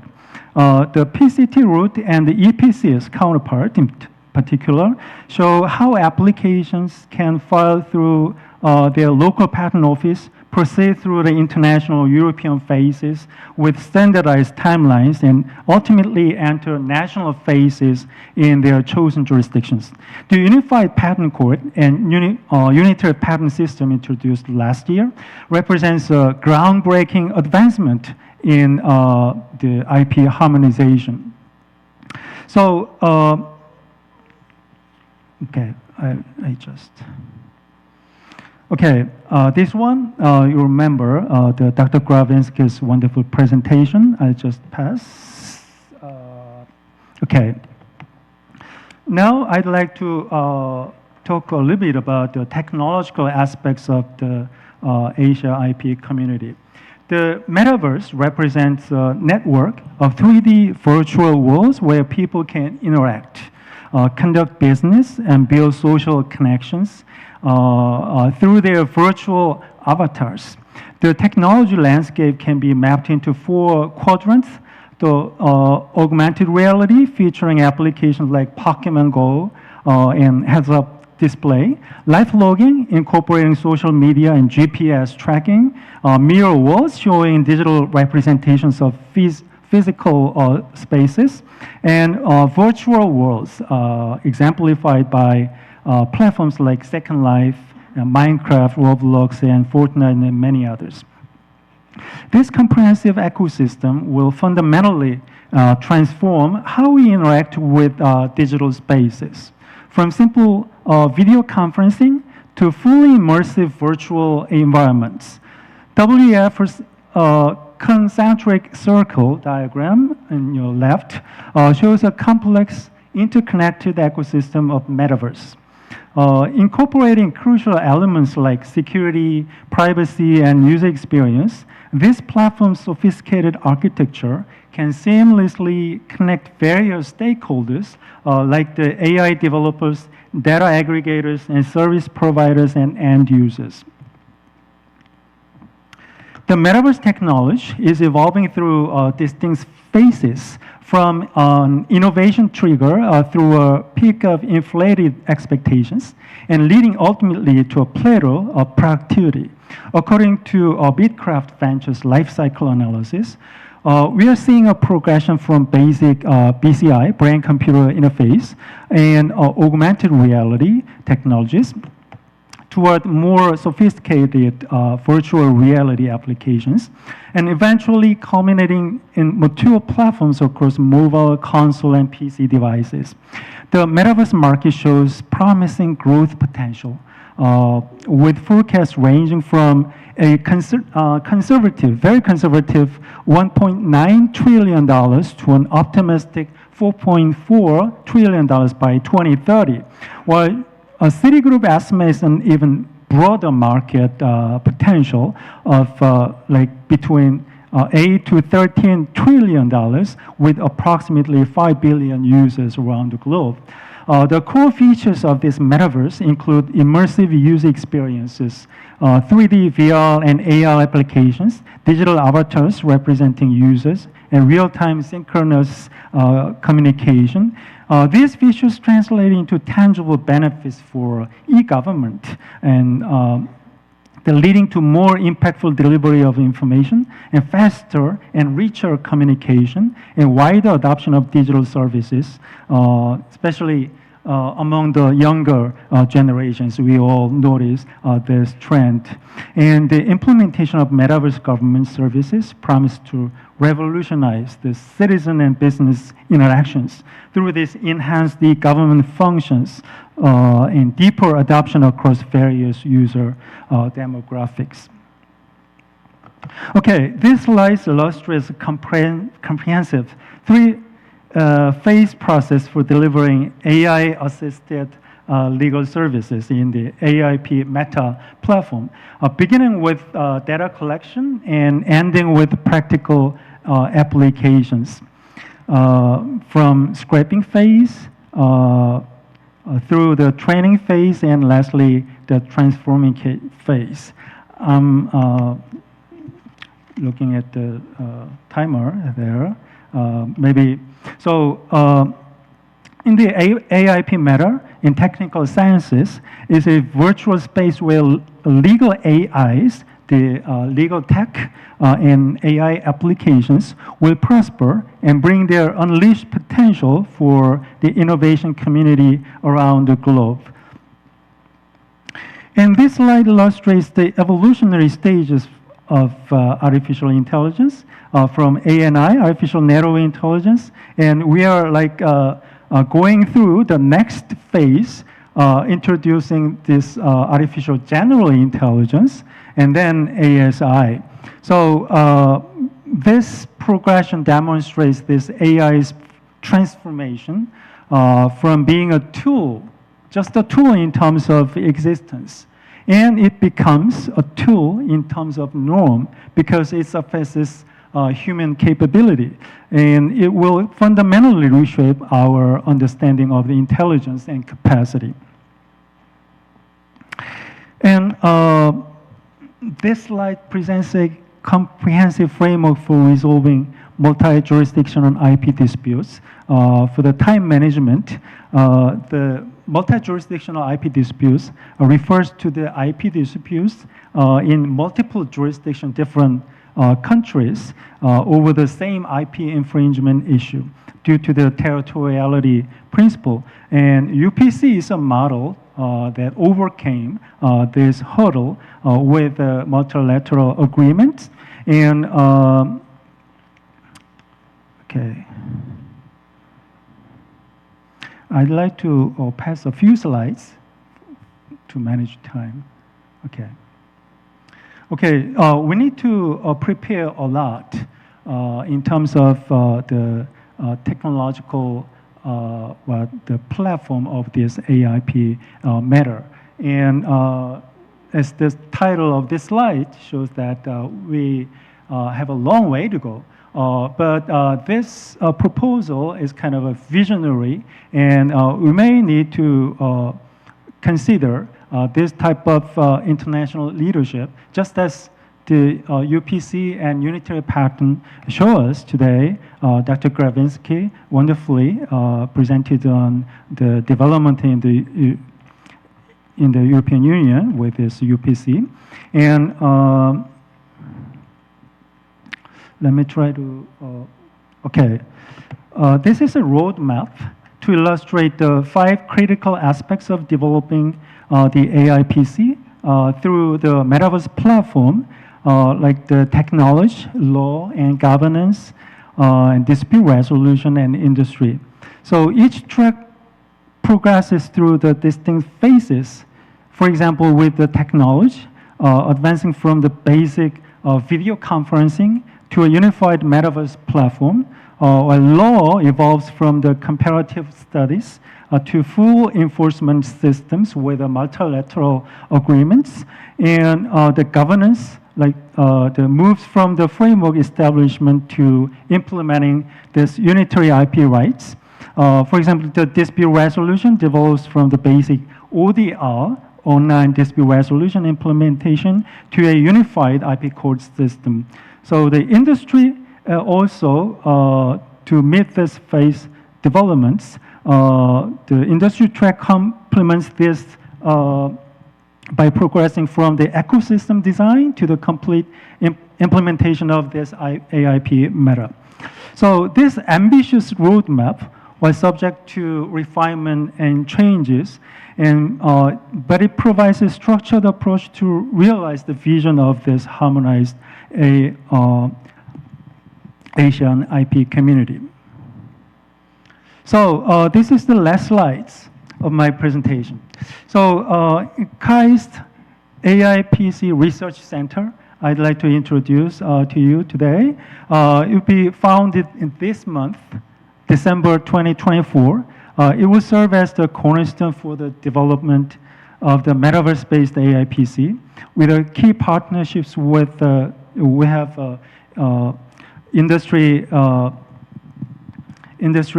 university partnership with the company K3i, the XR and digital twin solution provider. And we had an agreement to work on this AIPC development.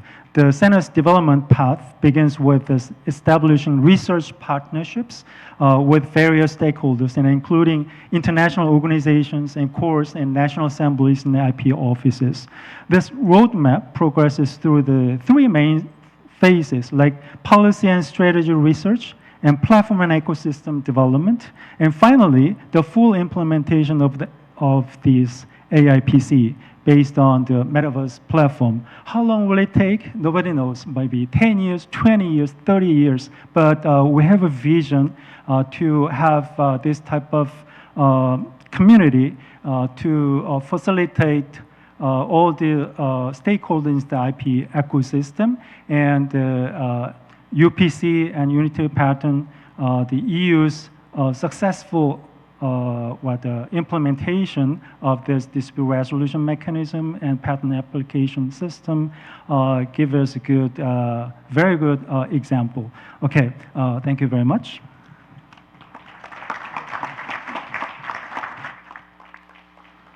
네, 아시아 지식재산 공동체의 필요성에 대해서 발표해 주신 이혜진 판사님과 Thank you so much, 교수님께 다시 한번 Judge Lee and also Dean Park, for the wonderful presentations on the future of IP community in Asia and our preparatory tasks. 발표자들의 주제 발표와 관련해서 서울고등법원 Regarding the two presentations, High Court Judge Kwangnam Kim of Seoul High Court has prepared comments. Hello, this is Judge Kwangnam Kim of the Seoul High Court. I'd like to express my gratitude to Chief Justice Hae-jin Lee and Dean Sang-pil Park for their invaluable presentations. 대한민국 최초로 아시아 연합 IP 법원의 설립을 구체적으로 제안해 주신 분이 있습니다. Judge Hae-jin Lee is the first person in Korea to propose the establishment of an Asian Union IP Court. This is why I often call her the mother of the Asian Unified IP Court. Do you see the mother figure in the picture in the middle? That could be the future Judge Lee.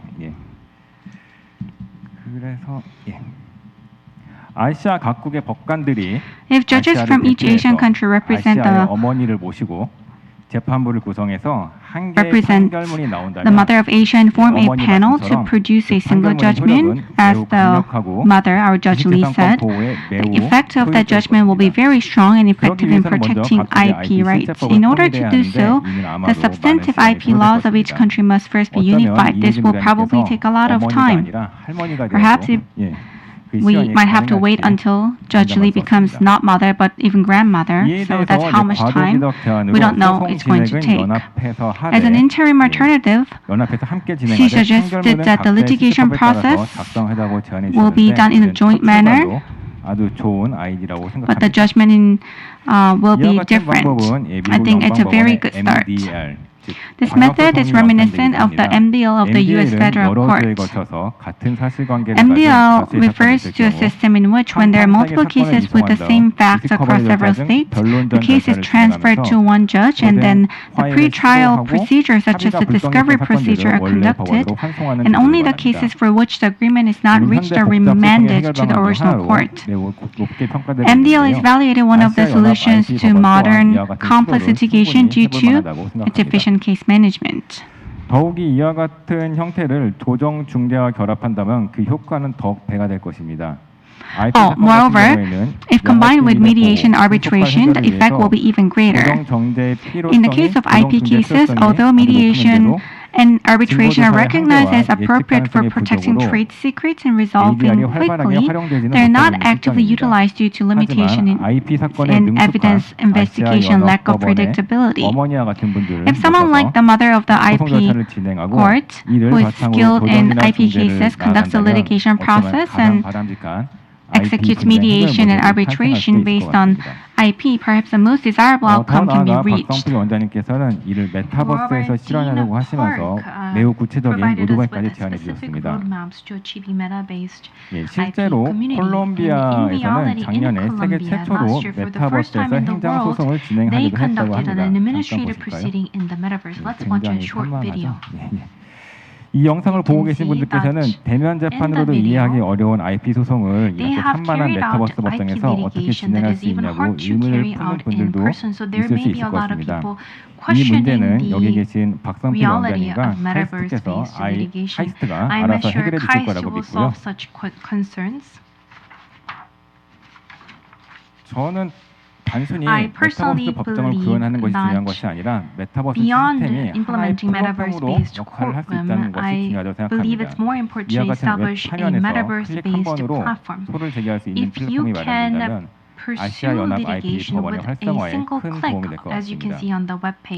이와 같은 희망찬 청사진에도 여러 가지 난점들이 여전히 많습니다. 마지막으로 이 부분에 대해서만 짧게 말씀드리도록 하겠습니다. 먼저 언어입니다. 과연 어떤 언어를 선택할 것인가? 이는 단순히 효율성의 문제가 아니라 정치적인 문제가 될 수 있기 때문에 생각보다 매우 난해해질 수가 있습니다. 그리고 통역의 비용뿐만 아니라 성공의 효과 같은 언어의 예민한 문제를 어떻게 해결할지, 그리고 추론의 하나의 언어와 소송 translation is 절차 언어가 very 다를 때 critical 어떤 and 어려움이 sensitive. 예상되는지도 우리가 And we 미리 need to 준비할 prepare 필요가 against the 있겠습니다. differences or 다음으로는 difficulties for 중법법입니다. 아시아 language 각국의 differences 법들이 between the patent 어떻게 language 하나의 and 법으로 만들 preceding 수 language. 있을지가 가장 큰 And 고민이 next is the 되겠고요. 그 중법법들 governing 사이에서 or 우열을 어떻게 applicable 할지 law. 그리고 외국법에 So, 익숙하지 않은 법관이 있다면 how do we 재판을 set a 하는데 어렵지는 hierarchy 않을지 in 등의 문제가 될 the 것으로 governing 보입니다. law? And there may be 이와 some 같은 judges who 어려운 may not be 난제들이 familiar 오늘 with 이 foreign laws, 자리에서 and 많이 there are many 해결되기를 challenges 바라고 ahead of us. 여기 앞에 I hope to 계신 discuss further about 여기 these challenges with the 어머니를 panelists here, 빨리 and I hope 아시아 연합 IP to 법원으로 모시는 날이 bring 제 살아 our 생전에 mother here to the 말씀드리겠습니다. 네, Asian 감사합니다. United IP Court. Thank you. 네, 감사합니다. Thank you so much. Next, 의견을 한번 들어보겠습니다. we'll listen from President Ye Bum-soo of KINPA.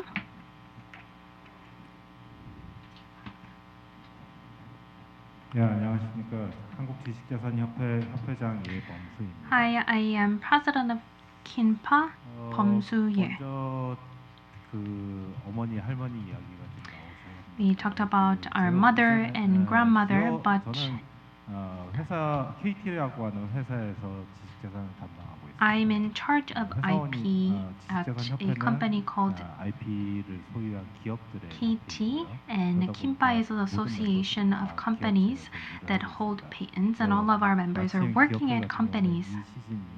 And this season, the end of the year, is when we plan our businesses for next year. And earlier this morning, I was planning for our next year projects.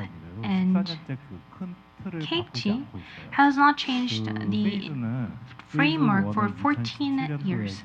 The phase 1 passed in 2017, and we're in phase 2 at the moment. So the phase 2 is ending next year, but we were able to achieve all of the objectives in phase 2 and 1. And phase 3 is supposed to end in 2030, but I think we can end earlier in 2029. It's about 20 years of planning, but these plans are being achieved as pictured.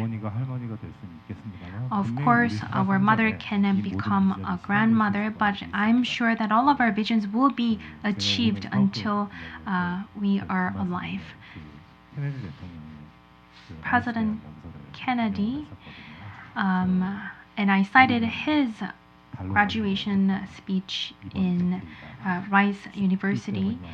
President Kennedy promised to send human to the moon during the Rice University.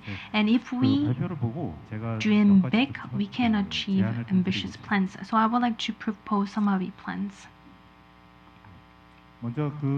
First of all, some of the challenges faced by the industry, especially when we engage in international litigation, it takes a lot of time and it takes a lot of money, and we sometimes face conflicting rulings. So when we do multi-jurisdiction litigation, the key is to carry them out efficiently within several major jurisdictions in a fast manner, and that was one of our long-standing concerns. And first, I am very thankful about the proposals made by the IP High Court in Korea, and I would like to propose some of our ideas from a company perspective. I'm sure you will be able to talk deeper about these proposals during the questions and answer, but first is about unified rule of procedure. We do hearing together but make rulings differently. I think that is a good middle ground, but in order to carry out hearing together, we need to unify the rules of procedure first, because the governing law for each nation differs. And unified patent court can be achieved later, but I think what has to come first is the unification of rules of procedures. We need to talk about this in advance. And since AIUPC will be a group of experts, they need to have a unified rules of procedures in-house. 수건이 이루어지기를. And I hope that this can be achieved when we establish the agreement. Second, when I was listening to Ms. Lee's presentation, the first thing that comes into my mind is, okay, we do first instance in that manner. How do we go about our appeal proceedings then? Judges in each court, if they do a trial together, they may arrive in similar judges or rulings, I believe, but if there are conflicts in rulings, appeal proceedings, if they take place in each jurisdiction, we face the same issue once again. So, we need to be able to group decisions in a similar theme, even if we carry out appeals differently. So if we group similar decisions together and then retrial or re-appeal them together, then I think that is another middle ground we can reach. So AUIPC discussion should also consider how to carry out the appeal proceedings. So I think appeal proceeding has to be established in common framework, I believe.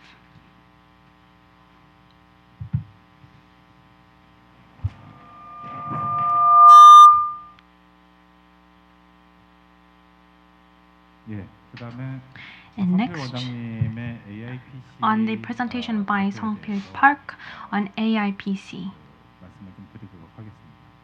I have some comments for Mr. Park. Compared to the past, the industry sees that the Asian economy has grown significantly. So there are many cases where we are seeing an increasing number of patent filings in Asia, and patent litigation is also taking place often in Asian region. So we need to make concerted efforts by creating a community to discuss further about IP fields in Asia. And I am very glad that KAIST is leading the efforts, even by establishing the research center. So I would like to deliver my thanks to Mr. Park first. I want to focus on the AIPC Research Center established within KAIST. I believe that center will play a significant role in carrying out further discussions, and I would like to propose two ideas to you. For your information, in the presentation of Mr. Park, I think there were some parts that he mentioned in the later part of the slides, but I think I want to reiterate this point. In order to achieve a unified system, we need to first check what are some of the differences that we are facing. While I was preparing for this panel session, I was able to realize that there are so many aspects that we are not aware of about Asia's system. So we do not know each country's panel composition or their IP system. So before unifying them together, we need to identify differences among countries. So that is why I propose comparative legal studies as the starting point. And second, I think he already mentioned this during this presentation, but after comparative legal studies, we need to think about how to practically unify them. That is why we need to draft our plans first. It's with any conference, we need a person who drafts an idea first, and then that draft becomes the basis of conversation and discussions.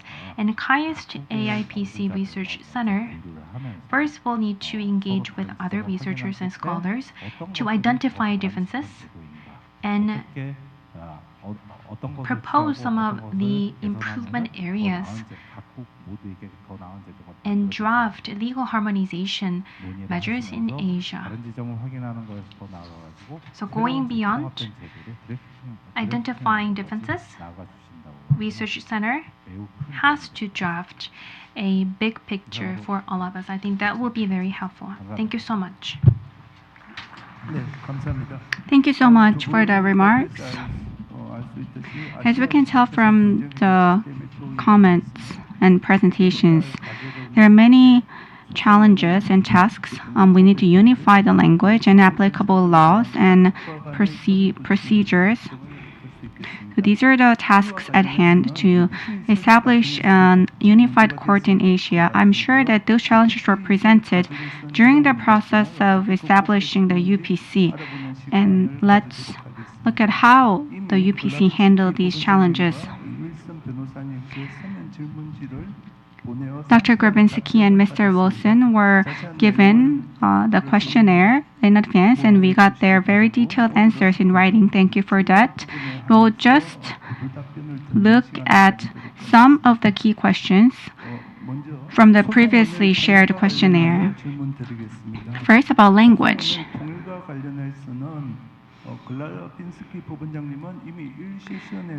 And in session 1, Dr. Grabinski shared much about language, so I will direct my question to Mr. Wilson.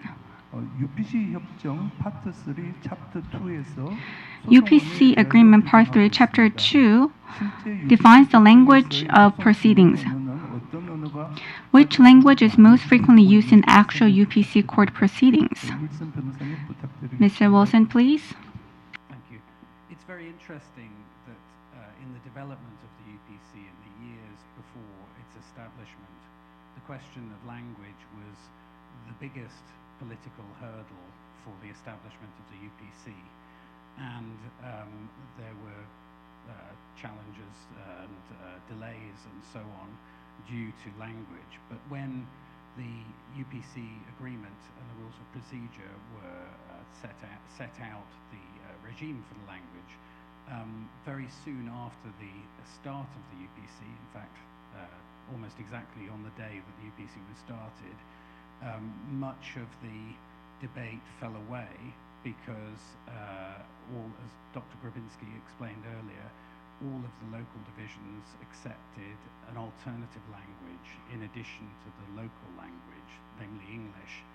And so, although there are a number of languages used, as we saw earlier in the presentation, in practice, the practicalities of using a common language have become the reality. And so the political question was really just a political question, but it was an important question to get the agreement of the UPC. But once we got to a functioning court system, it was important to have the flexibility of other languages, because not all litigants are international litigants. There are also SMEs that must be considered. So it's important to have the flexibility of languages which are provided for by the UPC, but also the pragmatic approach of allowing parties to rely on the most common language between those parties, which often is English. 감사합니다. Dr. Grabinski, any further comments regarding this question, if there's any? No, I fully agree with Mr. Wilson said. It was quite interesting.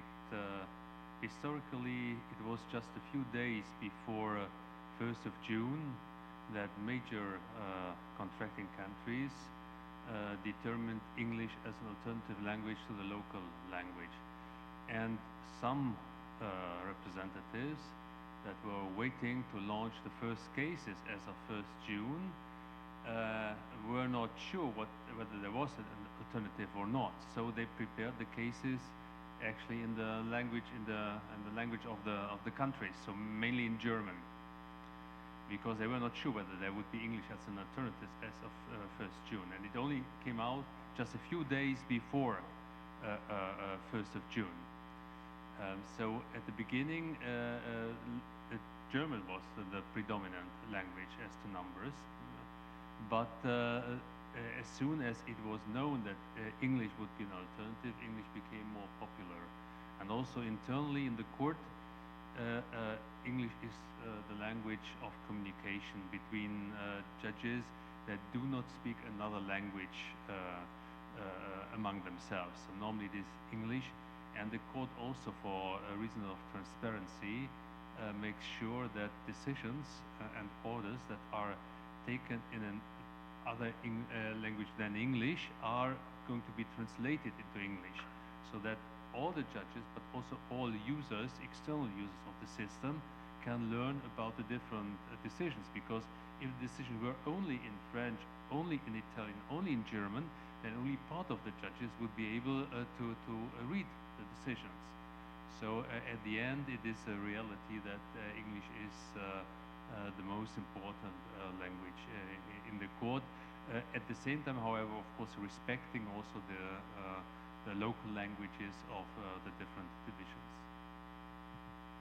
네, 감사합니다. 실제로는 소송 과정에서 언어로 인한 어려움은 별다르게 찾아지지 않는 것은 같습니다. 저희들이 그 부분에 대해서 몇 가지 추가 질문을 했는데 그 부분에 대해서는 넘어가도록 하겠습니다. 김강남 판사님께 질문을 드리겠습니다.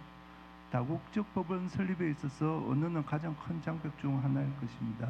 이와 관련해서 개정된 우리나라 법원 조직법은 지식재산권 등의 소송에 대해서 외국어 변론이 허용되는 국제재판부가 설치할 수 있도록 규정하고 있습니다. 대한민국 국제재판부의 현황과 운영상의 어려움 또는 유의할 사항 등에 대해 말씀해 주시면 감사드리겠습니다. 예, 저는 외국어 변론이 허용되는 국제사건을 재판부로서는 직접 경험하지는 못했지만 I have not directly experienced an international case where foreign language arguments pleadings are allowed as a judge. While working as working for the patent court, I prepared an international trial and wrote the first international case white paper. Based on this, I briefly explained. So far, there have been 3 international cases, 2 in the patent court and 1 in South Central District Court. The reason why international cases are not actively utilized despite the large number of cases involving foreigners is because the consent of both parties is required. There were many cases where the other party did not consent even when one party filed an international case. Although it was not very active, I think that the fact the system allows foreign language pleading is very significant. So one patent expert interpreter residing at the patent court and one outside interpreter with many experiences in criminal cases took time to familiarize themselves with the trial records. Simultaneous interpretation was conducted very smoothly. One thing to note is that special attention should be paid to whether there are differences due to language in the interpretation of the scope of claims. For example, it seems that we should pay attention to whether there are any errors in expressions such as singular forms or plural forms or technical terms. So there were no major challenges. I have another question to Judge Kim. In the case of an Asian Unified IP Court, overcoming the linguistic diversity of member countries and determining a common official language will likely be a major issue. What are your thoughts? In my opinion, I think that providing simultaneous interpretation for all languages would be very inefficient. I found out that there are over 2,000 languages used in Asia, all over Asia, and there are more than 10 family languages. Therefore, I think that it would be more efficient to use English as the common language, at least in the initial stages of the Asian Integrated IP Court. The reason is that it may not be easy to find experts in interpretation and translation between minority languages, and even if they are found, the accuracy cannot be guaranteed. AI-based interpretation and translation technology is developing rapidly thanks to the development of deep learning and natural language processing technology, and its scope is rapidly expanding to minority languages as well. Therefore, at a certain point, when the completion of AI-based interpretation and translation reaches a certain level, it may be possible to consider a system in which the language used by the judge is made by the common language using the AI technology.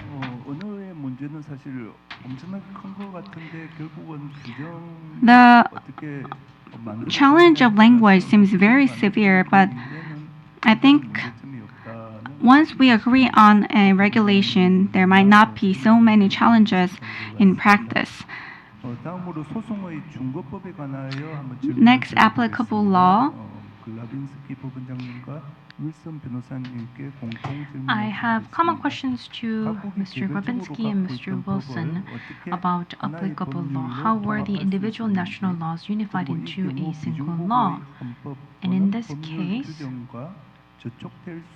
were there any conflicts with the Constitution or legal provisions of the ratified member states? How were such issues resolved? I now first would like to ask Mr. Grabinski for your answer. First of all, about the national laws and the unification of the national laws.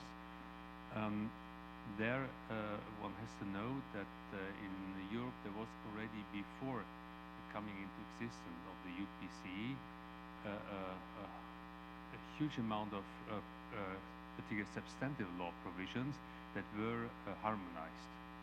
So, of course, the European Patent Convention that was entered into force in 1977 harmonized the law. But on top of this, because there was a prior attempt to have a community patent, which at the end was not successful, but in that time, so it goes back to the 80s of the last century, there was a harmonization of substantial patent law in the respective national laws. So for example, when you look what is direct infringement, what is indirect infringement, you look into the national law of Germany, of France, also of the UK, which was a member of the EU at that point of time, and you find the same definition as part of the national laws already. So there was a high degree of harmonization already there. There's another provision framework I should mention, which is the Enforcement Directive, which is a piece of EU law, which also setting the standard. And so when you look into the UPC agreement, you find all these pieces there, which was already harmonized law, which became integral parts of the UPC agreement. So they did not start from the scratch when they, with regard to harmonization, but they could build already on large part of harmonization in substantive patent law. So the more challenging part at the end of the day was to harmonize procedural law, because there the laws were very different. At that point of time, UK common law system, continental law system, civil law systems. So quite some differences. And in that context, there was, of course, there are some provisions already in the agreement, but after the agreement had been signed in 2012, there was also a need for rules of procedure, and there was almost nothing there. And then there was a small group, a so-called drafting committee, 7 people, and the beauty was really the smallness of the group, because if you have more people, you have more different views, and it's more difficult to agree. So really have 7 people, and also a small number of people, put it like this, and these people were not really representing particular interests. That's also a point. Of course, you have different interest group, and they are trying to get as much as from their interests into a certain piece of legislation. And the members of this group did not have this background. There were 3 judges, one from France, one from the UK, one from Germany. I happen to be the one from Germany. And there were 4 lawyers, again from France, Germany, and the UK. And then there was a 4th lawyer from the Netherlands. And this group essentially drafted the rules of procedure in preparation for the UPC. And that was, and the idea was really to take the best of the different systems. So take the good things from the civil law, procedural law, and the common law procedural law. And if both were good, then maybe even open some alternatives there. So for example, the idea that there should be a front-loading written procedure was essentially taken from the civil law system. But it is also now integral part of, for example, of the former Patents County Court So it also has become part of the UK law. And so this helped to harmonize procedure law. So I think there's also quite a challenge to harmonize procedure law. But maybe in Asia it's different because at least many of the procedural law the role model is more coming more from civil law. But of course there are also some countries that are following the common law approach. So this is one point, and the second bullet point is about constitutional and legal provisions. Yes, there was a kind of more theoretical point. I think it was already noted that the signature of the agreement is from 2012, and it only came into existence in 2023. So there are 11 years actually in between, and one of the reasons was a case that was pending before the German Constitutional Court. At the end of the day, it did not touch upon substantive law issues. It was more about internal constitutional issue, which I don't want to dig deeper, not to deal with this. But there is still a kind of a caveat from the German side that if ever there is a discrepancy between what the UPC is doing and the German constitution, they may intervene. This, I'm pretty much confident that this will remain theory and not going to play out in practice. 네, 감사합니다. 다음으로 윌슨 변호사님께 의견 한번 들어보도록 하겠습니다. Thank you.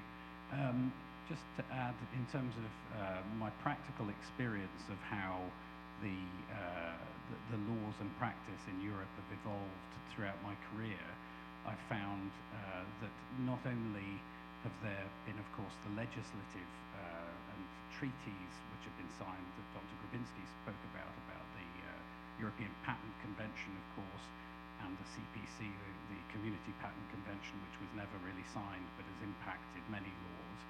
But there's also the very practical side of convergence of practice, which Dr. Grabinski has been very much at the center of as one of the experienced patents judges over that period in Europe, has been working with other patents judges for better cooperation and understanding.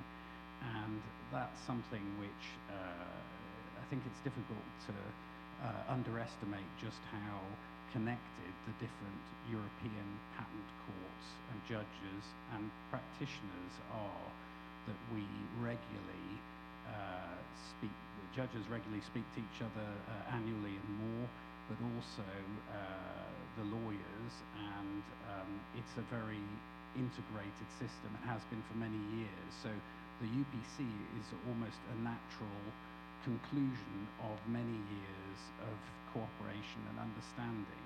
So if you look at the sort of litigations which are involved in multiple countries in Europe, often you see that the decisions are very much aligned. The reasoning may be a little bit different sometimes, but the outcome is usually the same.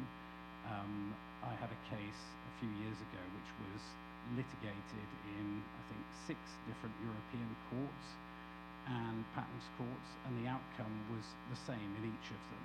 And that's not coincidence. That's because of many years of cooperation and understanding between judges, and also respect, so that if there's a decision in one court which is seen by the judge in the next court who's considering the same case, that they have regard to each other's decisions. And I think perhaps because the judges know each other as well and have respect for each other's judgments, it has an impact. And so it's been a very long process which has led to the UPC, not just the legislative process, but also many years of cooperation, which is why I think conferences like this are particularly interesting, because it's part of that process internationally too. 네, 감사합니다. 다음 질문은 글라빈스키 부원장님께 역시 중거법에 관해서 질문을 드리려고 하는데요. 첫 번째 질문은 조금 전에 답변은 하셨던 것 같아서 제일 법원에서 제일 궁금한 부분입니다. 자국의 판례법이 아닌 타국의 판례법이 중거법이 되는 경우에 익숙하지 않는 판사들은 어떤 방식으로 중거법을 찾아서 심리하는지 설명을 부탁드리겠습니다. Yes, there is a hierarchy of laws to be applied that's laid down in the UPC agreement, and it starts with EU law. But EU law is only covering parts of patent law, actually only smaller parts of patent law. But for example, it is of course important to mention in this context the Enforcement Directive, which is not directly applicable, but which is more, when you look in the UPC agreement, is more a copy-paste of the Enforcement Directive, which became part of the agreement. Second is the EPC, the European Patent Convention, which deals with other parts of European patent law, in particular with claim interpretation, so determination of scope of protection, and also with the grounds for revocation. That is part of EPC law. Then it is other international treaties, and at the end, only at the end of the hierarchy, it is national law. That's how it is to be applied, and of course this is respected, and we will see how this will further develop in practice. Up to now, I'm not aware of many cases, actually not even one, where it really went down to the application of national law, but of course this is possible. And if a national law is to be applied, then of course the court will listen to what the parties tell about the application of the respective national law. It may happen that also one of the judges is coming from the respective country, then of course this will also be of quite some help. Then if it is a completely different national law, which could also be a national law not from the participating member states, even from outside the EU, then the court may will listen to opinions from experts at the end of the day, if really necessary. So there was one, yes, I remember one case, it was about insolvency law, and in that context, Chapter 11 of the US law had some relevance. At the end of the day, it was not a decisive point, but the court has to touch upon this. And then, of course, you're listening what the parties are telling you. Maybe that's a solid basis already, then you can decide on this. And if it's not a solid basis, then the court has to maybe go to an expert.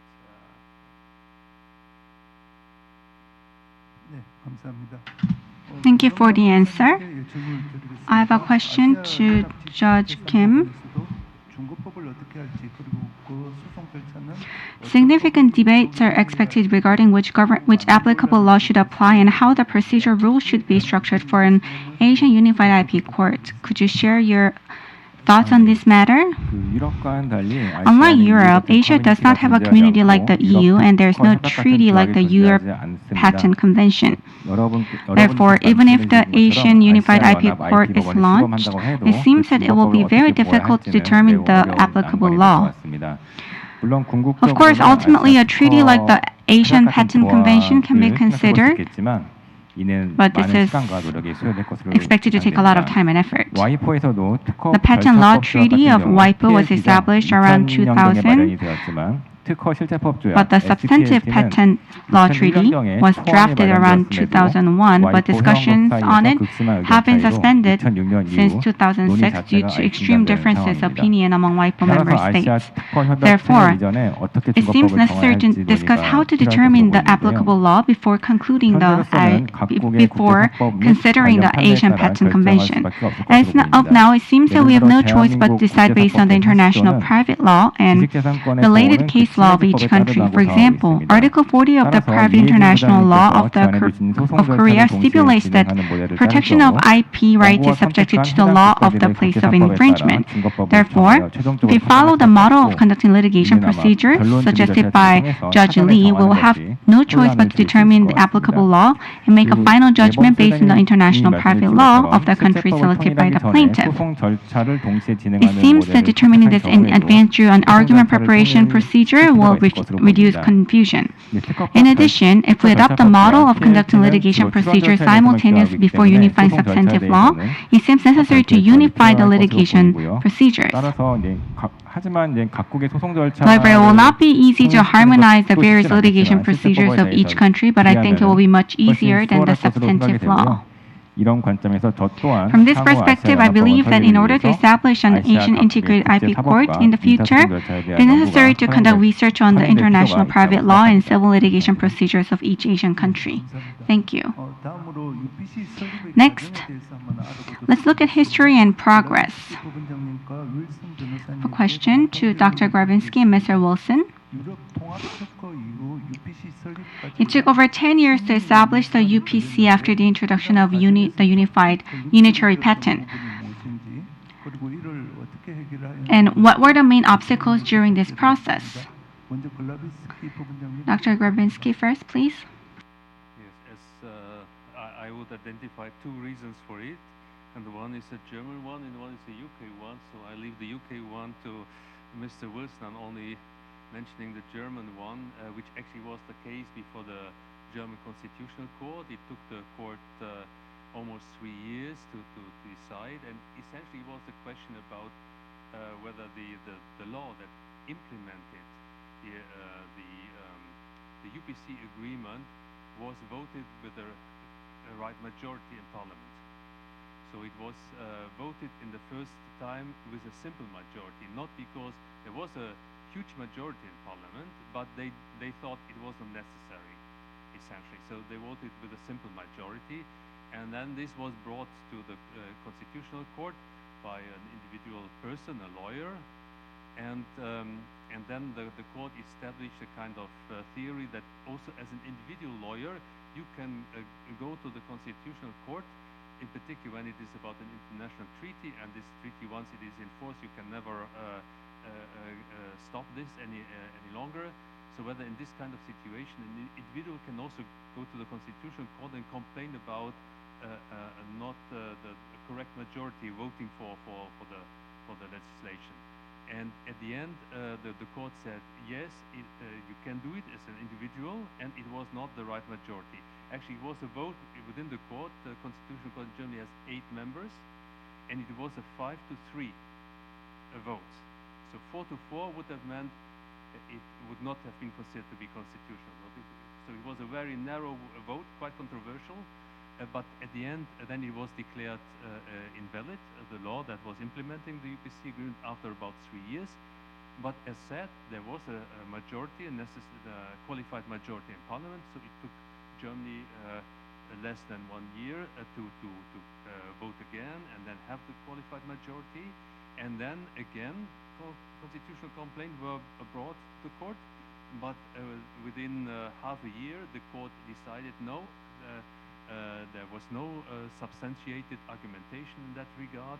The court only said, okay, if the UPC at some point of time there will be relevant acts against the German constitution, the court may intervene. That's the caveat I mentioned, but apart from that, there was no reason to stop the project, so they dismissed this request, and then the case,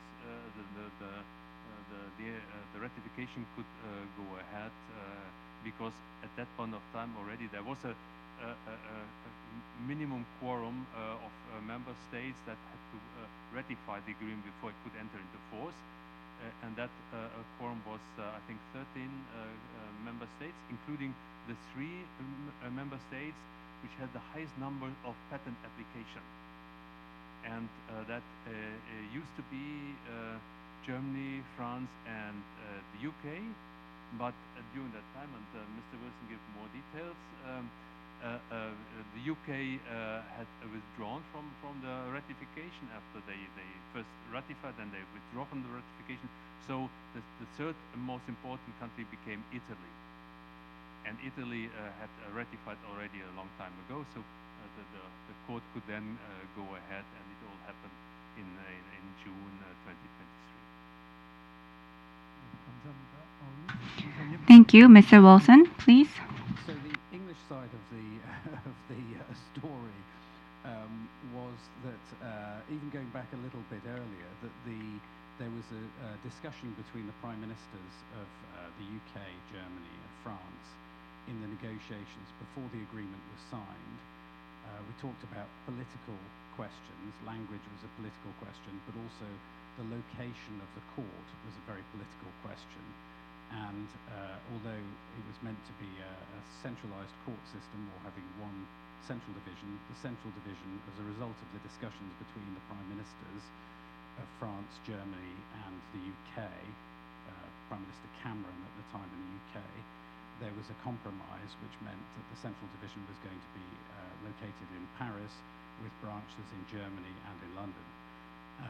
Unfortunately, Prime Minister Cameron made a worse decision after that, and that was to have a referendum on the question of Brexit. And that referendum, we know, voted in favour of leaving the EU, and unfortunately this was right in the middle of the process of the ratification process for the agreement, well, before the ratification even had started. And there was a question whether the UK was going to sign the agreement at all, because it was pretty clear to the government that they would not join the UPC. They hadn't said as much formally, but it looked pretty clear that they wouldn't. But Prime Minister Theresa May at that stage signed the agreement because she didn't want the UPC not to be established, because it would have led to even much longer delays if she hadn't signed it, was the theory. And then she was replaced by Boris Johnson, and Boris Johnson formally announced his withdrawal, or the withdrawal from the UPC agreement. And I think all of that led to further delay, for which I am embarrassed as an Englishman. But in the end, the story ended well, at least for the UPC.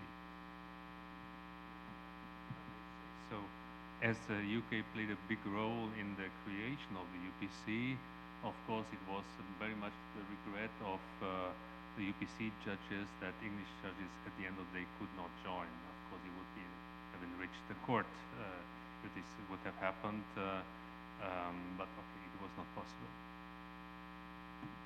네, 감사합니다. Thank you so much. Next, I have another question to Dr. Grabinski.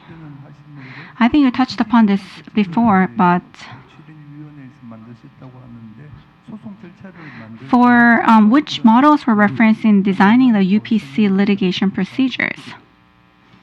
Yes, as mentioned, it was a deliberate decision of the lawmaker to have a streamlined proceeding and to have it done as fast as possible. Of course, without losing quality of litigation at the same time. And it pretty soon became clear that this could only be done by a front-loading proceeding. So all the facts, all the evidence, everything has to be submitted in litigation as soon as possible. And the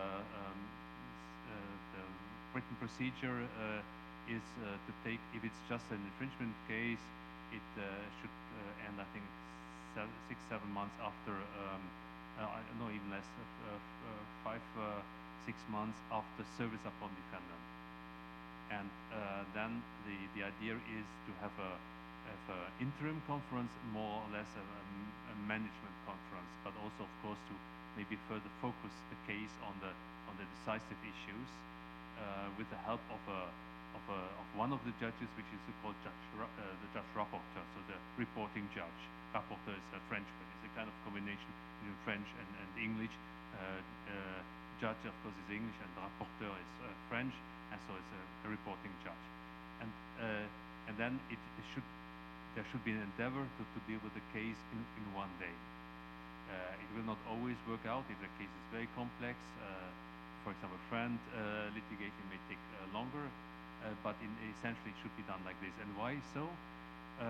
Because the system wants to be attractive not only for the big litigation, of course also for the big litigation, but not only, also for the small and middle-sized company that don't that very often can't afford the very costly, very expensive litigation. And of course, when hearings take 1 week, 2 weeks, then it's going to be very, very expensive. And so the idea is to avoid this to a large extent and to have a court for all kinds of companies, including the small and middle-sized companies, and also to some extent also tailor the proceedings according to the needs of the case. That is also part of the proportionality concept of the court. 네, 감사합니다. 윌슨 변호사님께 질문을 드리겠습니다. I have a question to Mr. Wilson. UPC라는 통합특허법원이 EU라는 국가연합체와 유럽특허청이 Was the UPC established because of the existence of EU as a supranational entity? Would it have been impossible to establish such court without such a union, in your opinion? I think we can say that that without the EU, the UPC would not exist, and we know that because there was an attempt to create a court which was not the same as the UPC, but the EPLP was the process or the attempt, and it was only when the EU Commission took an interest in the project that it was pushed forward at a speed and with the energy. There was plenty of energy before, but I think it was the political energy that was needed and required someone, Margot Fröhlinger, who was a commissioner at the time, to push forward at a political level to ensure that a political agreement could be reached. There was, before that, plenty of enthusiasm between practitioners and judges and so on, but what was lacking was was political cohesion on the topic. And so I think the EU did play a very important role, even though in the end the mechanism is a mechanism within the EU, but it is not, of course, all EU member states that are members of it. It is a very unusual structure within the EU, what's known as enhanced cooperation, which allows EU member states to opt in to this system, but does not oblige all EU member states to be part of it. So I think the EU was really critical. But Dr. Grabinski may have more of an insight on this topic than I have, but that's my impression from the outside.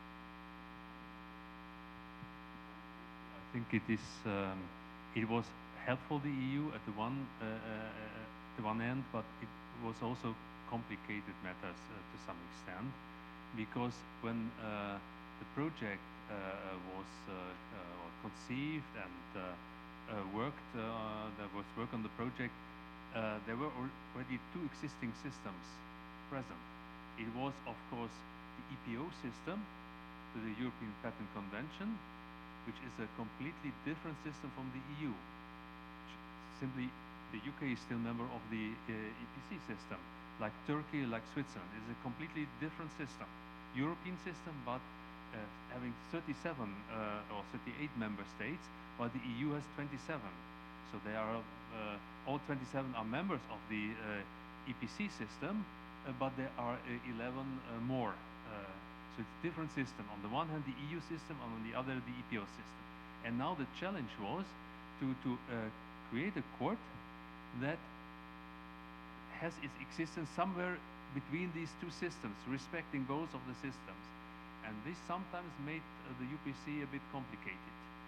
There are some criticism, some academics, for example, say, well, the UPC is quite complicated in certain respects, and to some extent it is true, but one of the reasons is that the UPC simply had to fit into both systems to some extent, and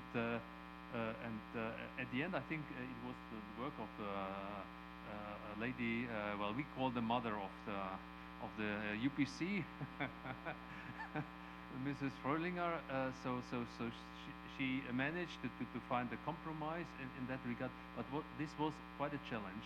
And now, if you, my last sentence with regard to the perspective of a unified court in Asia, there is not that challenge, because there is not the one system, not the other system. So you are more free to create something new. So you don't have to look at two existing systems and how the new court should fit into these systems. So it's also giving you some more liberty, even though at the same time, of course, it was useful, once again, to have the EU, and they helped a lot in making the UPC happen. 네, 좋은 말씀 감사합니다. Thanks for the wonderful insights. And lastly, regarding future plans, to Mr. Dr. Grabinsky, how can EU member states that have not signed the UPCA be brought into the UPC framework? This is now getting to be political. I have to be careful. So one state already expressed interest, that is Ireland, to join, but Ireland has a certain hurdle. That is that under the Irish constitution it is required when you transfer sovereign rights, and ratifying the UPC agreement by Ireland would mean that Ireland would have to transfer sovereign rights to the UPC, that they need a positive referendum of the people. And the original plan was to have the referendum this year, together with the elections for the European Parliament. But before, there was a problem with another referendum, having nothing to do with patent law, completely different field. But this referendum was not successful in Ireland. So the Irish government, after this other referendum was not successful, decided to postpone the referendum on the UPC. And I'm curious, and I'm excited to know when it's now going to happen in Ireland. After now, they also have had parliamentary elections, and once they have a government, I guess it will be back on their table, and then they have to somehow work on a plan how to do this and launch a referendum. So other states, of course, very interesting are the two big EU member states that are currently missing. That is, on the one hand, Spain. Spain was actually challenged the UPC twice, and the unified patent in the European Court of Justice. Twice they were not successful because their complaints were dismissed by the European Court of Justice, and it focused essentially on the language issue. However, I'm a bit confident. On the one hand, of course, Spanish companies, they want to export their products into the UPC countries in the single part of the single market, so they are concerned anyway. So they cannot ignore. And on the other hand, as now English becomes the more and more dominant language in the court, that make it also easier for Spain to join. And the second country that is interesting is, of course, Poland. And there has been a change in the government from a less EU-friendly to a more EU-friendly government, and but they still have presidential election next year, and my expectation is if the EU friendly trend in elections will continue, then that might open perspectives also for Poland to join. And okay, we have a few other countries, but I might go too far to discuss this as well. 네, 감사합니다. Thank you. Regarding forum shopping, we had one question, but it was already covered in session 1, so let's skip this question. I have a question to Mr. Ye. Just as there were EU member states that did not sign the UPCA, I believe that in Asia, pursuing an international unified IP court could also lead to differences in participation among countries. These differences are likely to arise from various factors, including the judicial needs of each country. From the perspective of our industry, what do you think would be the primary reasons for such differences in stance among nations? Furthermore, what are your thoughts on potential solutions to overcome these challenges?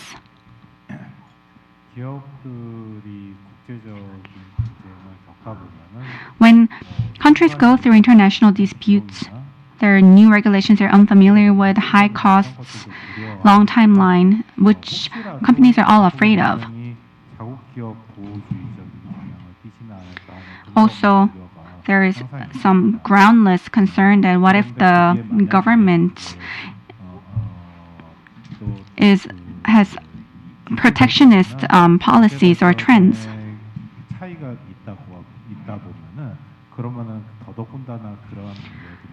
Also, some gaps in technology or economy can lead to exacerbate those concerns.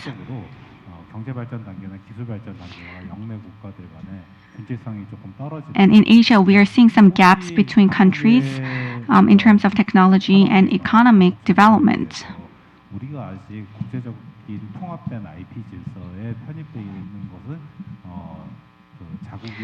So maybe it is not advantageous to have such an integrated community to or framework because of the gaps in technological or economic development. If such public opinion persists, we'll have to go through a lot of conversations and dialogue.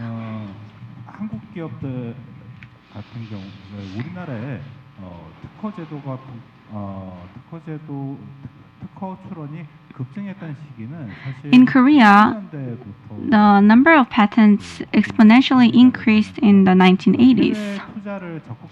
That's when foreign investments actively happened.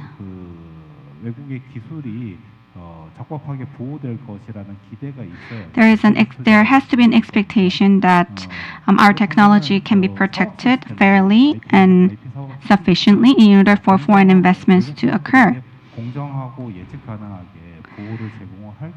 So, if we can provide such fair and sufficient protection, we can attract more foreign investment, for example. Also,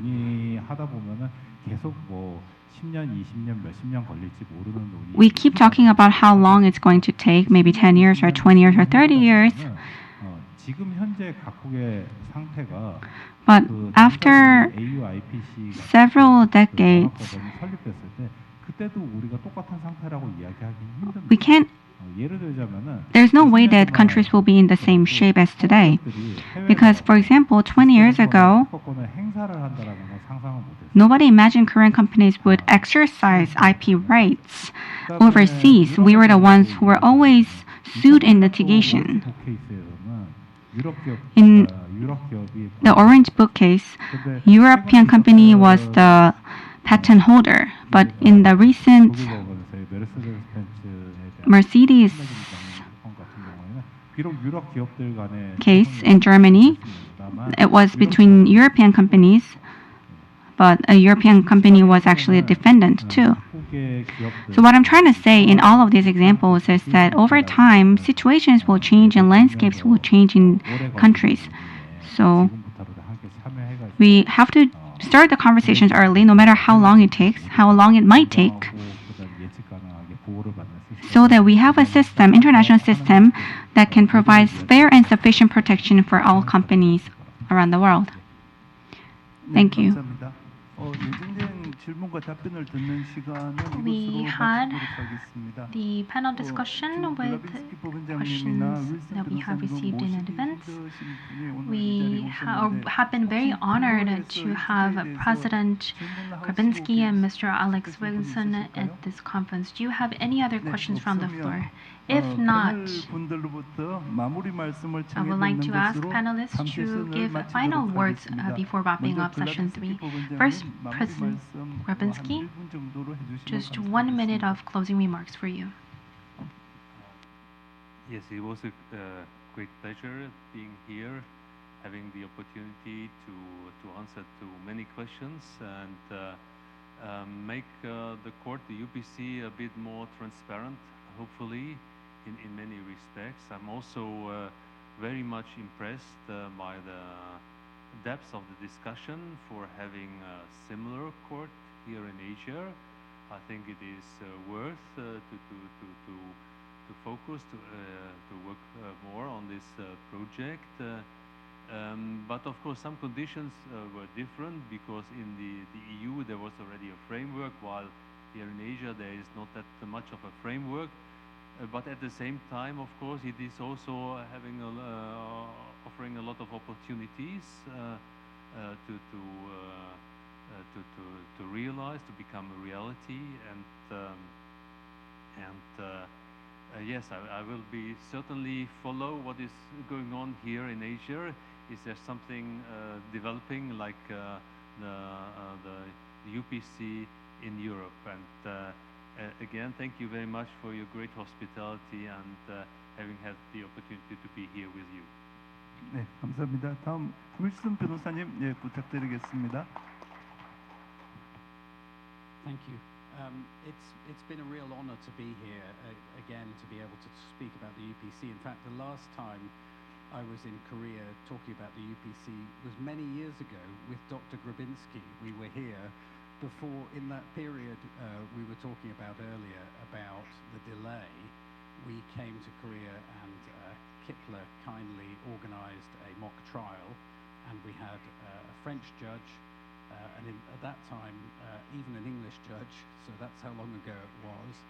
And at that time people very patiently in Korea listened to us talking about the UPC, and it took many years after that for the UPC to be established. And so when we hear today about the initiatives in Asia, I'm sure it will take time, but exactly like the UPC, if there are enough people who are committed to the project, an awful lot can be done, as has been shown with the UPC. So I very much hope that in a few years' time, that sort of progress is possible also in Asia, and look forward to continuing discussions.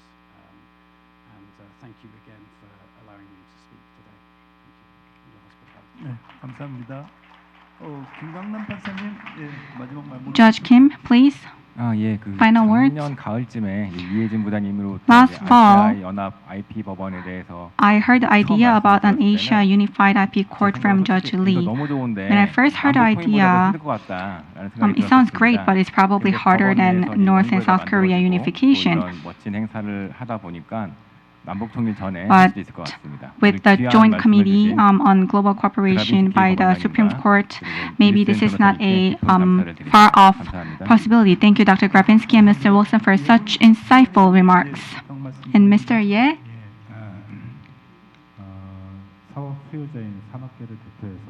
Representing the industry, thank you so much for the invitation to join such an honorable occasion. I'm very honored and happy to join the insightful discussions. And thank you, Dr. Grabinski and Mr. Wilson and EPO for the participation. It's going to be a very long discussion. But now we send men and women to the moon, so there's nothing impossible. Throughout generations, one initiative can transcend generations to make progress. And someday, it will be a reality. And the industry will provide utmost support to PCIP's initiatives. Thank you so much. Thank you. This will conclude session 3. Thank you so much again. Thank you. We'll have a photo session. Please come forward. Judge Lee and Dean Park, please come forward. 끝까지 현장에 함께해 주신 여러분 진심으로 고맙습니다. 사진 촬영 이후에 마지막 폐회 말씀을 전하겠습니다. 잠시만 기다려 주십시오. 네, 무대 중앙에 좀 함께 서 주시고요. I think we have to move a little bit towards your right hand side. 오른쪽으로 좀 이동을 하셔야 될 것 같습니다. 조금만 더 이동해 주시면 중앙에 서서 사진 촬영 함께 하시겠습니다. Please look at the camera. 사진 촬영하겠습니다. 1, 2, 3 활짝 웃어주시고요. 네, 자리로 모시겠습니다. 네, 박수 한번 부탁드리겠습니다. Please give a big round of applause. As we applaud, we will have one last photo shoot. Thank you. 고맙습니다. 자리로 돌아가 주십시오. You may return to your seat. Thank you. 네, 이것으로 오늘 저희가 준비한 컨퍼런스는 This concludes the 2024 Global Intellectual Property Cooperation Conference. We hope the discussions today have provided valuable insights for your work and research and have offered a fresh perspective on advancing global cooperation in intellectual property. Thank you for your time, online and offline. We look forward to your continued interest and engagement in the future. The weather is a little bit chilly, so please have a safe trip back home. Have a safe journey home. Thank you.